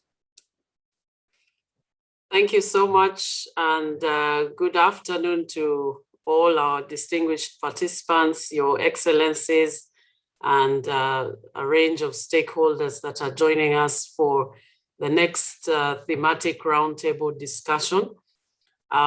We will be tackling the thematic area on supporting the integration of migrants and their contribution to development. I'd like to start with introducing our distinguished panel of members that will be providing keynote addresses. We have Mr. James Kur Murvel from South Sudan. We have Mr. Pedro de Vasconcelos, Senior Technical Specialist and Manager of the Financing Facility for Remittances. And we have Mr. Mamadou Goita from the Pan-African Network in Defense of Migrant Rights. We acknowledge we are running behind schedule. So each of the panelists will be given 10 minutes to make their keynote introduction remarks. And then we will have about 25 minutes for open discussion, and then we will conclude. I hope we'll be able to wrap this up in an hour. I also want to acknowledge our rapporteur for the session, Gideon Ruteremwa from the UNECA, who will be taking the notes for this session. Just by way of introduction, migrants' integration and their contribution to development is essential for critical, safe, orderly, and regular migration. And we hope that this session will cover the Global Compact objectives on the inclusion of migrants in development initiatives and their access to services both in origin and destination countries.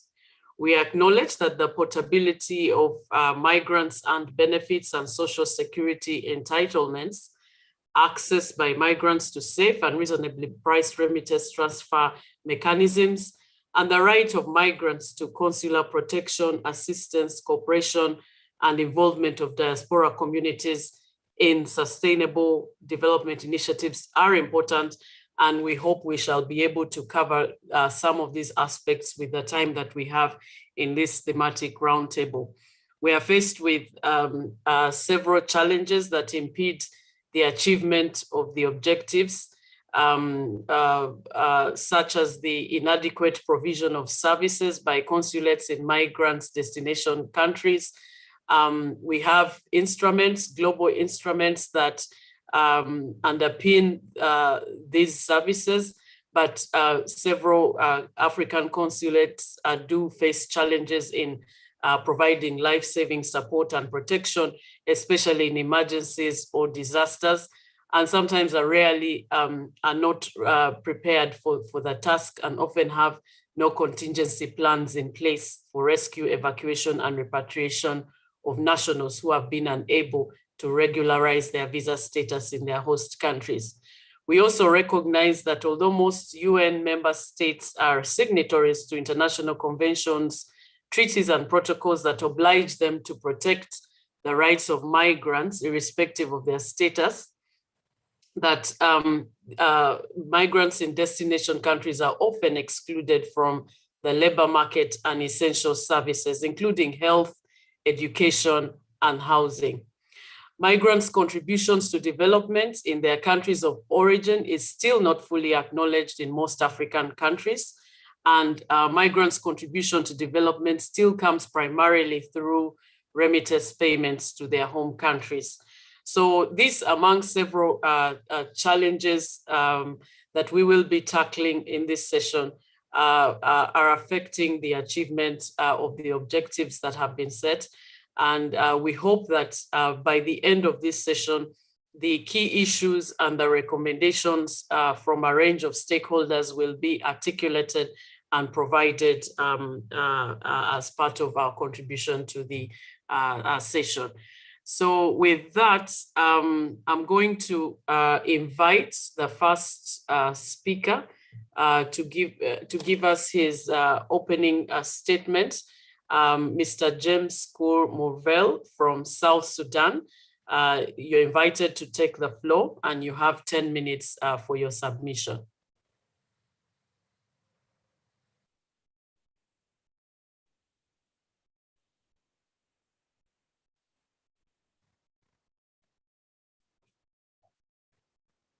Mr.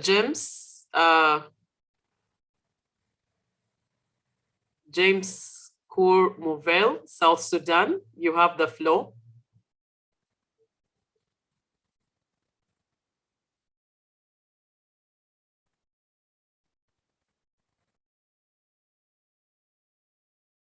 Okay, maybe as we wait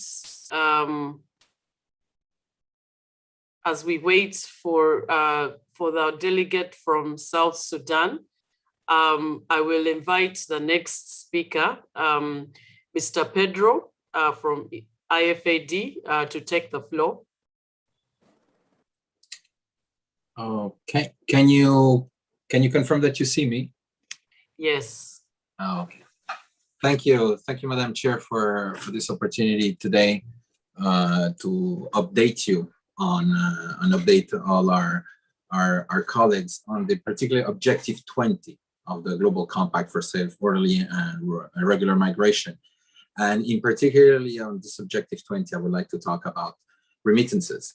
As many of you know, these are crucial aspects of migrant financial contributions to their countries of origin. And it is, of course, a vital source for millions of individuals and families across the world. As you know, Madam Chair, there's 1 billion people involved in that. We estimate 200 million migrants send money home, and that benefits around 800 million family members. So this is actually 1 out of 7 people in the planet directly involved in sending or receiving.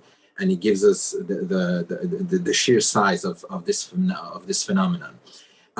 What is the remittances for? To fight poverty, of course, and improve the access to nutrition, health, education, housing, water, sanitation.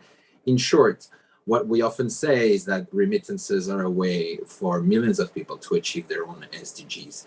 This one further aspect between that, particularly in talking about SDG 10C, or 10, is the fact that some of the steady flows can really promote financial inclusion of households that receive it. And through that, when these flows are received, they can positively impact the communities through the generation of savings, investments, and after all, job creation. And this is what the Global Compact on Migration Objective 20 is all about. It's about promoting that impact that remittances can have, facilitate the access, the use, and I would like is on this particular review to bring you back in a summarized way to the events, of course, of the past year. Where do we stand on this, and also provide you a perspective from IFAD. The impact of COVID crisis had, as we all know, a tremendous impact on the remittances community. During the first months, the predictions of a large decrease mobilized the international community in a unprecedented manner, because it was expected that 20% decrease in remittances would be literally catastrophic. And it really looked like that time it was going to be that. There was a shutdown of many remittances companies that were not deemed essential in both sending and receiving side. And more importantly, it was realized from the international community that these are not just an income surplus flow. This is a lifeline, as quote, and I quote the Secretary General in that regard. However, now as today in September 2021, we can say that despite the global pandemic and according to the recent World Bank data, the official recorded remittances flow to middle-income countries has only decreased by 1.6%, below the 548 billion that we've seen in 2019. And if we zoom into sub-Saharan Africa, we see similar trends. Migrants from the region have sent 42 billion to their families in 2020, and this corresponds to a reduction as compared to the previous year by 2.6%. So not much difference. This, in a way, is what we believe a good news. And in a continent that we still need to think that at least 15 countries actually have a remittances flows equivalent to 5% of their GDP. Might seem not a lot, but it is extremely above 3%. We believe that it has a tremendous impact in the economy. These countries, actually, I would like to mention, I would like to look at my list, is Cabo Verde, Egypt, Gambia, Ghana, Guinea-Bissau, Lesotho, Morocco, Liberia, Mali, Nigeria, Senegal, South Sudan, Togo, Tunisia, and Zimbabwe, if I'm not wrong. And this, the flows to this community is of course enormous, and the crisis has really tested. So the data also shows other things, trends that we've seen during this crisis that have been very positive. In some countries, actually, flows have increased, which again, all this is in the Objective 20 to favor not only the lowering the cost of remittances, but also to facilitate them. And we saw that in the Gambia and in Kenya, for instance, remittances have increased by over 20% and 10% respectively. So this has been a tremendous news for that. And from month to month, we see that this trend is consistent and increasing. So we expect that by the end of the year, we are now going to be in a recovery mode with an increase of around 2 to 3% on an annual basis. So the question might be, Madam Chair, is what happened? What is this? Well, first and foremost, the word to everybody should remember is resilience. That is the reason why this flow remained the most steady flow of all the other ones during this pandemic. The sheer drive by millions of migrants to support their families back home, that has been demonstrated time and time again in the past. It's been a crisis where both sides were affected at the same time. We all, thought that this would be a major issue. However, again, be it a security crisis, a natural and climate crisis, and now a health crisis, migrants showed the same commitment and resilience to keep sending money to their family homes. And that says a lot about what these flows really are. This is not, again, just a surplus. These are not just consumption goods that no one cares. This is essential and a lifeline. And I think this crisis has said.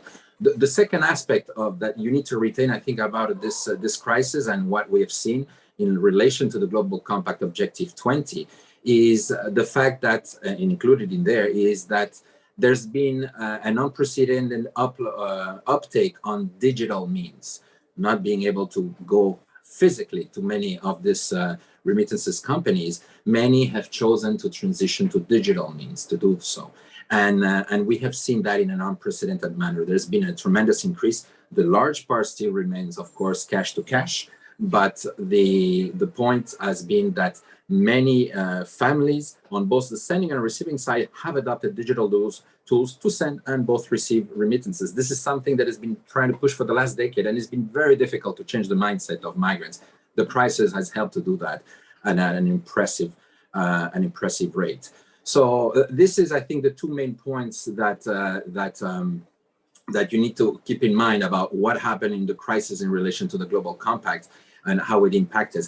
From IFAD side, obviously, we've been working on this for a long time. Just for those who don't know, IFAD has been, since 2007, we've been working on this. We were actually the first ones of the institution, actually, IFI, to issue a global estimates of remittances back in the day. And we've been continuing to do that, particularly on data gathering at local, regional level, and particularly at policy level, through actionable research, and as mentioned in the Objective 20, the Global Compact, the Global Forum on Remittances, Investment and Development, which is promoted by the GCM.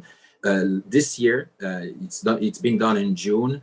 It was done virtually, and it was done in conjunction with another GCM mention, which is the International Day of Family Remittances, that has been adopted by the General Assembly in 2018. These two events really had a big focus on Africa. A lot of examples, a lot of the situational awareness of what was happening and what happened, and what lessons can be extracted to that, to again try to address not only the objectives of the Global Compact, but also a set of recommendations that have been created as an outcome of this crisis. And for this, I wanted to mention that at the beginning of the crisis, several call to actions were created by member states. At IFAD, we created a very proactive one, the Remittances Community Task Force, that involved, of course, a lot of practitioners, but particularly the private sector. And the idea behind this community that gathered over 40 members was to identify the issues on the ground, both on the sending side and on the receiving side, and the measures that should be taken into consideration.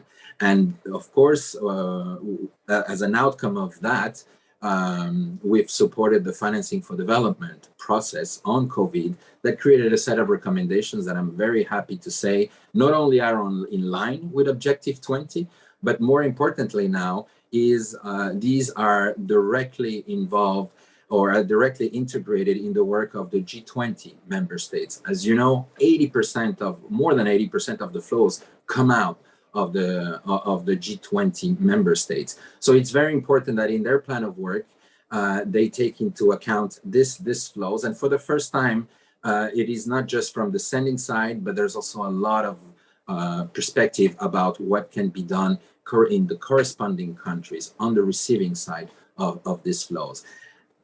Yet again, I'm happy to say that this is perfectly in line with the Objective 20. So I believe that through these actions over the last year and a half, we are very close to address and to meet the Objectives 20s of this. If I have one more minute, yes, I basically have two. So if I can say a little bit of more specifically what an institution like IFAD has done, we've also taken all these recommendations and particularly focused in Africa. We created national remittance stakeholder networks with public sector entities, the local financial institutions and money transfer companies present in the market to address their particular issues in line with the global recommendations that were made. And based on that, we've created some diagnostics to understand the issue, and then also supported with a group, with the creation as a group of a roadmap that would not only allow public but private sector as well to bear their marks and basically try to address the issues. These objectives on this roadmaps are now supported also by call for proposals with private sector. And the objectives are very simple: lower the transaction cost of remittances, promote access to financial services, particularly in remote areas for those that receive remittances, and of course, foster migrant investment and entrepreneurship. And as you will see, this is very in line with Global Compact Objective 20 and to some extent 19. So these are mainly I think the points that I wanted to show, and I will invite you as well is to visit IFAD page for a on data, particularly called RemitScope, which is a platform that is trying to support market opportunities on remittances, particularly in Africa. So it's RemitScope Web Portal Africa. The idea behind this is not only is a one-stop shop, if I might say, but I would invite you to look at that. Yeah, Madam Chair, just to conclude, really, I would like to say that the models that have been developed right now and promoted, particularly with digitalization, work.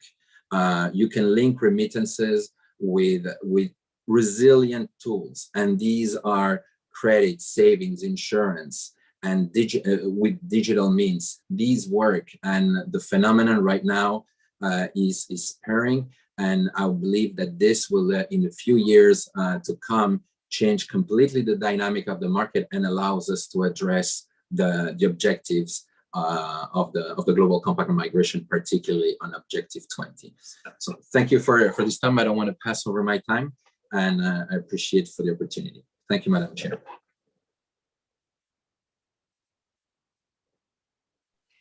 Thank you very much, Mr. Pedro, for that opening statement, taking us through the importance and magnitude of remittances. You tackled Objective 20 of the GCM, and the impact of the pandemic. We see both positive and a decline in some countries, but sharing the experience on how this happened in those countries where we see an increasing trend of remittances, and also sharing the contribution of IFAD, what you are doing in this area of work. It's exciting to know the link with digital tools. I think that's a great opportunity there to address the GCM objectives around Objective 20 in particular. So thank you so much for your contribution. We'll come back to you in the discussion session. I would like to invite the delegate from South Sudan, Ambassador James Kur, if you're now able to join in and give us your opening statement. You have the floor now for 10 minutes. Thank you so much, Excellency Chair. This is South Sudan calling. Do you hear me loud and clear? Yes, we hear you very well. Thank you so much. First of all, South Sudan would like to thank the host, Morocco, for this GCM conference. Secondly, the Republic of South Sudan would also like to convey its condolences to all the lives lost as the result of the pandemic, the coronavirus COVID-19.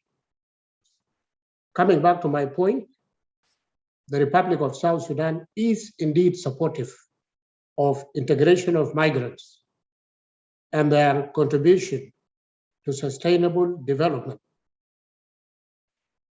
Consular protection. The Republic of South Sudan has been hosting refugees since 1940s. That is during the Second World War. Others may argue that not only the South Sudan, but the whole of the Republic of Sudan was not yet independent. However, with the Greek descendants now fully integrated as South Sudanese, also South Sudan has been hosting refugees since 1965. Congolese refugees from the Democratic Republic of Congo, then called Zaire.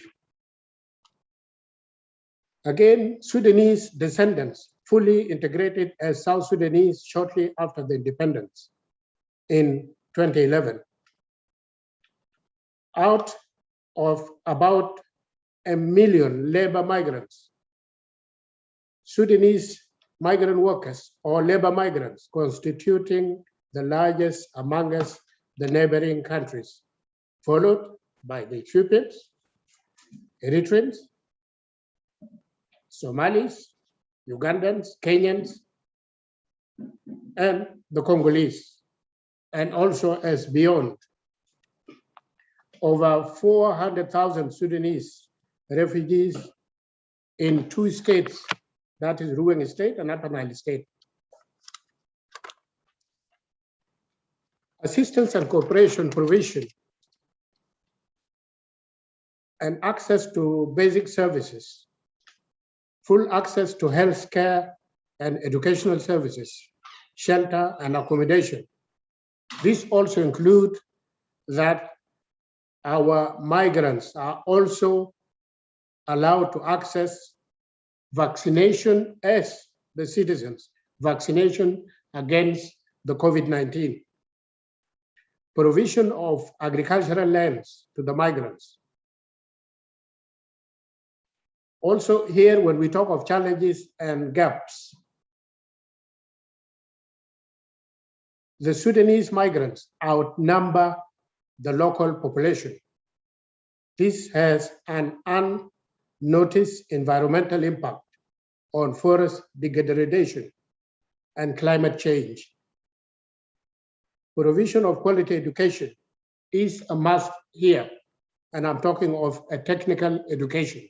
If we are to give the migrants tools and skills to participate in the sustainable development. Cooperation through the migration cycle.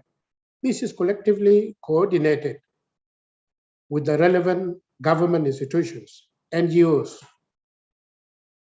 for protection, asylum processes, service delivery, resettlement, voluntary returns, readmissions, rehabilitation, and resettlements.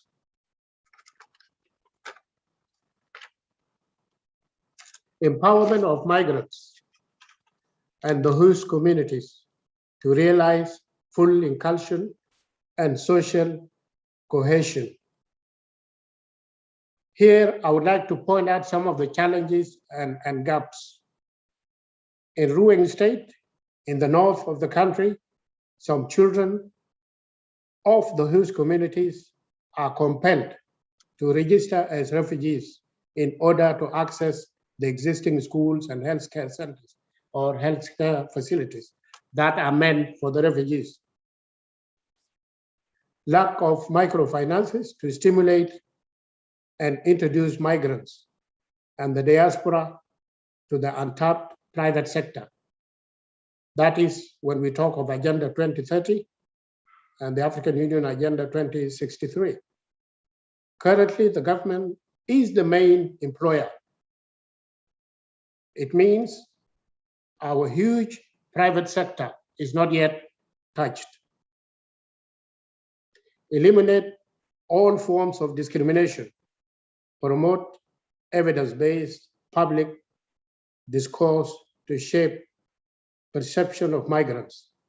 This is granted by national laws as enshrined in the Geneva Convention Act in 1951, which is ratified and signed into law by the Republic of South Sudan. But much needs to be done, much still needs to be done in order to stimulate negative attitudes and narrow perception gaps. Create conditions for migrants and the diaspora to fully contribute to sustainable development. South Sudan has 2.2 million refugees across the Horn and East of African region, mainly in Uganda, Sudan, Ethiopia, Kenya, the DRC, and beyond. Hundreds of thousands of these refugees and migrants have voluntarily returned back into the country. South Sudan has over 500,000 diaspora, mainly in Australia, across Europe, Canada, and the USA. Thousands have voluntarily returned unnoticed. They possess the much more needed skills and capacities. I just want to point into the fact of what took place recently, the Tokyo Olympics 2020.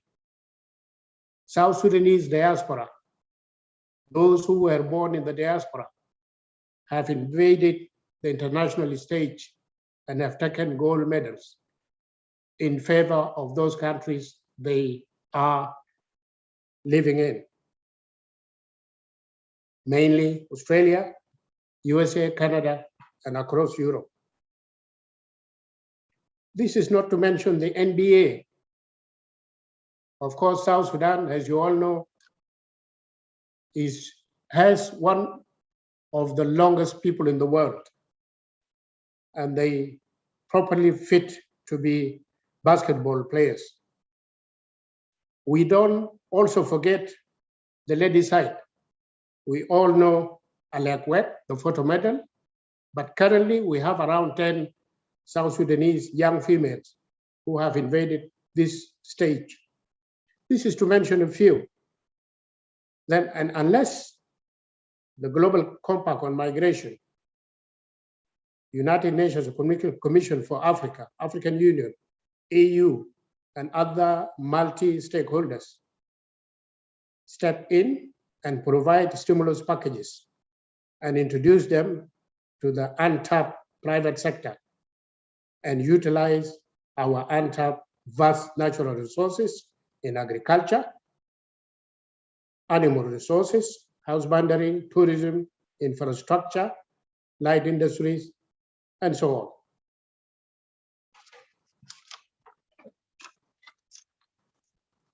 Promote faster, safer, and cheaper transfer of remittances and faster financial inclusion of migrants and the diaspora.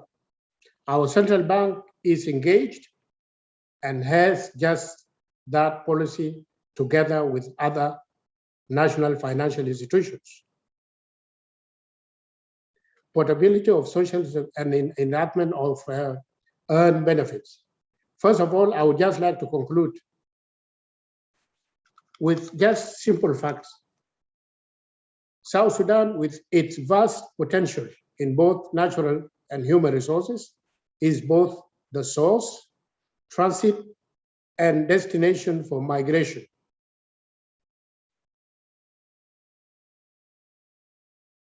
It has what it takes to provide labor migration for not only the region, but beyond. Finally, I just want to mention a few facts that South Sudan in the area is like Kenya, Uganda, Burundi, Rwanda combined together, but with a tiny population of 12 million. I just want to mention that our livestock, our animals, our cattle outnumber the population. South Sudan is the #1 in the world in the number of cattle per capita. Finally, kindly note that our fish die of age. No one is fishing them.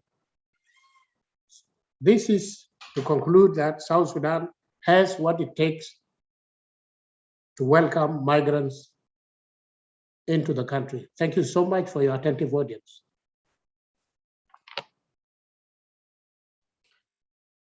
Thank you so much, Your Excellency, from South Sudan, for giving us that overview of the context in South Sudan, the magnitude of the migrant issues, and the opportunities in Sudan, both natural and human, and others for migrants. So we thank you very much. We'll come back to you in the discussion session.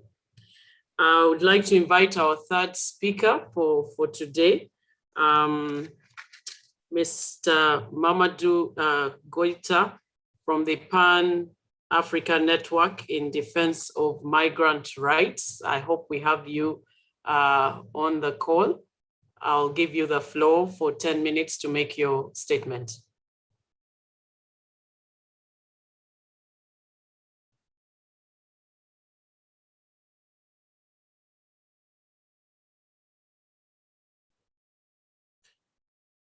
Mr. Mamadou Goita. Sorry, can you hear me? Yes, we can. Please go ahead. Okay, just to balance the presentations, I will speak in French. Merci beaucoup pour cette invitation et surtout la présentation des États et des institutions qui viennent d'être faites sur cette thématique. Je me fais le devoir de parler au nom de la société civile, des nombreux acteurs de la recherche, des académiques, aussi sur les différentes thématiques qui ont été abordées au cours de différentes sessions, des sessions internes à la société civile, mais aussi des sessions avec les États, pour voir un peu où est-ce qu'on en est avec le pacte mondial sur la migration et quelles sont les appréciations et quels sont les défis à relever. Donc, concernant les différentes thématiques, parler de la contribution des migrants au développement de notre continent, Afrique, je crois qu'il est important d'abord de voir un peu l'aspect lié à la gouvernance du travail. Alors, le constat global qui se dégage, c'est que sur notre continent, le secteur informel domine l'environnement économique en Afrique et il est fortement, cet environnement est fortement affecté, comme les autres acteurs de développement, par la pandémie de Covid-19. Mais aussi, il y a plusieurs autres facteurs qui rentrent en ligne de compte. Nous avons une expansion de la pauvreté, malgré le fait que le continent est appelé un continent qui a le taux de croissance le plus élevé, avant la pandémie bien sûr, en termes de niveau de taux de croissance, mais la pauvreté grandit, ça veut dire qu'il y a un problème de redistribution de la richesse. Ensuite, il y a aussi beaucoup d'insuffisance en termes d'espace politiques internationaux pour essayer de s'attaquer à certaines dimensions de pandémies comme Covid-19 qui ont surgi dans l'environnement et qui ont montré toute l'impuissance aussi, bien des États que des autres acteurs pour y faire face. Ensuite, il y a beaucoup de dysfonctionnements dans la structure de l'emploi et du travail sur le continent et qui empêchent vraiment d'avoir des directives cohérentes des différentes institutions et qui sont aussi à différents niveaux, que ce soit au niveau panafricain, au niveau des régions, au niveau sous-régional, mais aussi au niveau national et au niveau des collectivités territoriales qui sont des acteurs clés de la mise en œuvre de ce pacte mondial. Ensuite, il y a le fait aussi, je crois que ça a été dit plusieurs fois, que la migration est dominée par la migration interne de l'Afrique, parce que la grande majorité des migrants se trouvent sur le continent, mais malheureusement, force est de constater que les abus que les migrants africains subissent ailleurs, ce sont les mêmes types d'abus que nous subissons aussi sur notre continent. Je crois qu'il y a beaucoup d'exemples qui illustrent bien ce phénomène-là. Donc, on doit s'attaquer non seulement aux problèmes avec les autres, mais aussi s'attaquer aux problèmes à l'intérieur de notre continent. Ensuite, il y a une constance qui a été évoquée tout à l'heure par le collègue du FIDA pour dire qu'il y a une contribution très forte de la diaspora africaine et de différentes manières au développement de ce continent. Donc, quand nous voyons les différents défis qui sont des défis internes, il est important qu'on puisse s'attaquer aux problèmes à l'intérieur du continent et qu'on puisse avoir des politiques qui sont des politiques cohérentes au niveau continental pour nous adresser, pour nous attaquer, disons, à la question de la contribution de la diaspora au développement de ce continent. Alors, les nombreux échanges par rapport à la question de la gouvernance du travail ont amené à faire certaines recommandations assez rapidement avant d'aborder les autres points.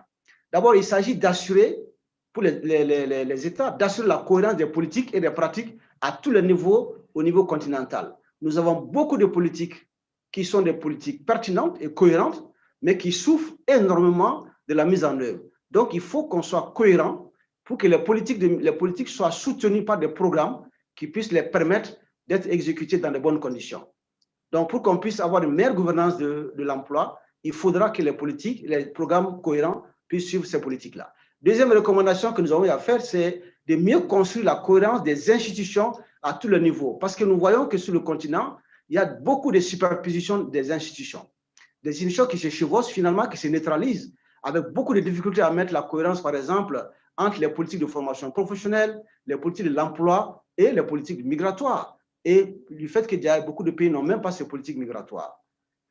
Nous avons aussi recommandé au cours de nos échanges que chaque pays doit se doter d'une politique migratoire et d'une politique d'emploi qui sont en cohérence les unes avec les autres et qui doivent être encadrées par des institutions panafricaines et des institutions régionales qui assurent une forte participation des acteurs de la société civile en particulier, mais aussi d'autres acteurs comme le secteur privé. Je pense que c'est extrêmement important que la politique publique ne peut pas rester seulement dans les mains de l'État, qu'il y a d'autres acteurs importants, que ce soit le secteur privé, la société civile, mais aussi et maintenant les collectivités territoriales qui doivent être intégrées. Ensuite, il y a aussi le fait qu'on doit développer aussi des accords bilatéraux qui vont dans le sens de la protection des migrants, d'accélérer la mise en œuvre des différents instruments que nous avons sur le continent.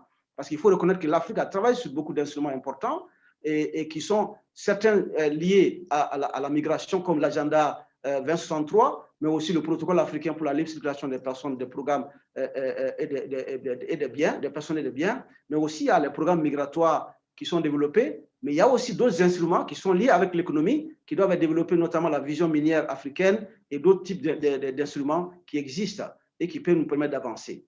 Nous avons aussi souhaité que chaque pays puisse développer des cadres de référence cohérents sur le travail décent, avec une forte participation et des contributions importantes de l'Union africaine. L'Union africaine doit être regardante sur les politiques du travail décent et en mettant en place aussi bien la démarche que les méthodologies nécessaires et les outils nécessaires pour sa mise en œuvre. Ensuite, nous avons aussi préconisé le fait qu'il est nécessaire aujourd'hui d'avoir des plateformes de dialogue entre l'État et les autres acteurs pour que la cohérence d'ensemble et les dimensions de la progression puissent se faire dans des conditions optimales. Parce que nous voyons qu'il y a des efforts énormes qui sont déployés par les uns et les autres, mais le fait qu'il n'y a pas de convergence, on est buté à plusieurs défis majeurs.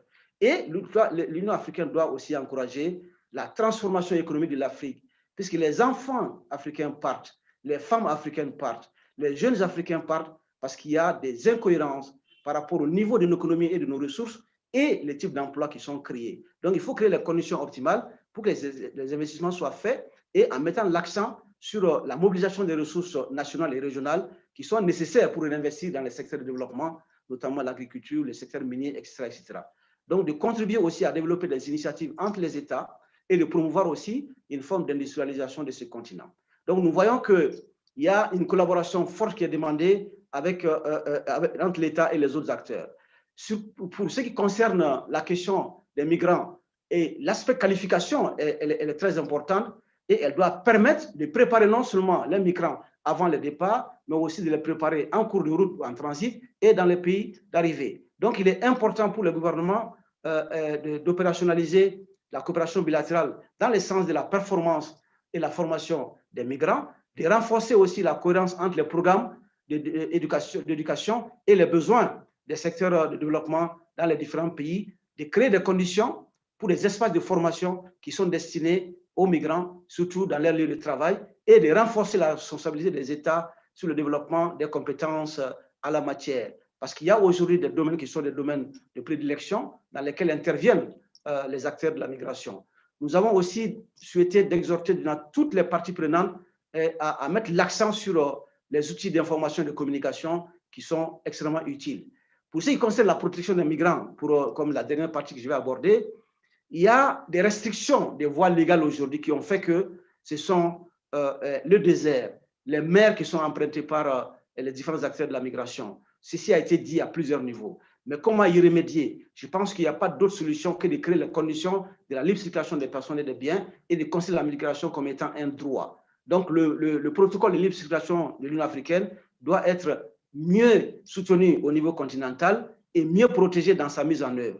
Et que la procédure juridique légale est sujette à des abus importants aujourd'hui. Les enfants, les femmes et les jeunes sont les victimes. C'est pour ça aussi que dans la plupart des cas, les groupes terroristes ou d'autres au niveau de certaines zones s'accaparent de ces migrants et les transforment en des véritables outils d'insécurité dans le désert. Donc, il y a les blocs régionaux qui ont des propositions importantes qu'on doit regarder.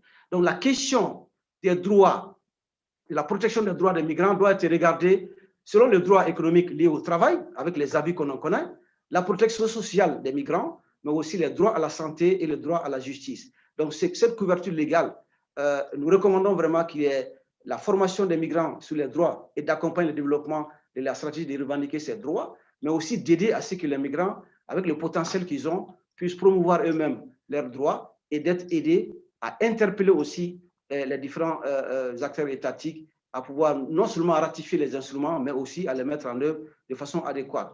Il y a un certain nombre de points sur lesquels je crois qu'il est important, c'est que la contribution de la diaspora ne pose plus de questions, que l'abus dont ils font sujet ne fait plus objet de débat parce qu'il y a suffisamment de documents, des données assez fortes, mais qu'on doit créer aujourd'hui les espaces qui peuvent créer les conditions de dialogue entre l'État et les acteurs de la société civile et le secteur privé et les collectivités territoriales pour que cette question de migration puisse être prise à bras le corps, parce que le développement du continent en dépend. Il faut créer les conditions à l'interne, qu'il y ait la cohérence des politiques publiques avec tout ce qu'il y a comme initiative d'appui, mais aussi qu'on puisse s'assurer que l'Union africaine, en tant qu'organisation panafricaine, assure le suivi et le contrôle de qualité des différentes politiques qui sont mises en œuvre dans les différents pays. C'est à ce prix que le pacte mondial, qui est un instrument intéressant, peut avoir un impact fort sur le continent. Et je pense que les référentiels que nous avons aujourd'hui ne sont pas bons et il faut qu'on avance dans la cohérence pour nous indiquer des ambitions pour ce continent, pour que nous puissions avoir des politiques publiques cohérentes, des programmes assez cohérents et pour avoir une contribution plus forte de la diaspora dans le développement économique, social et politique de notre continent. Je vais m'arrêter là en espérant que les questions vont permettre d'approfondir ces différents aspects et ces plateformes multi-acteurs sont indispensables pour avancer dans la mise en œuvre de l'agenda africain en matière de migration. Merci, Madame la Présidente. Thank you, Madam Chair.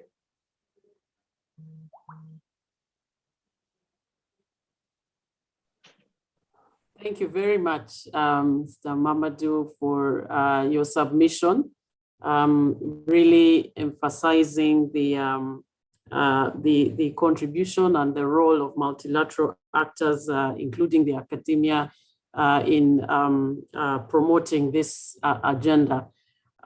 So you've highlighted several critical recommendations, and I believe our rapporteur team will take note of these. I'm unable to elaborate more than you have because of time, but thank you very much for these contributions. So at this stage, I want to invite, to open the floor for any questions or comments to this session. We have a number of guiding questions, which if we have time, we'll ask the panelists to contribute towards. These include how can African consulates in destination countries provide better services to their nationals, including protection and assistance in labor-related disputes? What are the international good practices developed by migrant sending countries, such as the Philippines, that can be adopted to help migrants organize and engage with their consulates more effectively? What additional steps can be taken to provide protection for African migrant workers, especially migrants who fall victim to abuse and exploitation by employers and middlemen? And I think Mamadou touched on this issue of exploitation and abuse. How can data and information be used to strengthen protection for migrants within Africa and in other global regions? What are some of the good practices that have emerged during the COVID pandemic that can be adopted to facilitate efforts by governments to provide basic services, including essential healthcare to migrants, while also protecting the health of host country populations? How can local, regional, and national governments encourage migrants and the diaspora communities to engage with and support development initiatives in their countries of origin and destination countries? What are some of the remaining barriers impeding rapid and reasonably priced remittance flows? And what can be done to address those barriers? And I think we had some of these suggestions from the first speaker. And also, how can African countries harmonize their regulatory environments in order to facilitate cross-border mobile payments without undermining strategic national monitoring and fiscal policies. So these are just some guiding questions, and we will come back to the panelists to highlight their thoughts on some of these questions. But for now, I will open the floor and invite contributions or comments from the participants. And we'll start with Khalid Lord. Khalid Lord, you may take the floor and pose your comment or question. Khalid from Sudan.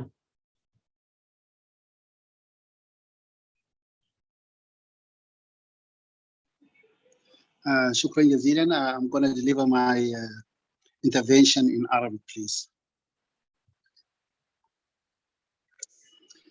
شكرا جزيلا سيدتي الرئيسة على إتاحة الفرصة، وشكرا لمقدمي الأوراق القيمة. حقيقة أنا خالد لورد، مدير لورد الاستشارية، خبير وطني في مجالات الهجرة. من القضايا التي تجعل الهجرة قضية استراتيجية وقضية إيجابية إذا ما أحسننا إدارتها هي قضايا تحويلات ومدخرات المهاجرين. ولكن للأسف الشديد الذي يتابع التقرير الذي يصدره البنك الدولي بشكل سنوي حول تحويلات المهاجرين، يجد أن نصيب أفريقيا هو الأقل من بين قارات العالم، تحديدا أفريقيا جنوب الصحراء، حيث لا يتعدى نصيبها من جملة التحويلات الدولية حوالي 2.5 إلى 2.6. يعني في التقرير الأخير اللي هو ما يعادل حوالي 42 مليار دولار. هذا نصيب قارة كاملة من تحويلات المهاجرين الدوليين التي فاقت أو قاربت من ما يبلغ 700 مليار دولار في السنة، في حين أنه نجد دولة زي الهند، دولة واحدة تحويلات مهاجريها السنوية تفوق ضعف تحويلات القارة الأفريقية بكاملها. وهذا يجعلنا نتوقف كثير جدا في كيفية استفادة الدول الأفريقية خاصة جنوب الصحراء من الهجرة، وكيفية جعل الهجرة عامل مهم جدا من عوامل التنمية في أفريقيا. أنا أحسب أن هنالك عوامل كثيرة مرتبطة بذلك. كنت أتمنى أيضا من المتحدثين أن يستفيضوا قليلا في التحديات التي تواجه إمكانية أفريقيا من الاستفادة من المدخرات وتقديم بعض الحلول. يقول أهل الاختصاص أن التحديات المرتبطة بتحويلات المهاجرين ترتبط بثلاث عناصر: المهاجر نفسه، والدولة المرسلة، والدولة المستقبلة.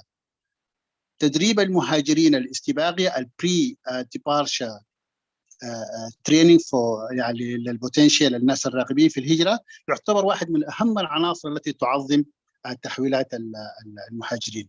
العنصر الثاني أيضا من العناصر المرتبطة بتأهيلهم وتدريبهم بشورت كورسز، يعني تقديم بعض الدورات مثلا في الحاسوب، تدريبهم على التعامل في بيئة عمل متعددة الثقافات. هذه قضايا في سوق العمل اليوم الذي أصبح مزدحم وأصبحت فيه المنافسة كبيرة.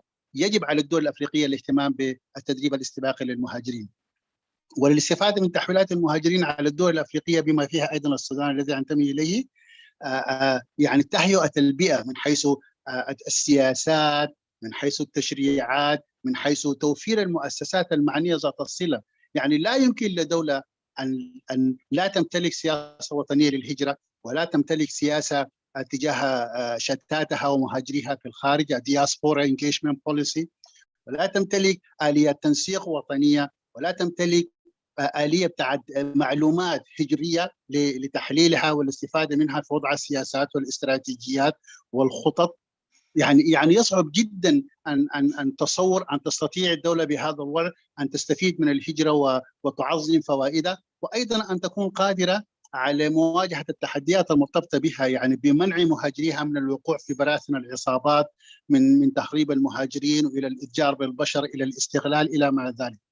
فلذلك أنا أعتقد أنه من الأهمية بمكان أن نهتم كثير جدا. واحدة من أهم القضايا اللي أنا أفترض يعني أن أنا شاكر جدا على أنه هذا المؤتمر الكريم أثاره، أنه مهم جدا الاهتمام بقضايا ربط الهجرة بالتنمية، وفي ذلك تحديدا تعظيم العائد من تحويلات ومدخرات المهاجرين. يمكن للدول أيضا معاملة مهاجريها كمستثمرين أجانب، أن تمنحهم نفس الصلاحيات ونفس الامتيازات التي تمنحها للمستثمر الأجنبي أن تمنح أيضا لمهاجر الدولة حتى يستفيد منها.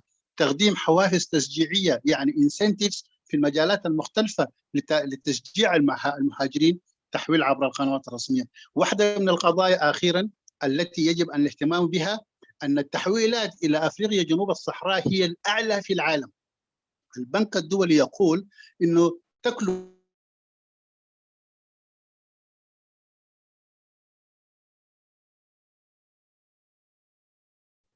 we can oh okay I think that the point was communicated really around remittances and the opportunities to link migrants to development. So I don't see any other hand, but there is a question in the chat box. Could you please demonstrate more precisely the links between remittances and development beyond the access to basic needs? Everyone seems to take this relation for granted, but I see no evidence. What is the missing link in the narrative and in the action? So Pedro will answer this question. Let's just exhaust the hands and then come back to the panelists. We'll take Elodia, Zacharias, and then Emmanuel.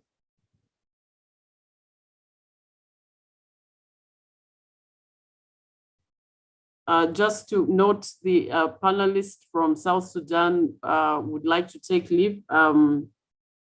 So we take note of that. I know we've run beyond the time that had been scheduled, so definitely there may be some inconvenience with the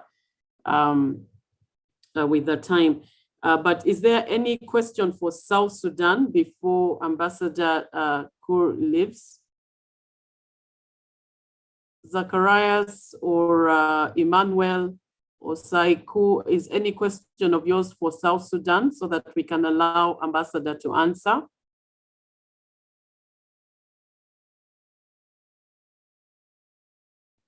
I think they don't have access to unmute. If we can get support for that so they can ask their question.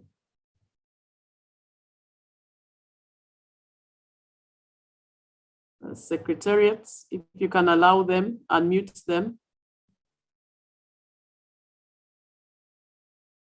Okay, so Zacharias, please take the floor. Yes, thank you. Good afternoon, all. First of all, I would like to acknowledge the invitation to gather online to the GCM. The IOM at this moment is hosting the GCM online meeting at its premises with the government. The government has collaborated and they have advised also for us to have this jointing e-meeting for the GCM. We would like to share some of the achievements that the government and the institutions that deal with migration have been doing to strengthen migrant rights, to strengthen migrant rights and labor. So to say that there is a major change in terms of remittances, because most of the remittances that are sent to Mozambique by migrants, although they go to their family, those reduce to poverty. And we had contributions from Ministry of Labor in terms of assessing these contributions that come directly to their families. Not to mention that Mozambique is a transit country for a lot of neighboring countries in Southern Africa. Those countries also contribute directly to the economy of Mozambique. There are a lot of governmental officials, also governmental institutions per se, that deal directly with labor migration and how labor migration has contributed to the economic development of Mozambique. For example, if we see what is happening with the migrants in South Africa, the ones that come directly, the miners, they generally contribute to the infrastructure of the country. Like, for example, building schools, building several roads to make sure that there is an improvement in the country. Thank you so much. All right, thank you for that contribution. Emmanuel, let's be brief. We are running out of time now. Thank you, Chair. I'm Emmanuel from Directorate General of Immigration and Immigration, Rwanda. Mine is not a question, it's just a contribution in this regard of thematic roundtable 3 about supporting the integration of migrants and their contribution to development. Migration generally in this COVID-19 era has been affected not only in Rwanda, but I think all over the world. During this time of COVID-19, Rwanda vaccinates the migrants as well as Rwandan without any kind of discrimination. So now in supporting the migrants, we cannot support migrants without supporting their movement. Before they are migrants, they have to move from country of origin or via country of transit to the country of destination. In this regard, Rwanda facilitates migrant. If I can mention, since 2014, Rwanda introduced the use of ID as a travel document in East African member states. And then in January 2018, opened the border for all people all over the world to get visa upon arrival without pre-application. In view of migrant workers, nationals from East African member states are not charged residence visa and work permits in Rwanda. Again, about facilitation of refugees, there is now Rwanda law in place which provides refugees with a right to work, freedom of movement, to access documentation such as refugees' travel documents, refugees' identity card, birth and death certificates, marriage certificate, education certificates. Again, refugees can own property and enter into contracts including land documents. They get primary health care. They get access to education and other respective fellows. Now, about education and health, Rwanda integrated refugees' children in primary and secondary education into national education system, enrolled in national schools attending, along with Rwandan students, following the same national curriculum and taught by the same teachers. Commitment to ensure that 100% of refugee students in secondary school and 50% in primary school since 2018. Rwanda has also engaged in agreement with African Union Commission and United Nations and UNHCR to facilitate execution of refugees who were stranded in Libya, and that now different groups of these refugees are in Rwanda in a transit camp. Now, Rwanda as a signatory of Refugees Convention, as well as related protocol and conventions, and in regard to responding to New York Declaration for Refugees,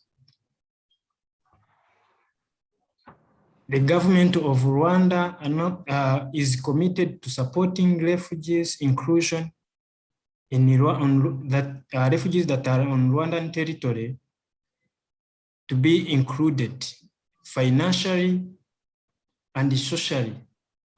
Now, a focus is to facilitate graduating camp-based refugees out of the assistance program to increase formal access to the worker opportunities. But one of the important strategy to facilitation of refugees also Rwanda has put in place is to mention but a few, only one strategy is the digitalization, investing in ICT to ensure easy access to documentation now, like access to refugees travel document. One has to apply online regardless of the area or location, where in Rwanda or abroad, in district or in the capital, one can apply for travel document online. Now, a few minutes ago, Chair has mentioned about African consulates or embassies to facilitating migrants. Now, this strategy of digitalization facilitates consulates and embassies of our African member states in issuing travel documents, work permits, and visas. Like Rwandan embassies now or consulates are facilitating Rwandans who are abroad to apply for Rwandan passport and receive pass without coming to Rwanda immigration office. They can apply from abroad and they get the passport. So I think this is a best practice I would like to share and can facilitate if our member states can cope or learn from this best practice.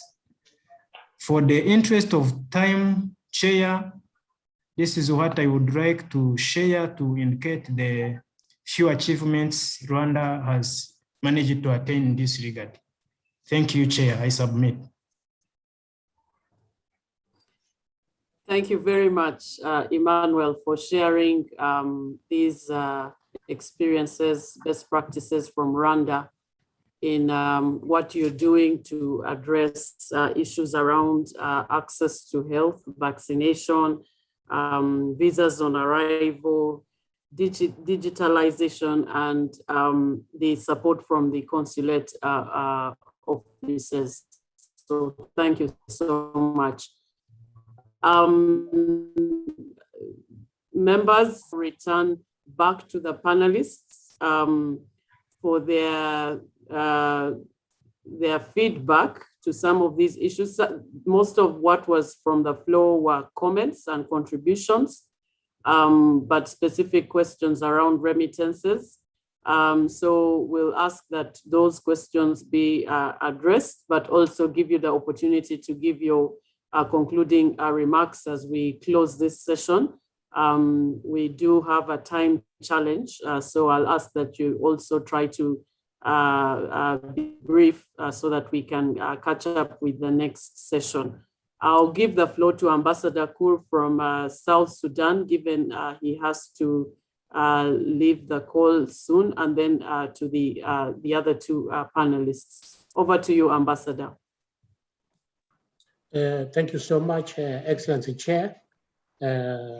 Of course, we are a bit of time difference, and then the facility we are in here is too close. However, of course, South Sudan has some challenges that I would not like to dwell on here. But given what the Sudanese delegate raised, These are very, very, very important points. Of course, given the figures he has already mentioned, it is very important that Africa collectively should tackle on this. It is also my own experience that Europe, when you are a government official, you are not allowed to transfer. This is what I personally experienced. We need to dialogue, we need to talk to our partners. Of course, as I just mentioned, we have a very large diaspora that is not yet utilized. We have not yet made use of our large diaspora. It is a waste because you always term them as a national asset. We need to utilize the national asset that we have in the form of the diaspora. Of course, remittances is part of it, but there is much more to tap from the diaspora. I think this is what I can contribute with, and I submit to you, sir.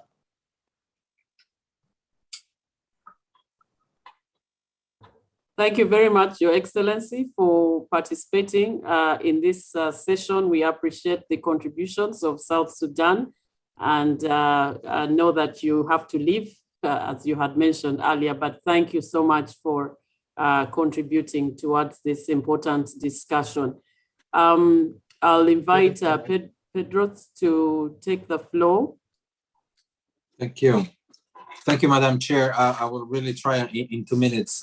This is a highly relevant question because every time we talk about remittances, the first thing that people imagine what we could do with this money. In other terms, is imagine what we could do with somebody else's money. And that is the problem that exists.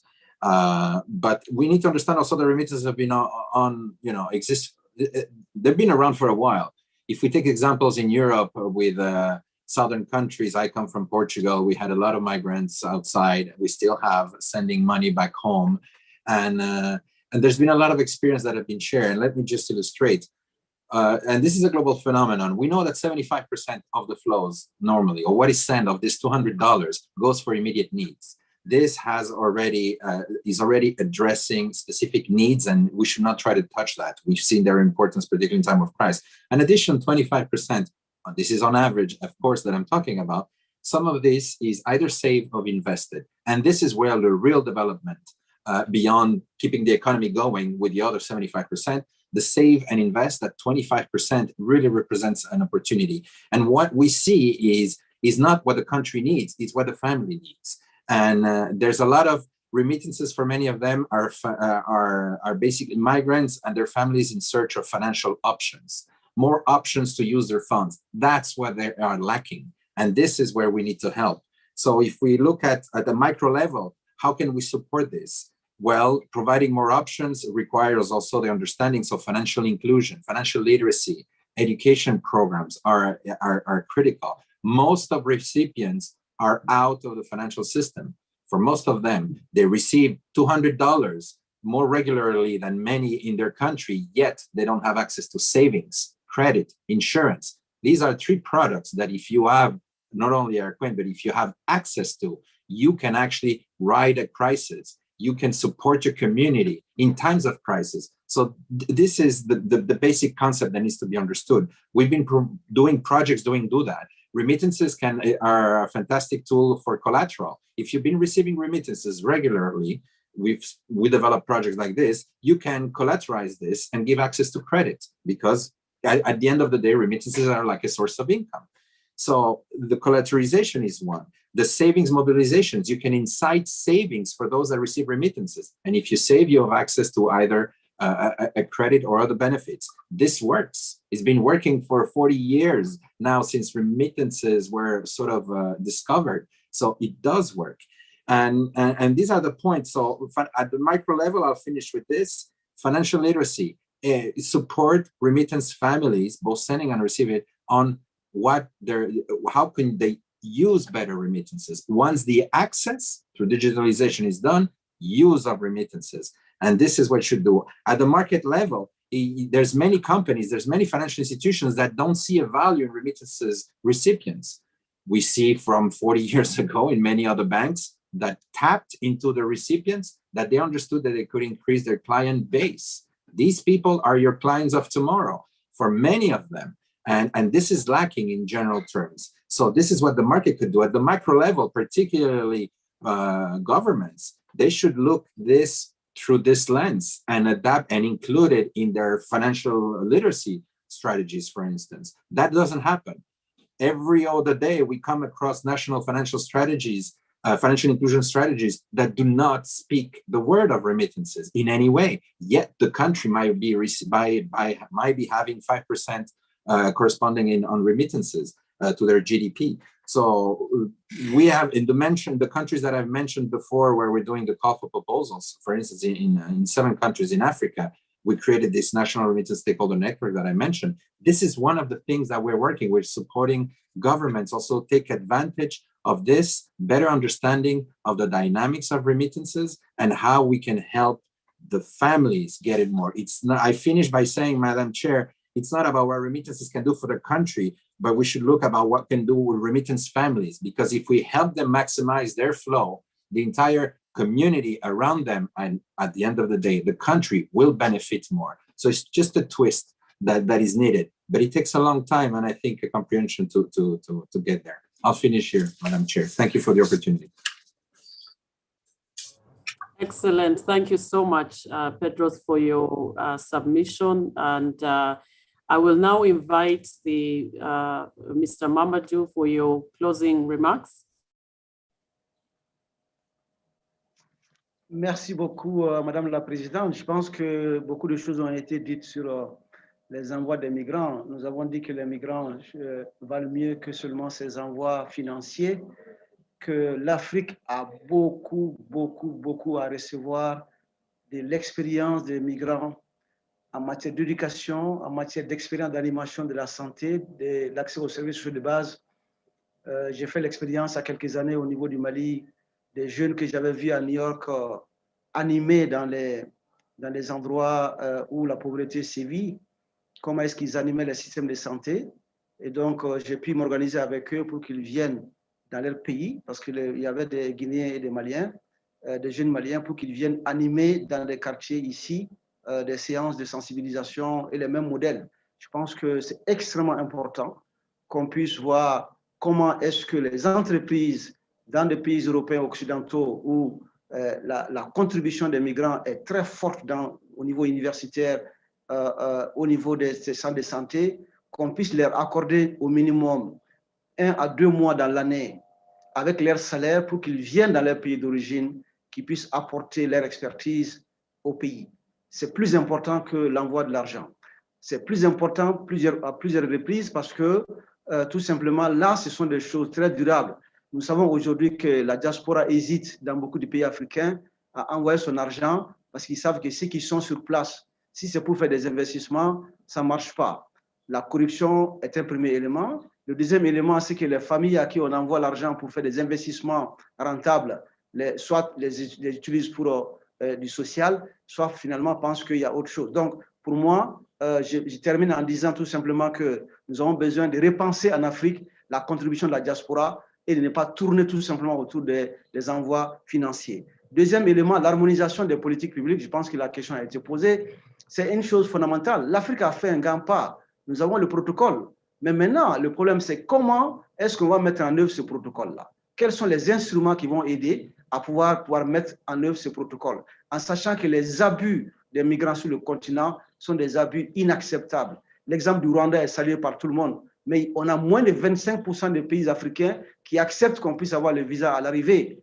Donc, comment est-ce qu'on peut être à ce stade pour un continent qui a le plus de défis et où on doit créer les conditions optimales qu'on soit à ce niveau-là? C'est ça le défi. Le défi majeur est comment est-ce qu'on va avoir des instruments de mesure, de régulation par l'Union africaine, de suivi et d'évaluation de la progression des États et quelles sont les sanctions qui peuvent être prises pour que ces États puissent pleinement jouer leur rôle. Donc, le problème de la gouvernance, de l'engagement politique des responsables qui dirigent nos États est fondamental aujourd'hui pour que la question de la migration soit considérée comme une question de droit et qu'on puisse respecter les droits dans le pays avec les services sociaux de base, puisque aujourd'hui l'accès à la justice, l'accès à la santé, l'accès à l'eau, à l'éducation pose un problème fondamental. Donc on doit arriver à ce niveau-là. Donc en créant les espaces, je crois que le contrôle de qualité de ce que l'État fait, le contrôle de qualité de ce que la société civile fait, le contrôle de qualité de ce que le système des Nations Unies, parce qu'il constitue aussi des problèmes, des problèmes aussi les institutions des Nations Unies, parce qu'on sait facilement rapatrier les gens, mais on ne sait pas comment intégrer les gens, qu'ils puissent avoir accès à des documents légaux. Ça, c'est plus difficile pour les institutions des Nations Unies. Mais quand il s'agit de rapatrier, c'est très vite fait. Ce sont des débats de fond. Donc, on doit s'asseoir ensemble, institutions internationales des Nations Unies, les organisations, les ONG internationales qui interviennent sur la problématique, les États, les chercheurs, etc., pour qu'on puisse donner des idées. Et je pense que fondamentalement, c'est là où on peut trouver la solution. Des politiques cohérentes, des programmes de mise en œuvre qui sont des programmes cohérents, et les acteurs qui prennent conscience aujourd'hui que nous sommes dans une situation difficile et que la pandémie est venue montrer que nous sommes trop fragiles aujourd'hui pour faire face à cette migration et que nous devons nous donner la main pour qu'on puisse éviter que les jeunes ne soient accaparés par les terroristes, que certains soient transformés en de véritables cadavres avant de quitter leur pays et qu'ils ont le droit d'accéder à l'éducation, d'accéder à la formation, d'accéder aux services de base et d'aider à ce que le continent puisse se développer à partir des ressources qui viennent de cette diaspora-là. Voilà fondamentalement ce que je voulais dire pour clôturer. Et ça passe vraiment par le dialogue franc et sincère, aussi bien des institutions des Nations Unies que les États et la société civile, qui est aussi souvent un problème par rapport à l'accomplissement de cette vision que je viens de mentionner tout à l'heure.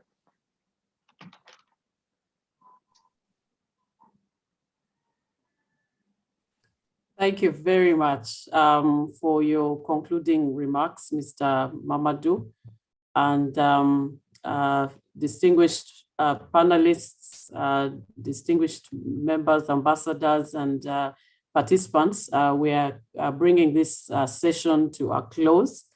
It has been a very productive and enriching session discussing support to integration of migrants and their contribution to development. From my end, really to thank the organizers for the opportunity provided to the World Health Organization Regional Office for Africa to chair this session. From a WHO perspective, we acknowledge that a holistic approach is needed for integration of migrants and their contribution to development. Equity and access to health by migrants is one of the underlying principles of the WHO Global Action Plan for promoting health of migrants and refugees. And we do look forward to continuing this collaboration holistically with all the stakeholders that are represented here to take the GCM objectives forward.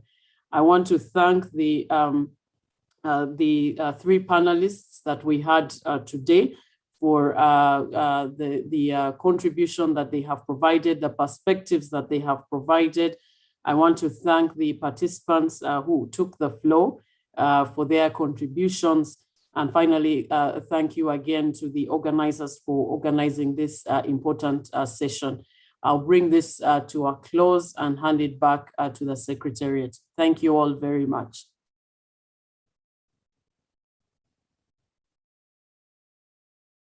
Thank you, Fiona. And somebody has to thank you as well for chairing the session. Very rich discussion I was following.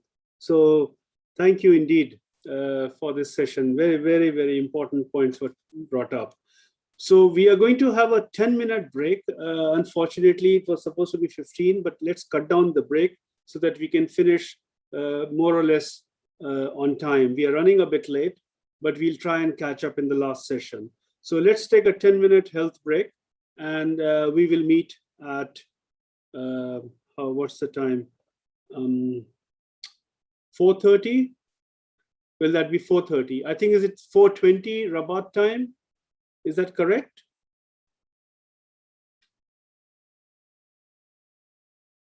I don't. Yes, Mr. Sohab, we can meet at 4:30. Yes. Okay, so let's meet at 4:30 p.m. in 10 minutes time for the last session of the day. Thank you very much, colleagues. Thank you.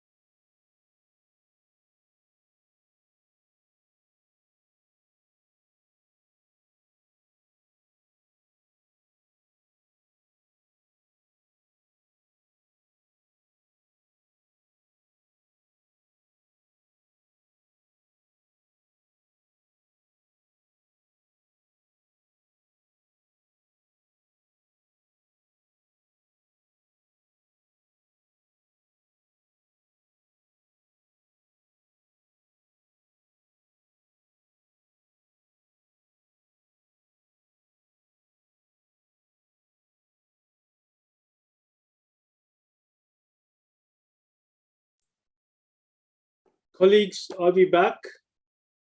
It's 4:30 p.m. in Rabat, 6:30 p.m.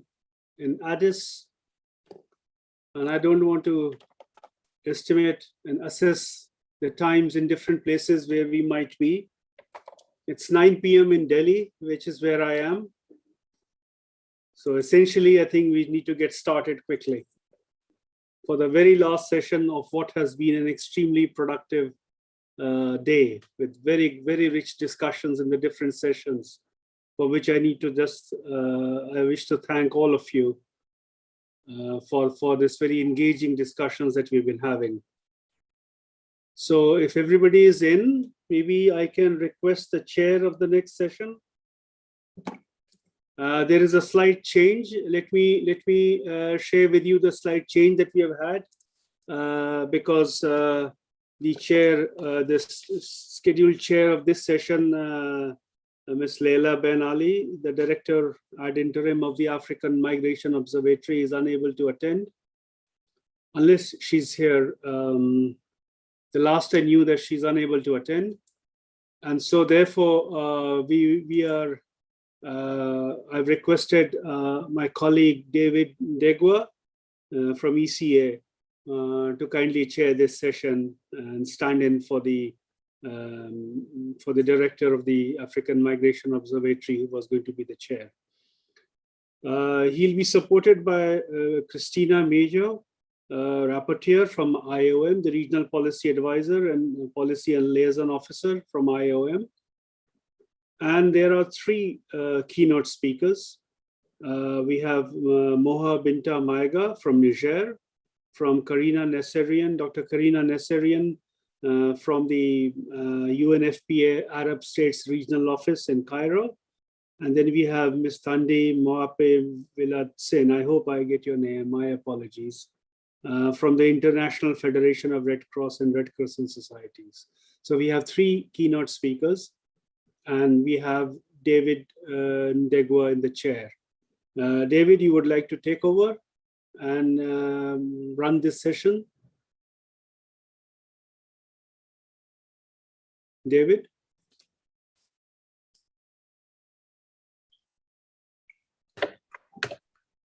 Thank you very much, Saurabh. I'd like to just acknowledge all the excellencies and dignitaries and the distinguished participants. And I'd like to welcome you to this session this afternoon. I'd like to just quickly introduce the panelists. These are 1 minute. I'll give you that information just now.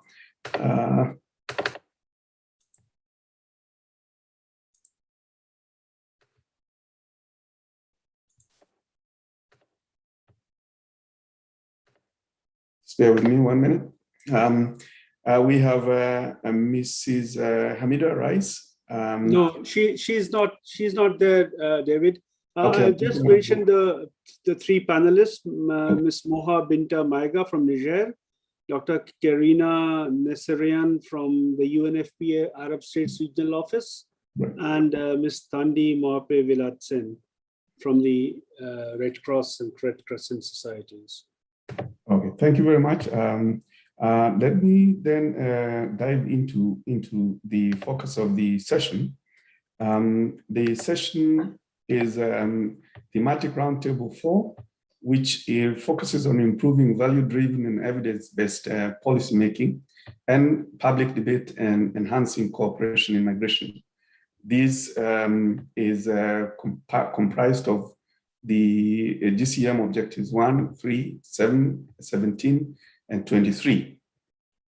And those objectives include let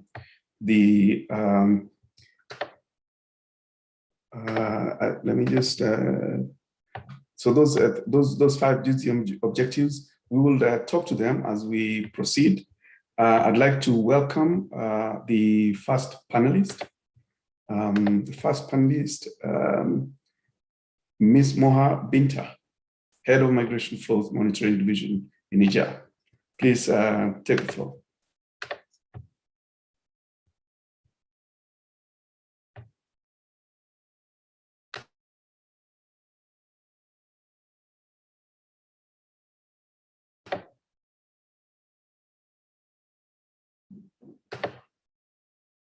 Ms. Mohabinta.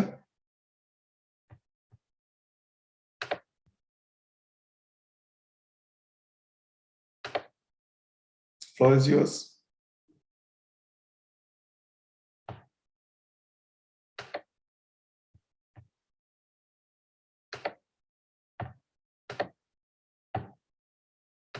If we do not have Ms. Mohabinta, we could then turn to Karina Nesigan, Deputy Director, UNFPA, Arab States Regional Office. Dr. Karina, please take the floor. Vous m'entendez? Oh, Yes. Ms. Mohabinta. Yes, Ms. Mohabinta. The floor is yours, Ms. Mohabinta. Over. Je suis là. Vous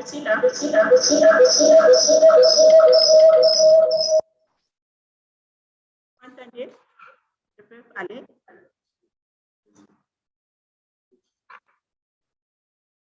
Yes, you may go ahead, please.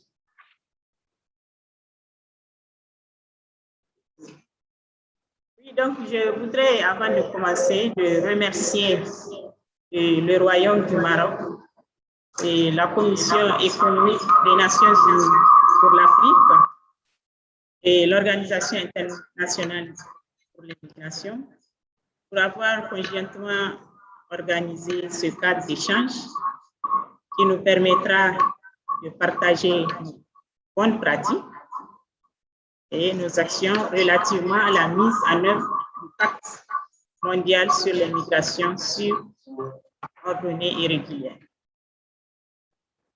Merci donc pour m'avoir donné la parole. Donc, en décembre 2018, le Niger étant l'un des pays des 152 États membres à avoir signé le pacte mondial pour l'immigration sûre, ordonnée et régulière. Donc, à travers le Niger, donc à travers le ministère de l'Intérieur, en collaboration avec l'OIM, a organisé donc un pré-examen qui a pour vocation de servir de base à l'examen volontaire pour le Niger du pacte mondial sur l'immigration au cours du deuxième semestre de l'année 2021. Donc, le cadre de concertation est un service relevant du ministère de l'Intérieur, structure gouvernementale donc chargée de coordonner les questions migratoires. Donc, a organisé une réunion de coordination Global Compact en janvier 2020. Donc, à cette réunion ont participé des structures gouvernementales et la société civile. Donc, l'objectif de cette réunion était d'établir la feuille de route afin de coordonner la mise en œuvre du Global Compact au Niger. Donc, à l'issue de cette réunion, le gouvernement du Niger se concentrera sur 3 domaines principaux. Donc, la coordination institutionnelle pour la gestion des migrations, l'appui à la collecte et à la gestion des données, et le renforcement de la coopération régionale, notamment en matière de retour et de réintégration des migrants. Donc, c'est sur ces 3 points que le Niger se concentrera donc, pour la mise en œuvre du pacte mondial sur les migrations. Donc, ce pré-examen analyse les développements des politiques, des législations et projets ainsi que les pratiques du gouvernement du Niger sur les 23 objectifs décrits par le pacte mondial sur les migrations. Donc, conformément à la vision et aux principes directeurs du pacte, la méthodologie de l'examen national garantit une approche multidimensionnelle, mobilisant l'ensemble des pouvoirs publics et une approche multipartite, mobilisant l'ensemble de la société à l'échelon national et régional. Donc, en tant que pays d'origine, de transit et de destination pour des centaines de milliers de migrants, chaque année, le gouvernement du Niger a mis en place des mesures pour gérer les migrations. Donc, nous avons l'adoption de la loi 2015-36 criminalisant le trafic illicite des migrants auquel le Niger fait face. Donc, depuis l'adoption du pacte mondial, le gouvernement du Niger a renforcé son action pour garantir des migrations sûres, ordonnées et régulières, comme l'adoption de certaines mesures, documents d'orientation et la mise en œuvre de certains projets structurants. Un certain nombre d'institutions gouvernementales sont impliquées dans les différents aspects de la migration. Nous avons le ministère du Travail, qui délivre des permis de travail aux travailleurs migrants. Le cadre de concertation sur la migration, qui a en charge donc la coordination des questions migratoires. La direction des migrations, qui est l'unité centrale sur les migrations. La direction de la surveillance du territoire, qui assure la sécurité aux frontières et délivre les permis de séjour. La Commission nationale pour la lutte contre la traite des personnes et le trafic illicite des migrants, qui édicte les politiques sur les victimes de la traite et le trafic illicite des migrants. Nous avons également une agence nationale de lutte contre la traite des personnes et le trafic illicite des migrants. Nous avons aussi dans ce cadre le ministère des Affaires étrangères pour les questions de diaspora. En plus de ces institutions, donc le Niger a élaboré plusieurs textes et cadres et stratégies abordant divers aspects de la gestion des migrations. Donc, dans le domaine de la migration et aussi dans le domaine de la coopération en matière de migration. Donc, parmi ces textes, on retrouve la stratégie de développement durable et de croissance inclusive, donc Niger 2035, la politique nationale de la migration et son plan d'action adopté en septembre 2020, l'initiative 3N pour la sécurité alimentaire et le soutien au développement durable. Nous avons également une stratégie nationale d'adaptation au changement climatique, une loi criminalisant le trafic illicite des migrants, une stratégie nationale de lutte contre la migration irrégulière et son plan d'action, donc qui ont été adoptés en 2016. Nous avons également une ordonnance relative à la lutte contre la traite des personnes et la création de l'Agence nationale de lutte contre le trafic et contre la traite des personnes et le trafic illicite des migrants. Nous avons également une stratégie de lutte contre la migration des enfants à risque et son plan d'action. Nous avons également adopté la politique nationale de gestion des frontières en novembre 2018. Il y a également des conventions sous-régionales de libre circulation des personnes et des biens à l'image des protocoles de la CEDEAO. Comme stratégie, nous avons la mise en place des postes de police mobile pour contrôler les flux ainsi que le plan national de contingence pour la gestion des crises aux frontières, adopté le 7 février 2020 par un arrêté du Conseil des ministres au titre du ministère de l'Intérieur. Nous avons la création des compagnies mobiles de contrôle aux frontières, le placement d'un représentant du Haut Conseil des Nigériens à l'extérieur dans les ambassades nigériennes en Europe pour faciliter l'engagement de la diaspora dans le développement du pays. Il y a la création en 2015 d'un ministère de l'entrepreneuriat des jeunes qui vise à promouvoir le développement des entreprises de la part des jeunes nigériens et promouvoir l'auto-emploi, ainsi que la mise en place de la maison d'entreprise, donc un guichet unique pour accélérer la création d'entreprises par les jeunes. Et comme coopération, nous avons l'engagement pris en 2014 par les deux États, le Niger et l'Algérie, pour le rapatriement des Nigériens dans des convois officiels, ainsi que la collaboration avec l'OIM pour les vols charters des Nigériens, de l'Algérie et de la Libye. Nous avons également la coopération entre les différents services diplomatiques et le gouvernement du Niger pour l'élaboration des documents de voyage. C'est ainsi que la DST délivre des documents de voyage et soft conduit aux migrants.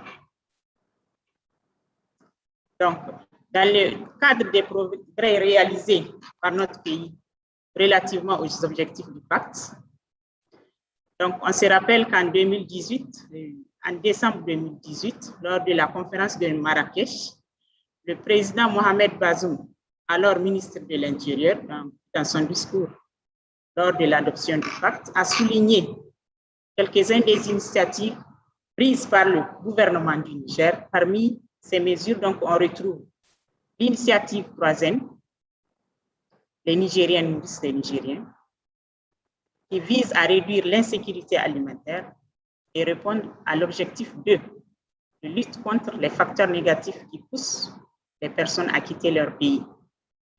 La loi 2015-36, relative à la lutte contre le trafic illicite des migrants, qui s'inscrit dans le cadre des objectifs 9 et 10 du pacte, a déjà contribué donc à réduire considérablement les flux irréguliers donc transitant par la région d'Agadez. Les migrations Information and Data Analysis System, donc le MIDAS, qui est installé à certains postes frontaliers donc terrestres, et les postes juxtaposés répondent à eux à l'objectif 11 sur la gestion des frontières. Le programme de réintégration de l'OIM pour les Nigériens retournés et la coopération entre le Niger et les pays de la sous-région répondent à l'objectif 21, qui consiste à faciliter le retour, la réadmission et la réintégration durable des migrants, ainsi qu'à l'objectif 23, qui concerne le renforcement de la coopération internationale. Donc, par exemple, nous avons l'accord quadripartite entre le Burkina Faso, le Mali, le Tchad et le Niger, portant sur la criminalité transfrontalière. Ainsi, le Niger a élaboré et adopté donc sa politique nationale de la migration et son plan d'action 2020-2035. Donc, ce document a été élaboré pour servir d'outil de prise en charge par le gouvernement de la question migratoire au Niger dans tous ses aspects, donc économiques, sociaux, institutionnels, humanitaires. Donc, cette politique nous servira à renforcer la gestion des migrations au Niger avec des préoccupations des pouvoirs publics visant à faire davantage de la migration un atout pour le développement du pays, plutôt que de continuer à percevoir essentiellement sous l'angle d'handicap et qui rapporte avec le nécessaire respect des engagements internationaux, régionaux et sous-régionaux que le Niger a ratifiés. De plus, le plan d'action de la politique nationale de la migration a également été formulé pour répondre aux objectifs spécifiques. So you could maybe just wind up a few seconds. Thank you.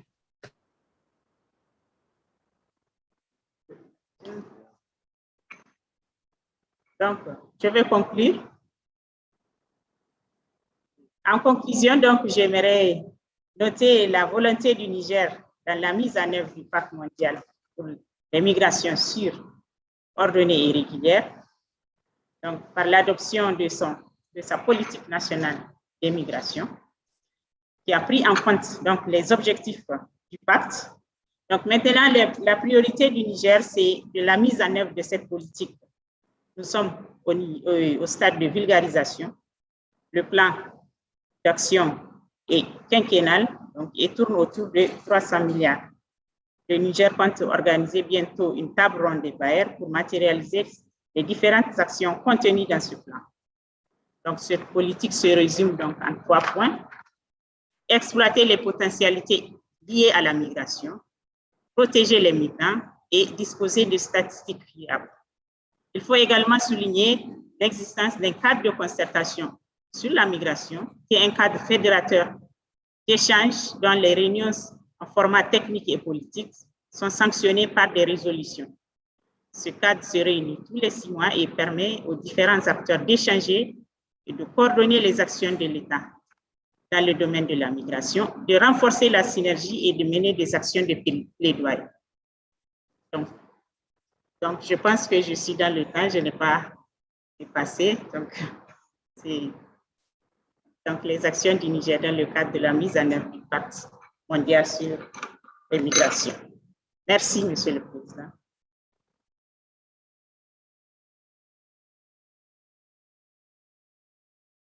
Thank you very much, representative from Niger, Madam Mohab Binta. We appreciate your input there and have noted the comprehensive report from Niger in terms of the country's preparedness and progress in implementing the GCM as a country of origin, transit, and destination. We will come back to you later during the panel discussion. We would like now to move to invite the next speaker, who is Karina, Dr. Karina Nese-Sen, I'm not sure pronounce the name properly, pardon me, who is the Deputy Regional Director, UNFPA, Arab States Regional Office. Dr. Karina, the floor is yours.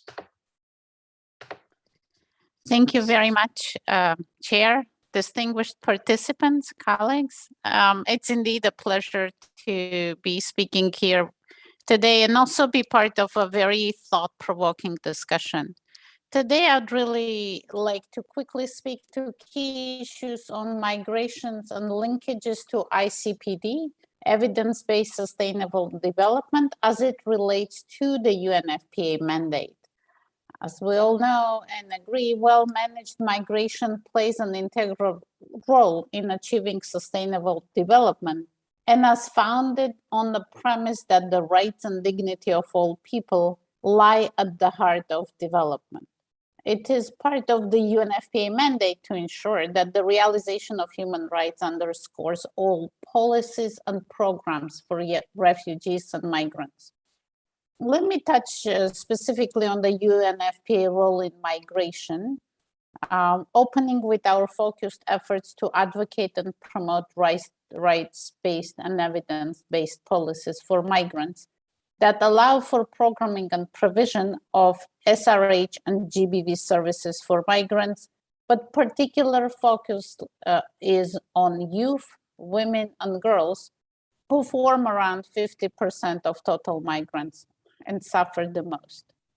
UNFPA has a critical role in assisting the generation of data, making it available for the analysis and utilization to understand demographic profiles of migrants and the mostly affected age groups and categories.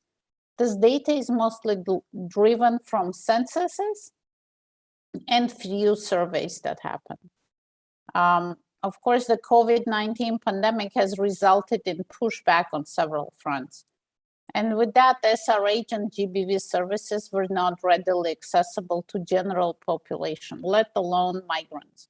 Due to overall needs for COVID-related services, migrants were the ones that suffered the most.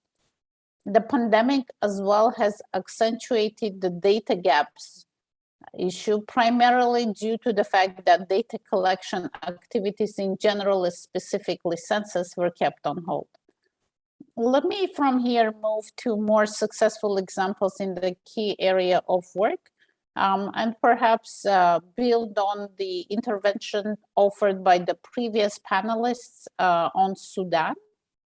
In Sudan, we of course work through our country office, and that could be a good model of to share with you the role that UNFPA plays in supporting countries.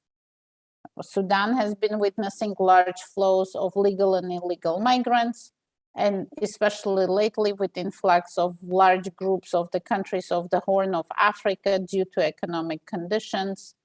And so migrant women again and again are particularly vulnerable to discrimination, exploitation, and abuse. And with that, there is no disaggregated data to help better understand gender disparities and support from the place of understanding, support policy actions to provide SRH and family planning services on a way to improve gender equality among migrants on the basis of both sex and age.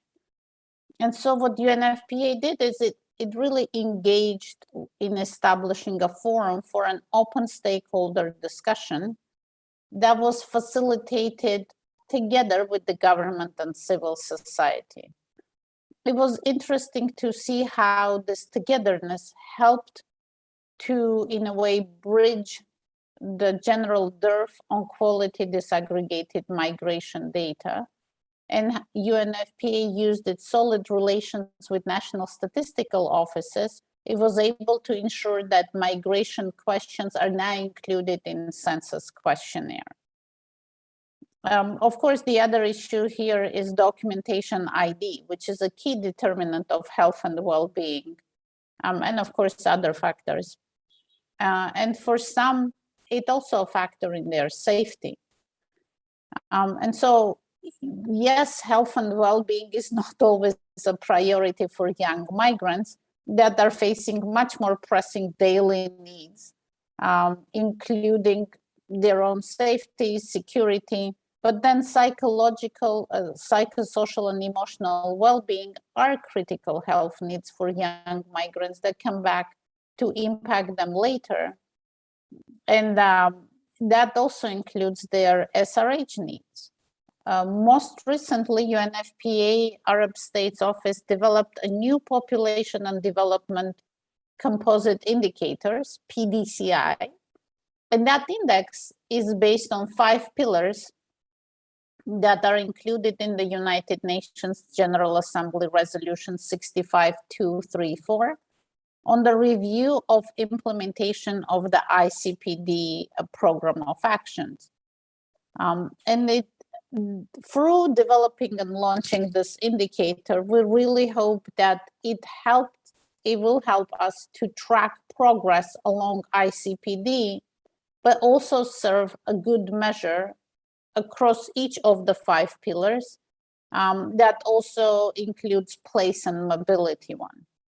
Now, how do we use the existing data from other UN agencies to inform our work on migration? Through partnership with different UN organizations, and I would like to use this platform to really appreciate the cooperation and the very productive engagement that UNFPA has enjoyed with IOM, ESCWA, ECA. These partnerships allow us to leverage information on data need and also help national intra-agency platform to support government counterparts across different aspects. Research and studies addressing migrants provider is another example that comes in mind here. And so how do we support country offices to advance and ensure engage in migration-related issues?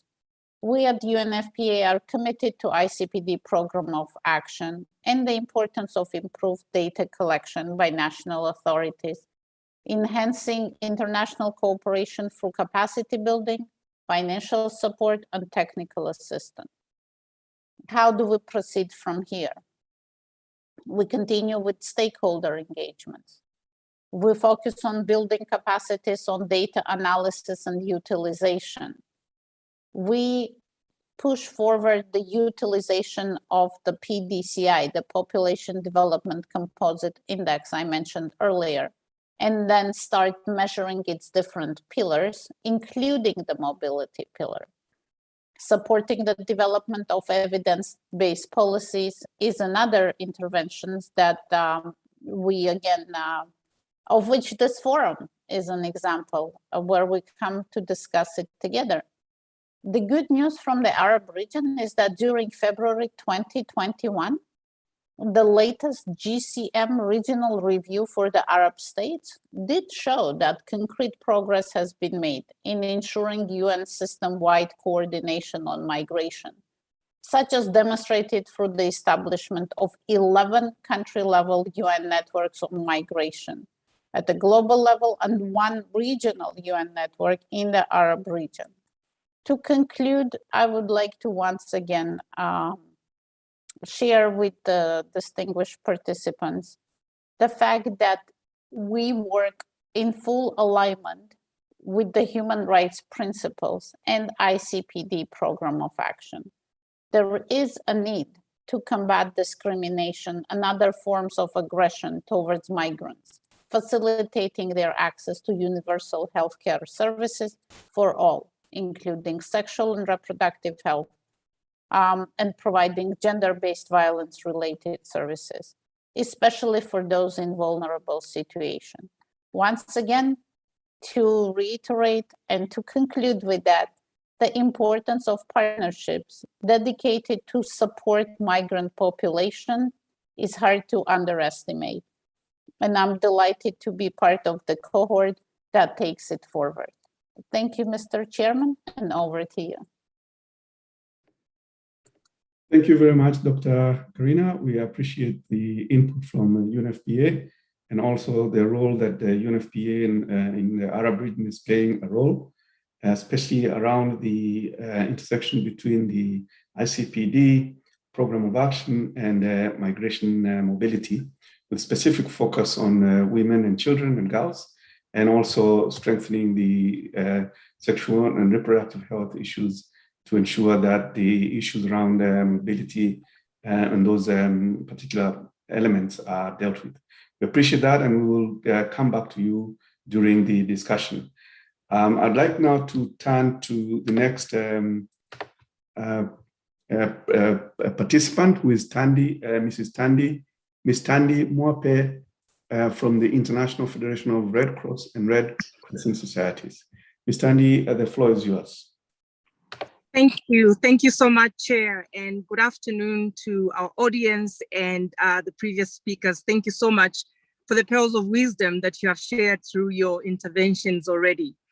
Now, I just want to paint a picture before I get into the position of the Federation. So 3 months ago, if you are following social media and watching TV, you saw that the internet was awash with images of a young Spanish Red Cross volunteer hugging a Senegalese migrant who was among one of the many migrants who had been rescued on the coastline in a town in Spain. The hashtag I Stand with Luna made headlines for the wrong reasons even.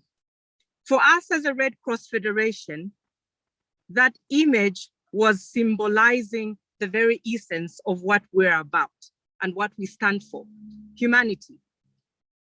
These are some of the graphic images that we get to see on TV and social media constantly as regards African migrants.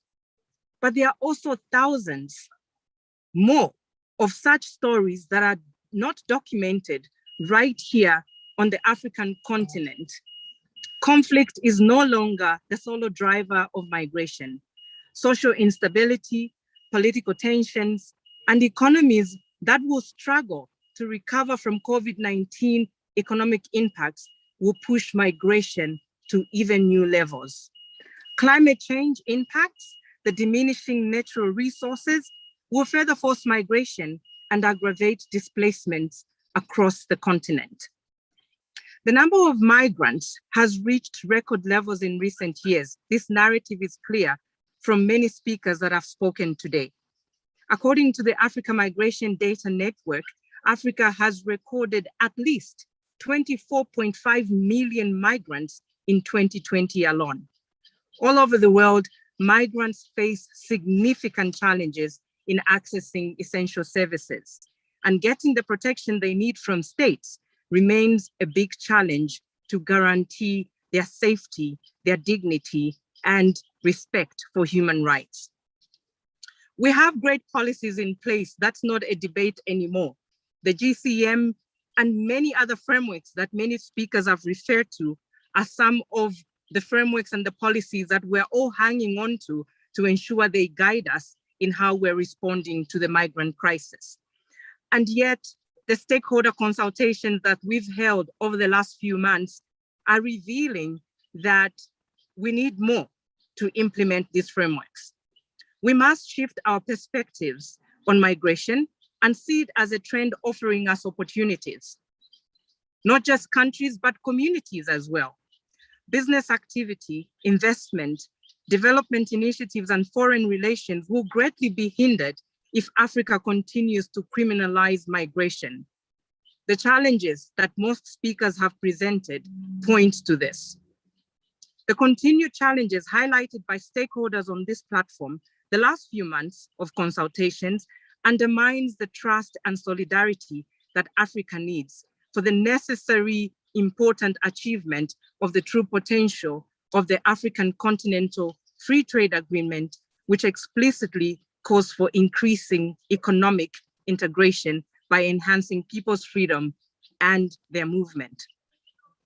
The International Convention on the Elimination of All Forms of Racial Discrimination, 1965, forbids states, from far back as 1965, forbids states from discriminating against anyone based on race, color, nationality, ethnic origin, and guarantees economic, social, and cultural rights, including the right to work, the right to housing, the right to public health and training. With the Global Compact for Safe, Orderly, and Regular Migration, the overwhelming majority of UN member states have also committed to ensure that all migrants, regardless of their status, can exercise their human rights through safe access to basic services. This is a challenge that we have heard over and over again. The multi-stakeholder consultation again reveals that the opposite is unfortunately the reality of this ambition of the GCM. Many challenges remain in providing a safe, orderly, and regular migration. At this juncture, though, I do want to take the opportunity to thank member states, including my very own country, Zambia, South Sudan, Rwanda, the delegate from Niger, who just spoke before in this session, who have shared positive developments on how they are obliging to the commitments of the GCM in other international frameworks. It is both a humanitarian imperative and a state's responsibility to ensure that all migrants, irrespective of legal status, can access essential services. This is something we have heard over and over again. The commitment is there. So what is the problem on the ground? As the International Federation of the Red Cross and the Red Crescent Societies, our key messages and asks to member states and to our fellow partners working on migration are clear. All migrants, respective of legal status, must be protected from harm and be able to access essential services. Relevant authorities must address both the formal and informal barriers in accessing essential services. The formal barriers we have heard today include restrictive national laws and policies, including those relating to citizenship, arrests and detentions, and deportation. And the informal barriers are related to gender, disability, age, language, culture, and even the costs of processing legal documentation.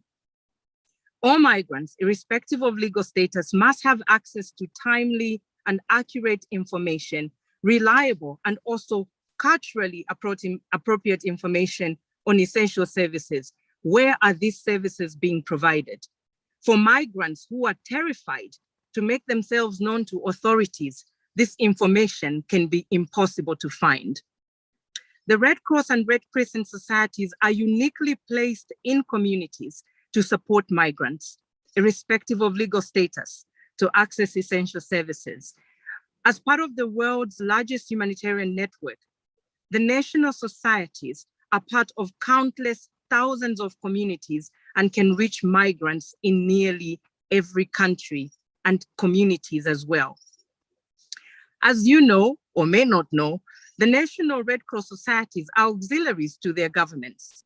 This means that they are set up by acts of parliament by their own governments, and thus they do have a privileged position within countries to support national states in providing migrants with access to essential services.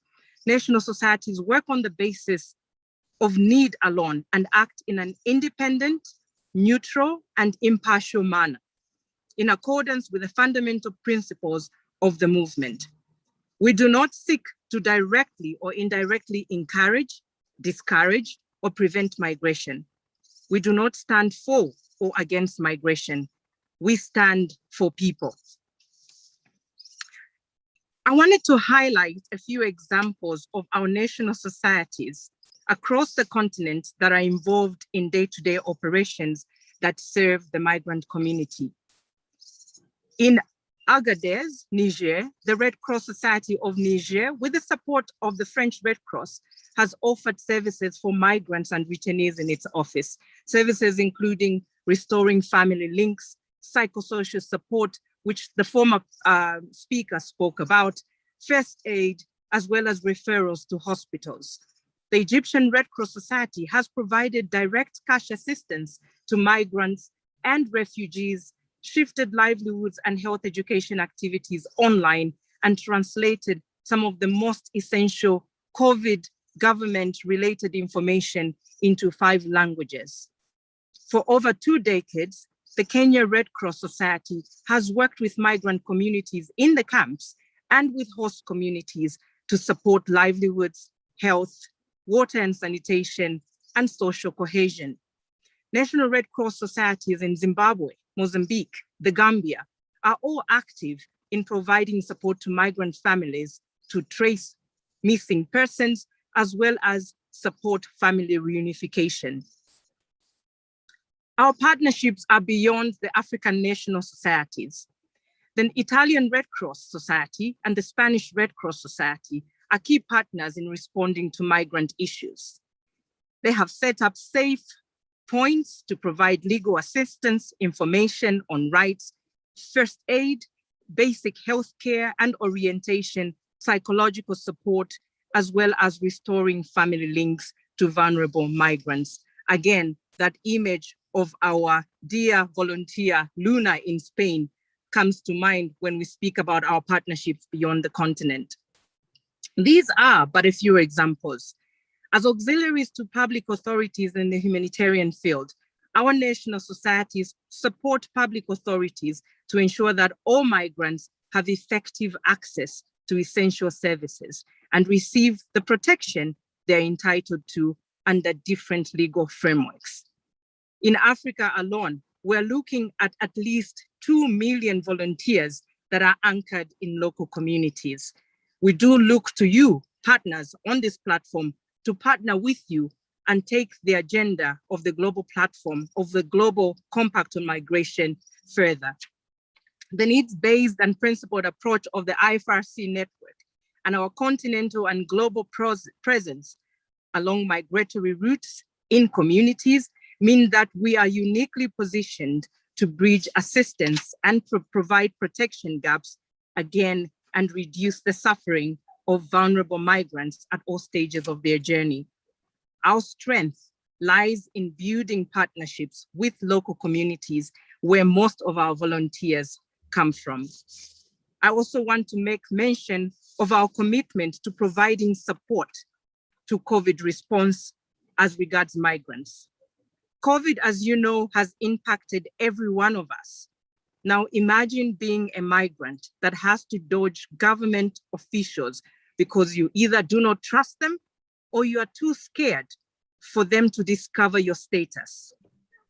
Our job as a Red Cross movement is to ensure that all migrants, irrespective of legal status, must be effectively included in local and national COVID-19 response plans, including testing, treatment, and access to vaccines.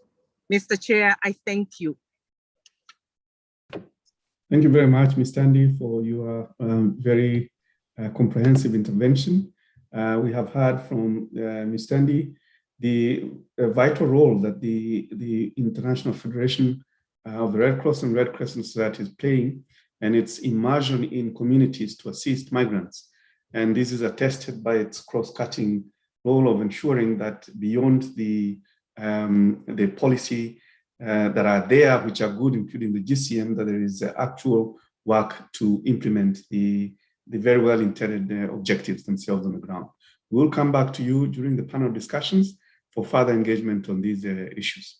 I would like now to call upon the Tunisian delegation to take the floor to now make the presentation. They have requested to do that through the chat box. Please take the floor. If you could, IT colleagues, give them the floor, please.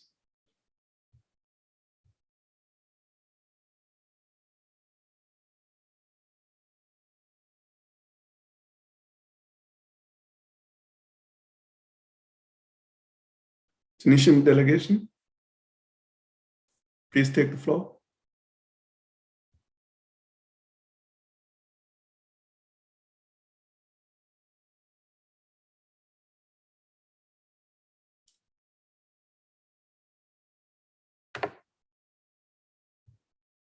It seems that the delegation from Tunisia is having difficulties, technical difficulties. I think we will then proceed to the panel discussion.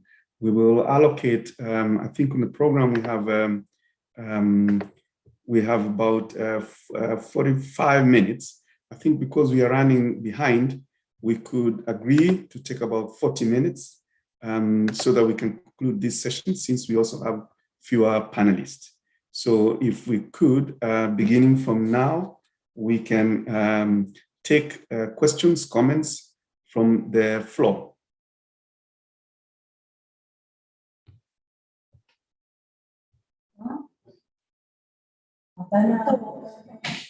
Merci.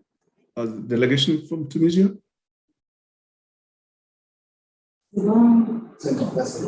Merci, Monsieur le Président. Donc, au nom de la délégation tunisienne, je tiens à remercier les organisateurs de cette conférence régionale africaine de l'examen de mise en œuvre du PEC, la Commission économique pour l'Afrique, l'Organisation internationale pour l'immigration et la Commission de l'Union africaine, ainsi que le gouvernement marocain qui accueille cet événement. Ma présentation se fera en deux parties. D'abord, je vais essayer de partager avec vous l'expérience tunisienne donc, en matière d'élaboration et de mise en œuvre du PEC. Et puis, je vais revenir sur les progrès réalisés dans le cadre des objectifs du PEC qui sont donc couverts par cette table ronde. Donc, le Pacte mondial pour l'immigration revêt une grande importance du fait qu'il présente un cadre de coopération internationale de la migration dans toutes ses dimensions, avec une prise en compte des contextes nationaux, mais s'avère aussi comme une réponse concertée fondée sur la protection des droits de l'homme et le respect de la dignité humaine du migrant. Il permet de traiter la migration sur la base d'une responsabilité équitablement partagée et de solidarité en vue d'une meilleure gestion des flux migratoires. C'est aussi un cadre à même d'apporter une réponse en temps de crise. La propagation de la COVID-19 en est une bonne illustration. Cette crise sanitaire qui s'avère un défi mondial nécessitant plus de solidarité internationale vu son impact énorme sur la mobilité transfrontalière des migrants et ses retombées socio-économiques sur les migrants, notamment les catégories les plus vulnérables. C'est ce qui explique d'ailleurs l'initiative prise par la Tunisie, à laquelle la France a adhéré, aboutissant à l'adoption à l'unanimité par le Conseil de sécurité de la résolution 2532 de l'ONU appelant à une trêve humanitaire pour limiter les répercussions de cette pandémie sur la paix et la sécurité internationale. Le gouvernement tunisien accorde un intérêt particulier à la migration. Ceci se manifeste à plusieurs niveaux. En effet, on a adhéré aux principaux processus internationaux et régionaux liés à la migration, tels que le processus de Khartoum, Rabat, le dialogue 5+5 sur la migration et le développement, le processus consultatif régional arabe sur la migration et l'asile, et le Forum mondial pour la migration et le développement. Aussi, on s'est engagé à atteindre les objectifs de l'agenda 2030, vu leur caractère inclusif et leur réponse aux aspirations des peuples. Son premier rapport volontaire a été présenté en 2019 et le deuxième en juillet dernier, lors du forum donc, politique du haut niveau sur le développement durable. La deuxième revue couvre l'objectif 10.7 à côté des autres cibles qui font référence à la migration, sachant que la Tunisie était classée première en Afrique dans la réalisation des ODD avec un taux de réalisation qui a atteint 67,1% selon le rapport publié par le Centre des objectifs de développement durable en Afrique. Le gouvernement tunisien a participé activement au processus d'élaboration du PEC. À cet effet, une consultation nationale a été organisée en coopération avec l'OIM Aussi, notre mission permanente auprès des Nations Unies à New York a participé aux 6 sessions de négociation depuis leur lancement en 2018. On a contribué également à la formulation de la position arabe au niveau de la Ligue arabe et on a pris part aux différentes réunions organisées par le groupe de travail sur l'immigration dans la région arabe composée de la Ligue arabe, l'ESCOA et l'OIM. Et on a participé à la conférence tenue en février dernier sur l'examen régional du pacte dans le monde arabe, après avoir soumis notre rapport volontaire de mise en œuvre du pacte en septembre 2020. Vu les défis de la migration au niveau africain, la Tunisie n'a pas hésité à concrétiser son engagement en faveur de la coopération africaine et de suivre et adhérer aux différents cadres et activités menées au niveau africain, à commencer par l'agenda 2063, le cadre politique de l'Union africaine et son plan d'action 2018-2020, ainsi que les différentes initiatives développées en lien avec la migration. À titre d'exemple, je cite le projet conjoint de la Commission de l'Union africaine, l'OIT et l'OIM, la Commission économique pour l'Afrique sur la gouvernance de la main-d'œuvre en Afrique, GNLP. On a aussi participé au processus de l'élaboration du pacte au niveau africain et la formulation de la position africaine, ainsi que le plan d'action de mise en œuvre du pacte au niveau africain pour la période 2020-2022. Maintenant, je vais revenir sur le rapport volontaire qui a été présenté en septembre dernier. Ça a été préparé en impliquant donc tous les ministères et les structures concernées par la migration avec les partenaires sociaux. On a couvert 13 objectifs répartis sur 5 axes. C'était un exercice un peu difficile vu qu'on n'avait pas un dispositif de coordination. Et de là a jailli l'idée de mettre en place un groupe de travail pour implémenter le pacte mondial donc, pour les migrations en Tunisie. Et ça a vu le jour et ça a été lancé donc, en avril dernier avec un cahier de charge qui a été validé par les points focaux donc désignés par les différentes structures qui font partie de ce groupe-là. Là, on trouve toutes les missions, les missions de ce groupe, le fonctionnement, l'organisation. Et là, on est en cours de finalisation du plan d'action. Donc, pour une période d'une année, avec le soutien de l'OIM, il y aura des activités sur le renforcement de capacité, sur la vulgarisation du contenu du pacte. On va lancer des discussions par rapport à des thématiques qui sont dans les principes directeurs du pacte, tels que l'approche genre, la protection des enfants. Par rapport aux progrès réalisés dans le cadre des objectifs donc, du pacte qui sont couverts par cette table ronde, je reviens sur l'objectif premier du pacte. On a beaucoup travaillé sur la promotion des politiques liées à la migration. Et là, on a intégré la composante migration dans le cadre du plan de développement quinquennal 2016-2020. On a élaboré un projet de stratégie nationale migratoire et sur les Tunisiens résidant à l'étranger qui colle avec la même période du plan de développement 2016-2020. Également, une stratégie nationale pour l'emploi est en cours d'élaboration. Une partie de cette stratégie a été consacrée au placement à l'international et la protection des droits des travailleurs migrants. Il y a eu également une mise en place de stratégie nationale d'entrepreneuriat qui vise à réduire les facteurs structurels négatifs qui poussent les gens à quitter leur pays d'origine.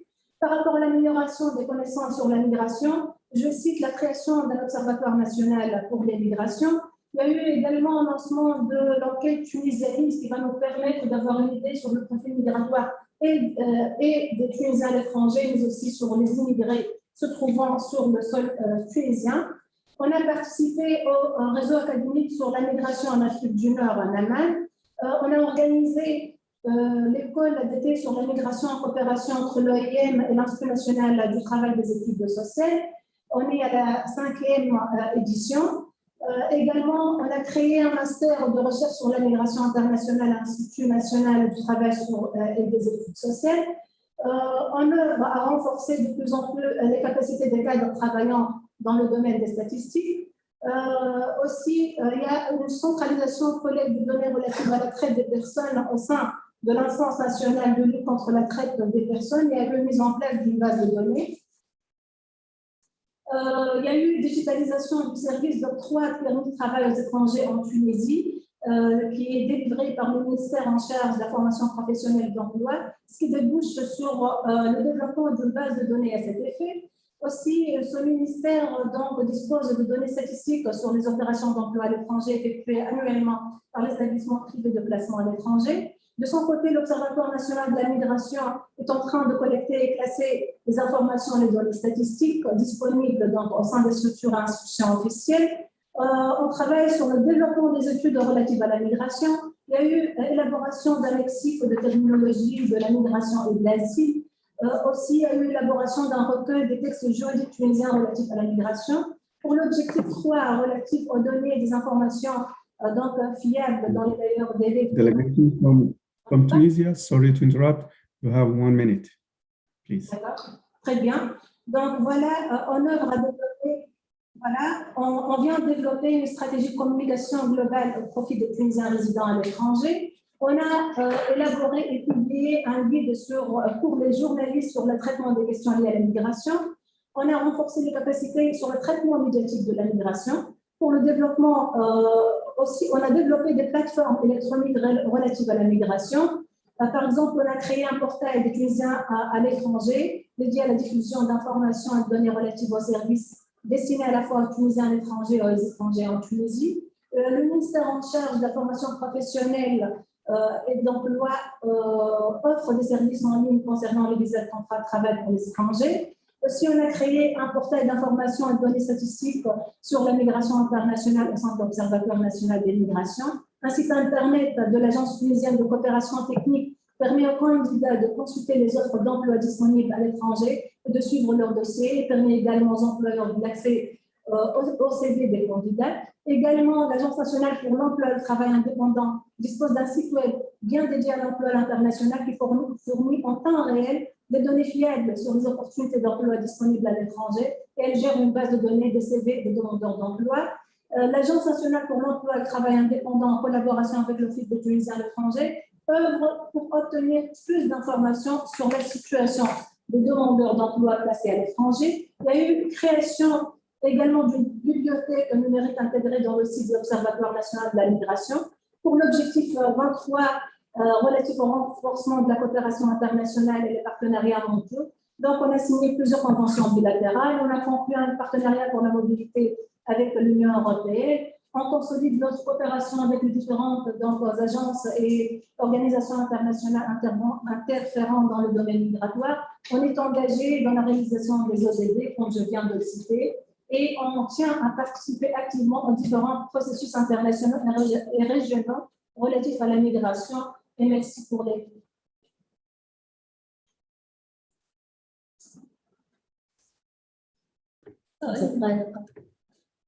Thank you very much, delegation from Tunisia. We appreciate your intervention and have noted the far-reaching efforts that the government of Tunisia is taking, from policy formulation to the actual signing of agreements, cooperation agreements, BLAs, and the inclusion of migration in the strategic 5-year plan.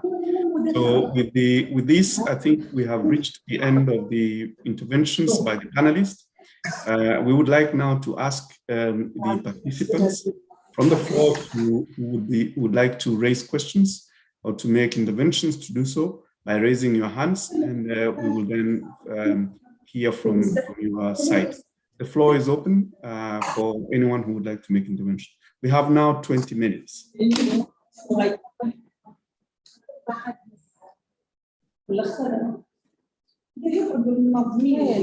Delegation from Tunisia, kindly please mute your microphone.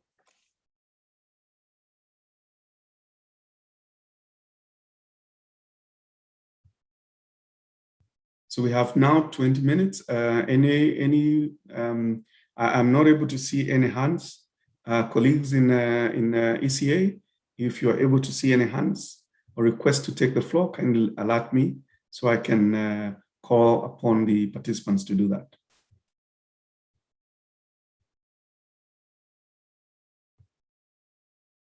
Anyone from the floor?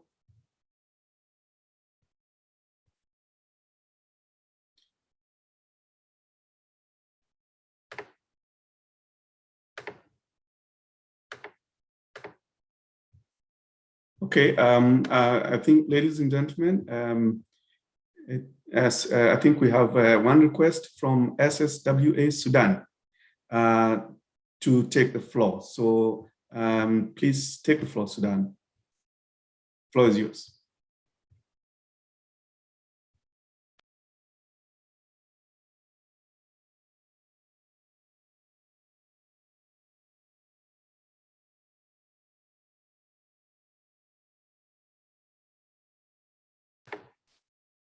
SSWA, Sudan. The floor is yours. Followed by Khalid Lord, also Sudan.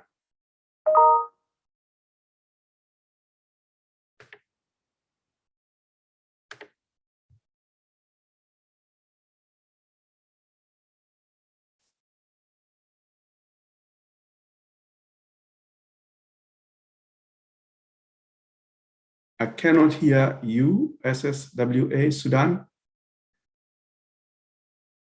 Can we move on to Khalid Lord, Sudan?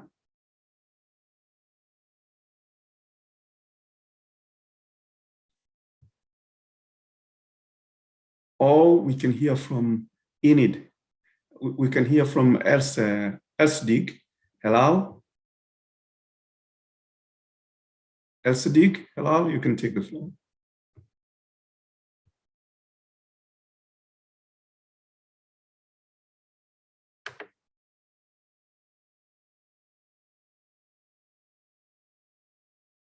Colleagues in IT, please kindly give Elsdig Helal the floor.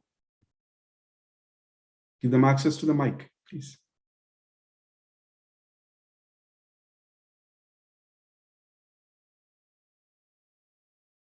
If you want to speak, kindly unmute your mic so that we can hear you.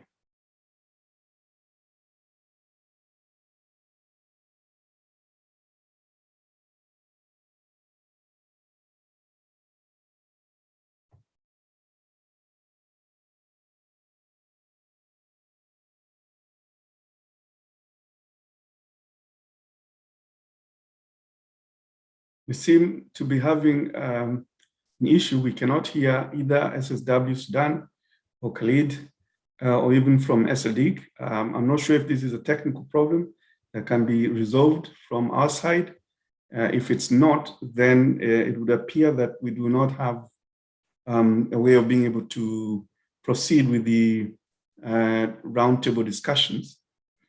I think what we will do then is invite the panelists to make their final 2-minute interventions, and then we'll close off this session. Let's begin with the first panelist. The first panelist, please.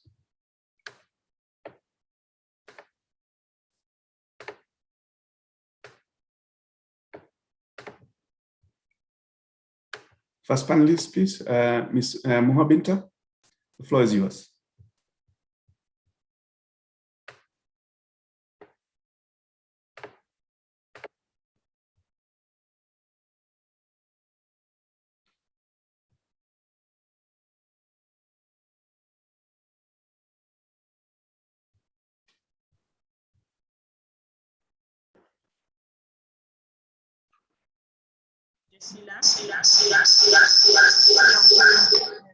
Yes.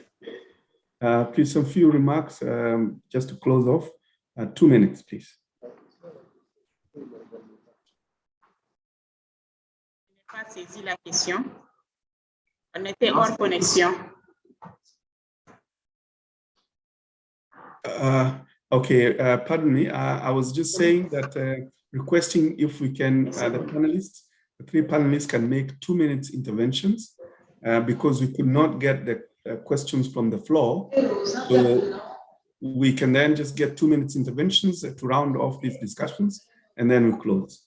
Beginning with you, Madame Mohabi.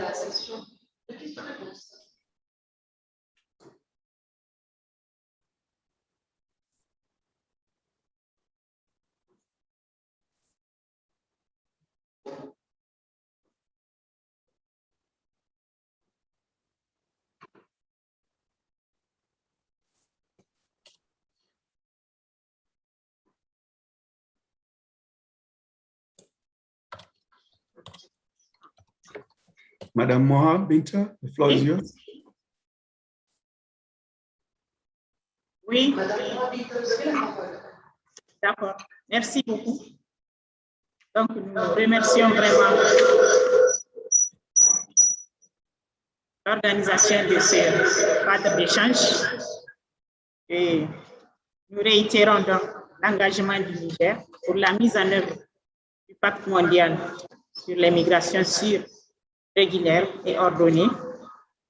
Donc, le Niger s'engage donc à travers la mise en œuvre de sa politique nationale de migration qui a pris en compte donc les différents objectifs du pacte. Et nous sommes en train d'élaborer un référentiel qui va faire, donc, qui va présenter tous les avancées du Niger dans le cadre de la mise en œuvre du pacte mondial. Et ce référentiel sera fait par le cadre de concertation sur la migration. Et donc, ça sera un document officiel qui sera présenté aux prochaines réunions relatives au pacte mondial sur les migrations sûres, ordonnées et régulières. Donc, c'est tout ce que j'ai à dire et je remercie vraiment les participants de nous avoir donné la parole pour décliner les avancées du Niger dans le domaine relativement à la mise en œuvre du pacte. Merci beaucoup. Thank you very much, Madam Mohabinta. And now we call upon Dr. Karina to take the floor. 2 minutes, please. Hi, thank you again. And really quickly to reiterate the clear complementarity that exists between the ICPD 1994 program of action that continues to be relevant as reflected in a global compact for safe, orderly, and regular migration. It's evident in the relations among international migration and population displacement, as is with goals for human rights. I would like to quote to say that in the decade of action, data collection, analysis, and dissemination, that remains a challenge, particularly concerning those in vulnerable situations, including migrants, as so many of my previous colleagues referenced. And I hope that this conversation will take that challenge further and echo the sentiment. No, you can't walk out now. With that, I thank you, Mr. Chair, and over to you. Thank you. Thank you very much, Dr. Karina. We appreciate that intervention from UNFPA. I'd like now to call Ms. Tandy Mope for the last 2 minutes comments, please. And then we can then invite the representative from Morocco to take the floor. Thank you, Chair, and apologies. I'm multitasking as a mommy between meetings and picking up the little one, so you can hear there's conversations about dinner happening at the moment, the joys of working from home. For the International Federation of the Red Cross and Red Crescent Societies, I just want to say we are very privileged to be part of this conversation, very important work that all the partners that have spoken from the governments and the UN entities and other civil society organizations, we truly value the partnerships that we see on the ground when responding to vulnerabilities of migrants across the continent. In ending, I just want to reinforce again the message for us on empowering local communities as key partners in addressing growing migration needs in Africa. We believe that investing in communities and raising awareness around the benefits of migration, on information that empowers communities to see migrants as people that bring potential and opportunities to their communities is critical.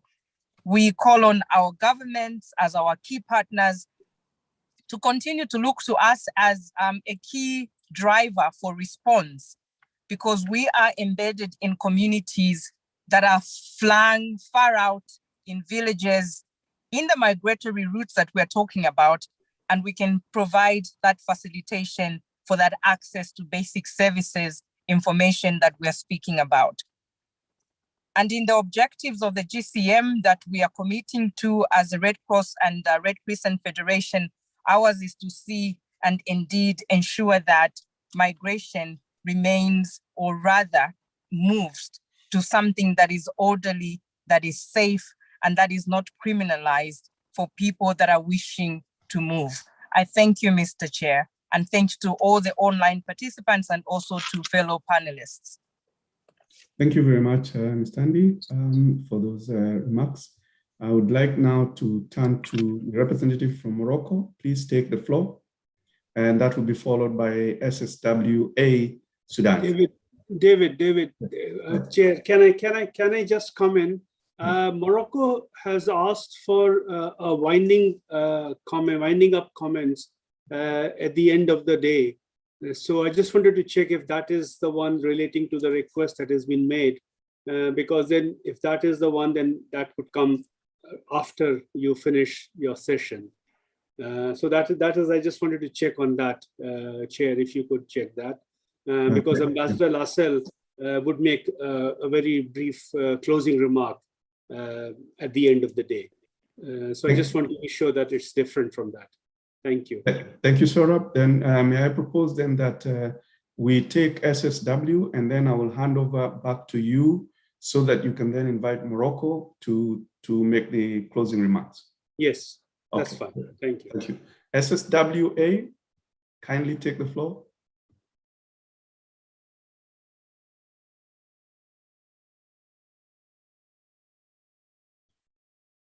We have a message in the chat box from Amel Farah, SSWA. Please take the floor.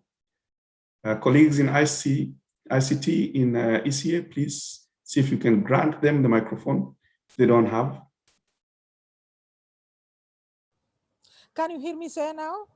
Yes, we can hear you. Please take the floor. Thank you so much. Thank you for giving me the chance to mention some of the effort that have been done by Secretariat of Sudanese Working Abroad. أحد الأشياء المهمة جدا التي قام بها جهاز المغتربين أو جهاز تنظيم شؤون السودانيين بالخارج أن قانون مكافحة التجار بالبشر الساري في السودان خرجت المسودة الأصلية له من الأولية من جهاز تنظيم شؤون السودانيين بالخارج. إن جهود جهاز تنظيم شؤون السودانيين بالخارج لم تقف عند قانون مكافحة الإتجار بالبشر ومسودته الأولية، بل قام جهاز تنظيم شؤون السودانيين بالخارج إنشاء الصندوق الوطني لدعم العودة الطوعية، وهو الذي يعني بالعائدين من المهاجرين سواء كانوا مهاجرين نظاميين أو مهاجرين غير نظاميين، وتقديم خدمات عديدة لهم تتضمن أنواع مختلفة من إعادة الإدماج سواء كان إدماج اقتصادي أو إدماج أكاديمي أو إدماج صحي. ويقوم الجهاز أيضا بتقديم خدمات الدعم النفسي لمن يحتاجها من العائدين. في إطار الشراكة أيضا مع المنظمة الدولية للهجرة تم إنشاء مركز السودان لدراسات الهجرة والسكان والتنمية. يزاول المركز وهو مركز دراسات بحوث، ويعتبر واحد من الثينك تانك ليس فقط للجهات تنظيم شؤون السودانيين بالخارج ولكن لحكومة السودان الذي يرشدها بالدراسات والبحوث التي تعين الحكومة السودانية على اتخاذ القرار السليم وتدبير السياسات السليمة للعناية بالمهاجرين والشتات السودانية. الآن لدينا مركز إعلامي في طور الإنشاء، وهو مشروع شراكة بيننا وبين المنظمة الدولية والهجرة التي أنتهت هذه الفرصة لأقدم لها الشكر على الدعم الكبير التي قدمته لجهاز تنظيم شؤون السودانيين والهجرة. ونحن بصدد إنشاء مركز إعلامي يختص بالتواصل بين الشتات السوداني والمواطنين السودانيين ورفع الوعي بأوساط الجيلين الثاني والثالث من المهاجرين عن الهجرة غير النظامية.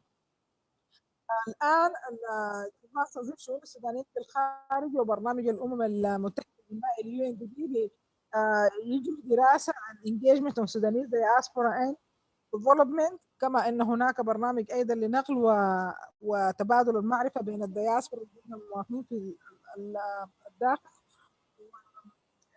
لدينا مساعي أو بدأنا في تطوير قاعدة بيانات خاصة بالعائدين من المهاجرين ومتابعة مشاريع إعادة الإدماج في وسطهم لمنع خوضهم وحثهم على استغراب ومنع خوضهم مغامرة الهجرة مرة أخرى، ومساعدتهم ليكونوا advocate بين أوساط الشباب وتوعية الشباب عن الهجرة غير النظامية. الأهم من ذلك كله هو سعي السودان لدعم جهود السلام الذي يساعد في التنمية، وبالتالي يقلل من الهجرة بكل مرة، لأنه كل مرة التوترات تحديدا تقل فيها مشاريع التنمية. Thank you, Madam Farah. Thank you so much. Thank you. Thank you very much. Yeah, thank you. I'm sorry to have to interrupt you. We're running out of time. I'd like to thank you very much as the representative from the Secretariat for Sudanese Working Abroad, SSWA, Madam Amil Farah, for those interventions. And we have noted the excellent work that you're doing in terms of ensuring that there is information available for the Sudanese working abroad and assisting them and also developing databases. We thank you very much for that. I'd like now to thank all the panelists and to also now hand over back to Secretariat, Dr. Sorab Sinha, to then invite Morocco for the closing remarks. Thank you very much. Thank you, Chair. Thank you. If we were there physically, there would have been a big round of applause for your chairmanship of this session. Thank you very much, and for stepping in at a very last minute because the chair could not make it to this meeting. Thank you very much, colleagues. I think we have had an excellent day of discussions today, exactly the way we thought it would go. And thanks to the participation and the active participation, even right till the end, in the last session, of all the people who intervened. So I'm delighted with the kind of discussion we've had today. Let me now, just to close, turn to Ambassador Lassell, who has been a pillar of support for this work, and apart from hosting this conference and this meeting in Morocco. So Ambassador Lassell, for your concluding remarks before we bring the first day to a close. Thank you. Thank you very much, Mr. Sorab, and Excellences, Mesdames et Messieurs. Avant de clore cette première journée de l'examen régional africain sur la mise en œuvre du Pacte mondial sur la migration, je voudrais profiter de ces quelques minutes restantes pour remercier l'ensemble des modérateurs, panélistes et participants qui ont enrichi par leur expérience et leurs perspectives les discussions de cette journée. Cette dernière s'est en effet révélée être extrêmement productive, notamment à travers les 4 tables rondes thématiques que nous avons pu suivre avec beaucoup d'intérêt et dont un certain nombre d'éléments saillants ont surgi. La première table ronde, qui s'est articulée autour de l'importance d'assurer des migrations volontaires ordonnées et régulières, a mis l'accent sur la prééminence de la coopération internationale, de la gestion intégrée des frontières et de la nécessité de stratégies nationales et régionales encadrant la question de la migration. Ensuite, la seconde table ronde, qui s'est intéressée à la protection des migrants par une gestion humaniste des frontières, a donné l'opportunité à nombre d'États membres de partager leurs bonnes pratiques en la matière, notamment s'agissant des enfants migrants. La troisième table ronde a mis en exergue la nécessité de soutenir l'intégration des migrants ainsi que leur indéniable contribution au développement à travers les transferts de fonds internationaux et les programmes stimulant la cohésion sociale au sein de la communauté d'accueil. La quatrième et dernière table ronde de la journée a évoqué l'adoption de la politique publique fondée sur des données fiables et probantes, ouvrant le champ à une discussion édifiante sur l'Observatoire africain sur l'immigration, récemment inauguré à Rabat, ainsi que son rôle dans l'élaboration d'un cadre rationnel et rationné de gestion de la migration en Afrique, tant au niveau national qu'au niveau régional. Je voudrais à ce niveau-là rappeler que les migrants, au même titre que les citoyens marocains, ont eu accès indifférencié au vaccin pour la lutte contre le Covid. Pour finir, je tenais à remercier chaleureusement nos amis interprètes ainsi que l'ensemble du staff technique qui a fait la réussite de cette journée et qui fera également, et je n'en doute pas, le grand succès de la journée de demain. Journée qui verra la cérémonie d'ouverture officielle qui sera lancée par l'allocution de Monsieur le ministre des Affaires étrangères de la coopération africaine et des Marocains résidant à l'étranger, son Excellence Monsieur Nasser Bourita. Je vous invite donc tous à nous rejoindre demain à 9h30 pour la deuxième et dernière journée de l'examen régional africain sur la mise en œuvre du pacte mondial sur la migration et je vous souhaite d'ici là une excellente fin de journée. Je vous remercie. Thank you, Ambassador, and thank you, colleagues. We'll see everyone tomorrow. Same time, 9:30 Rabat time, which is 11:30 Addis time. Thank you very much, colleagues. Thank you and a very good night. Thank you.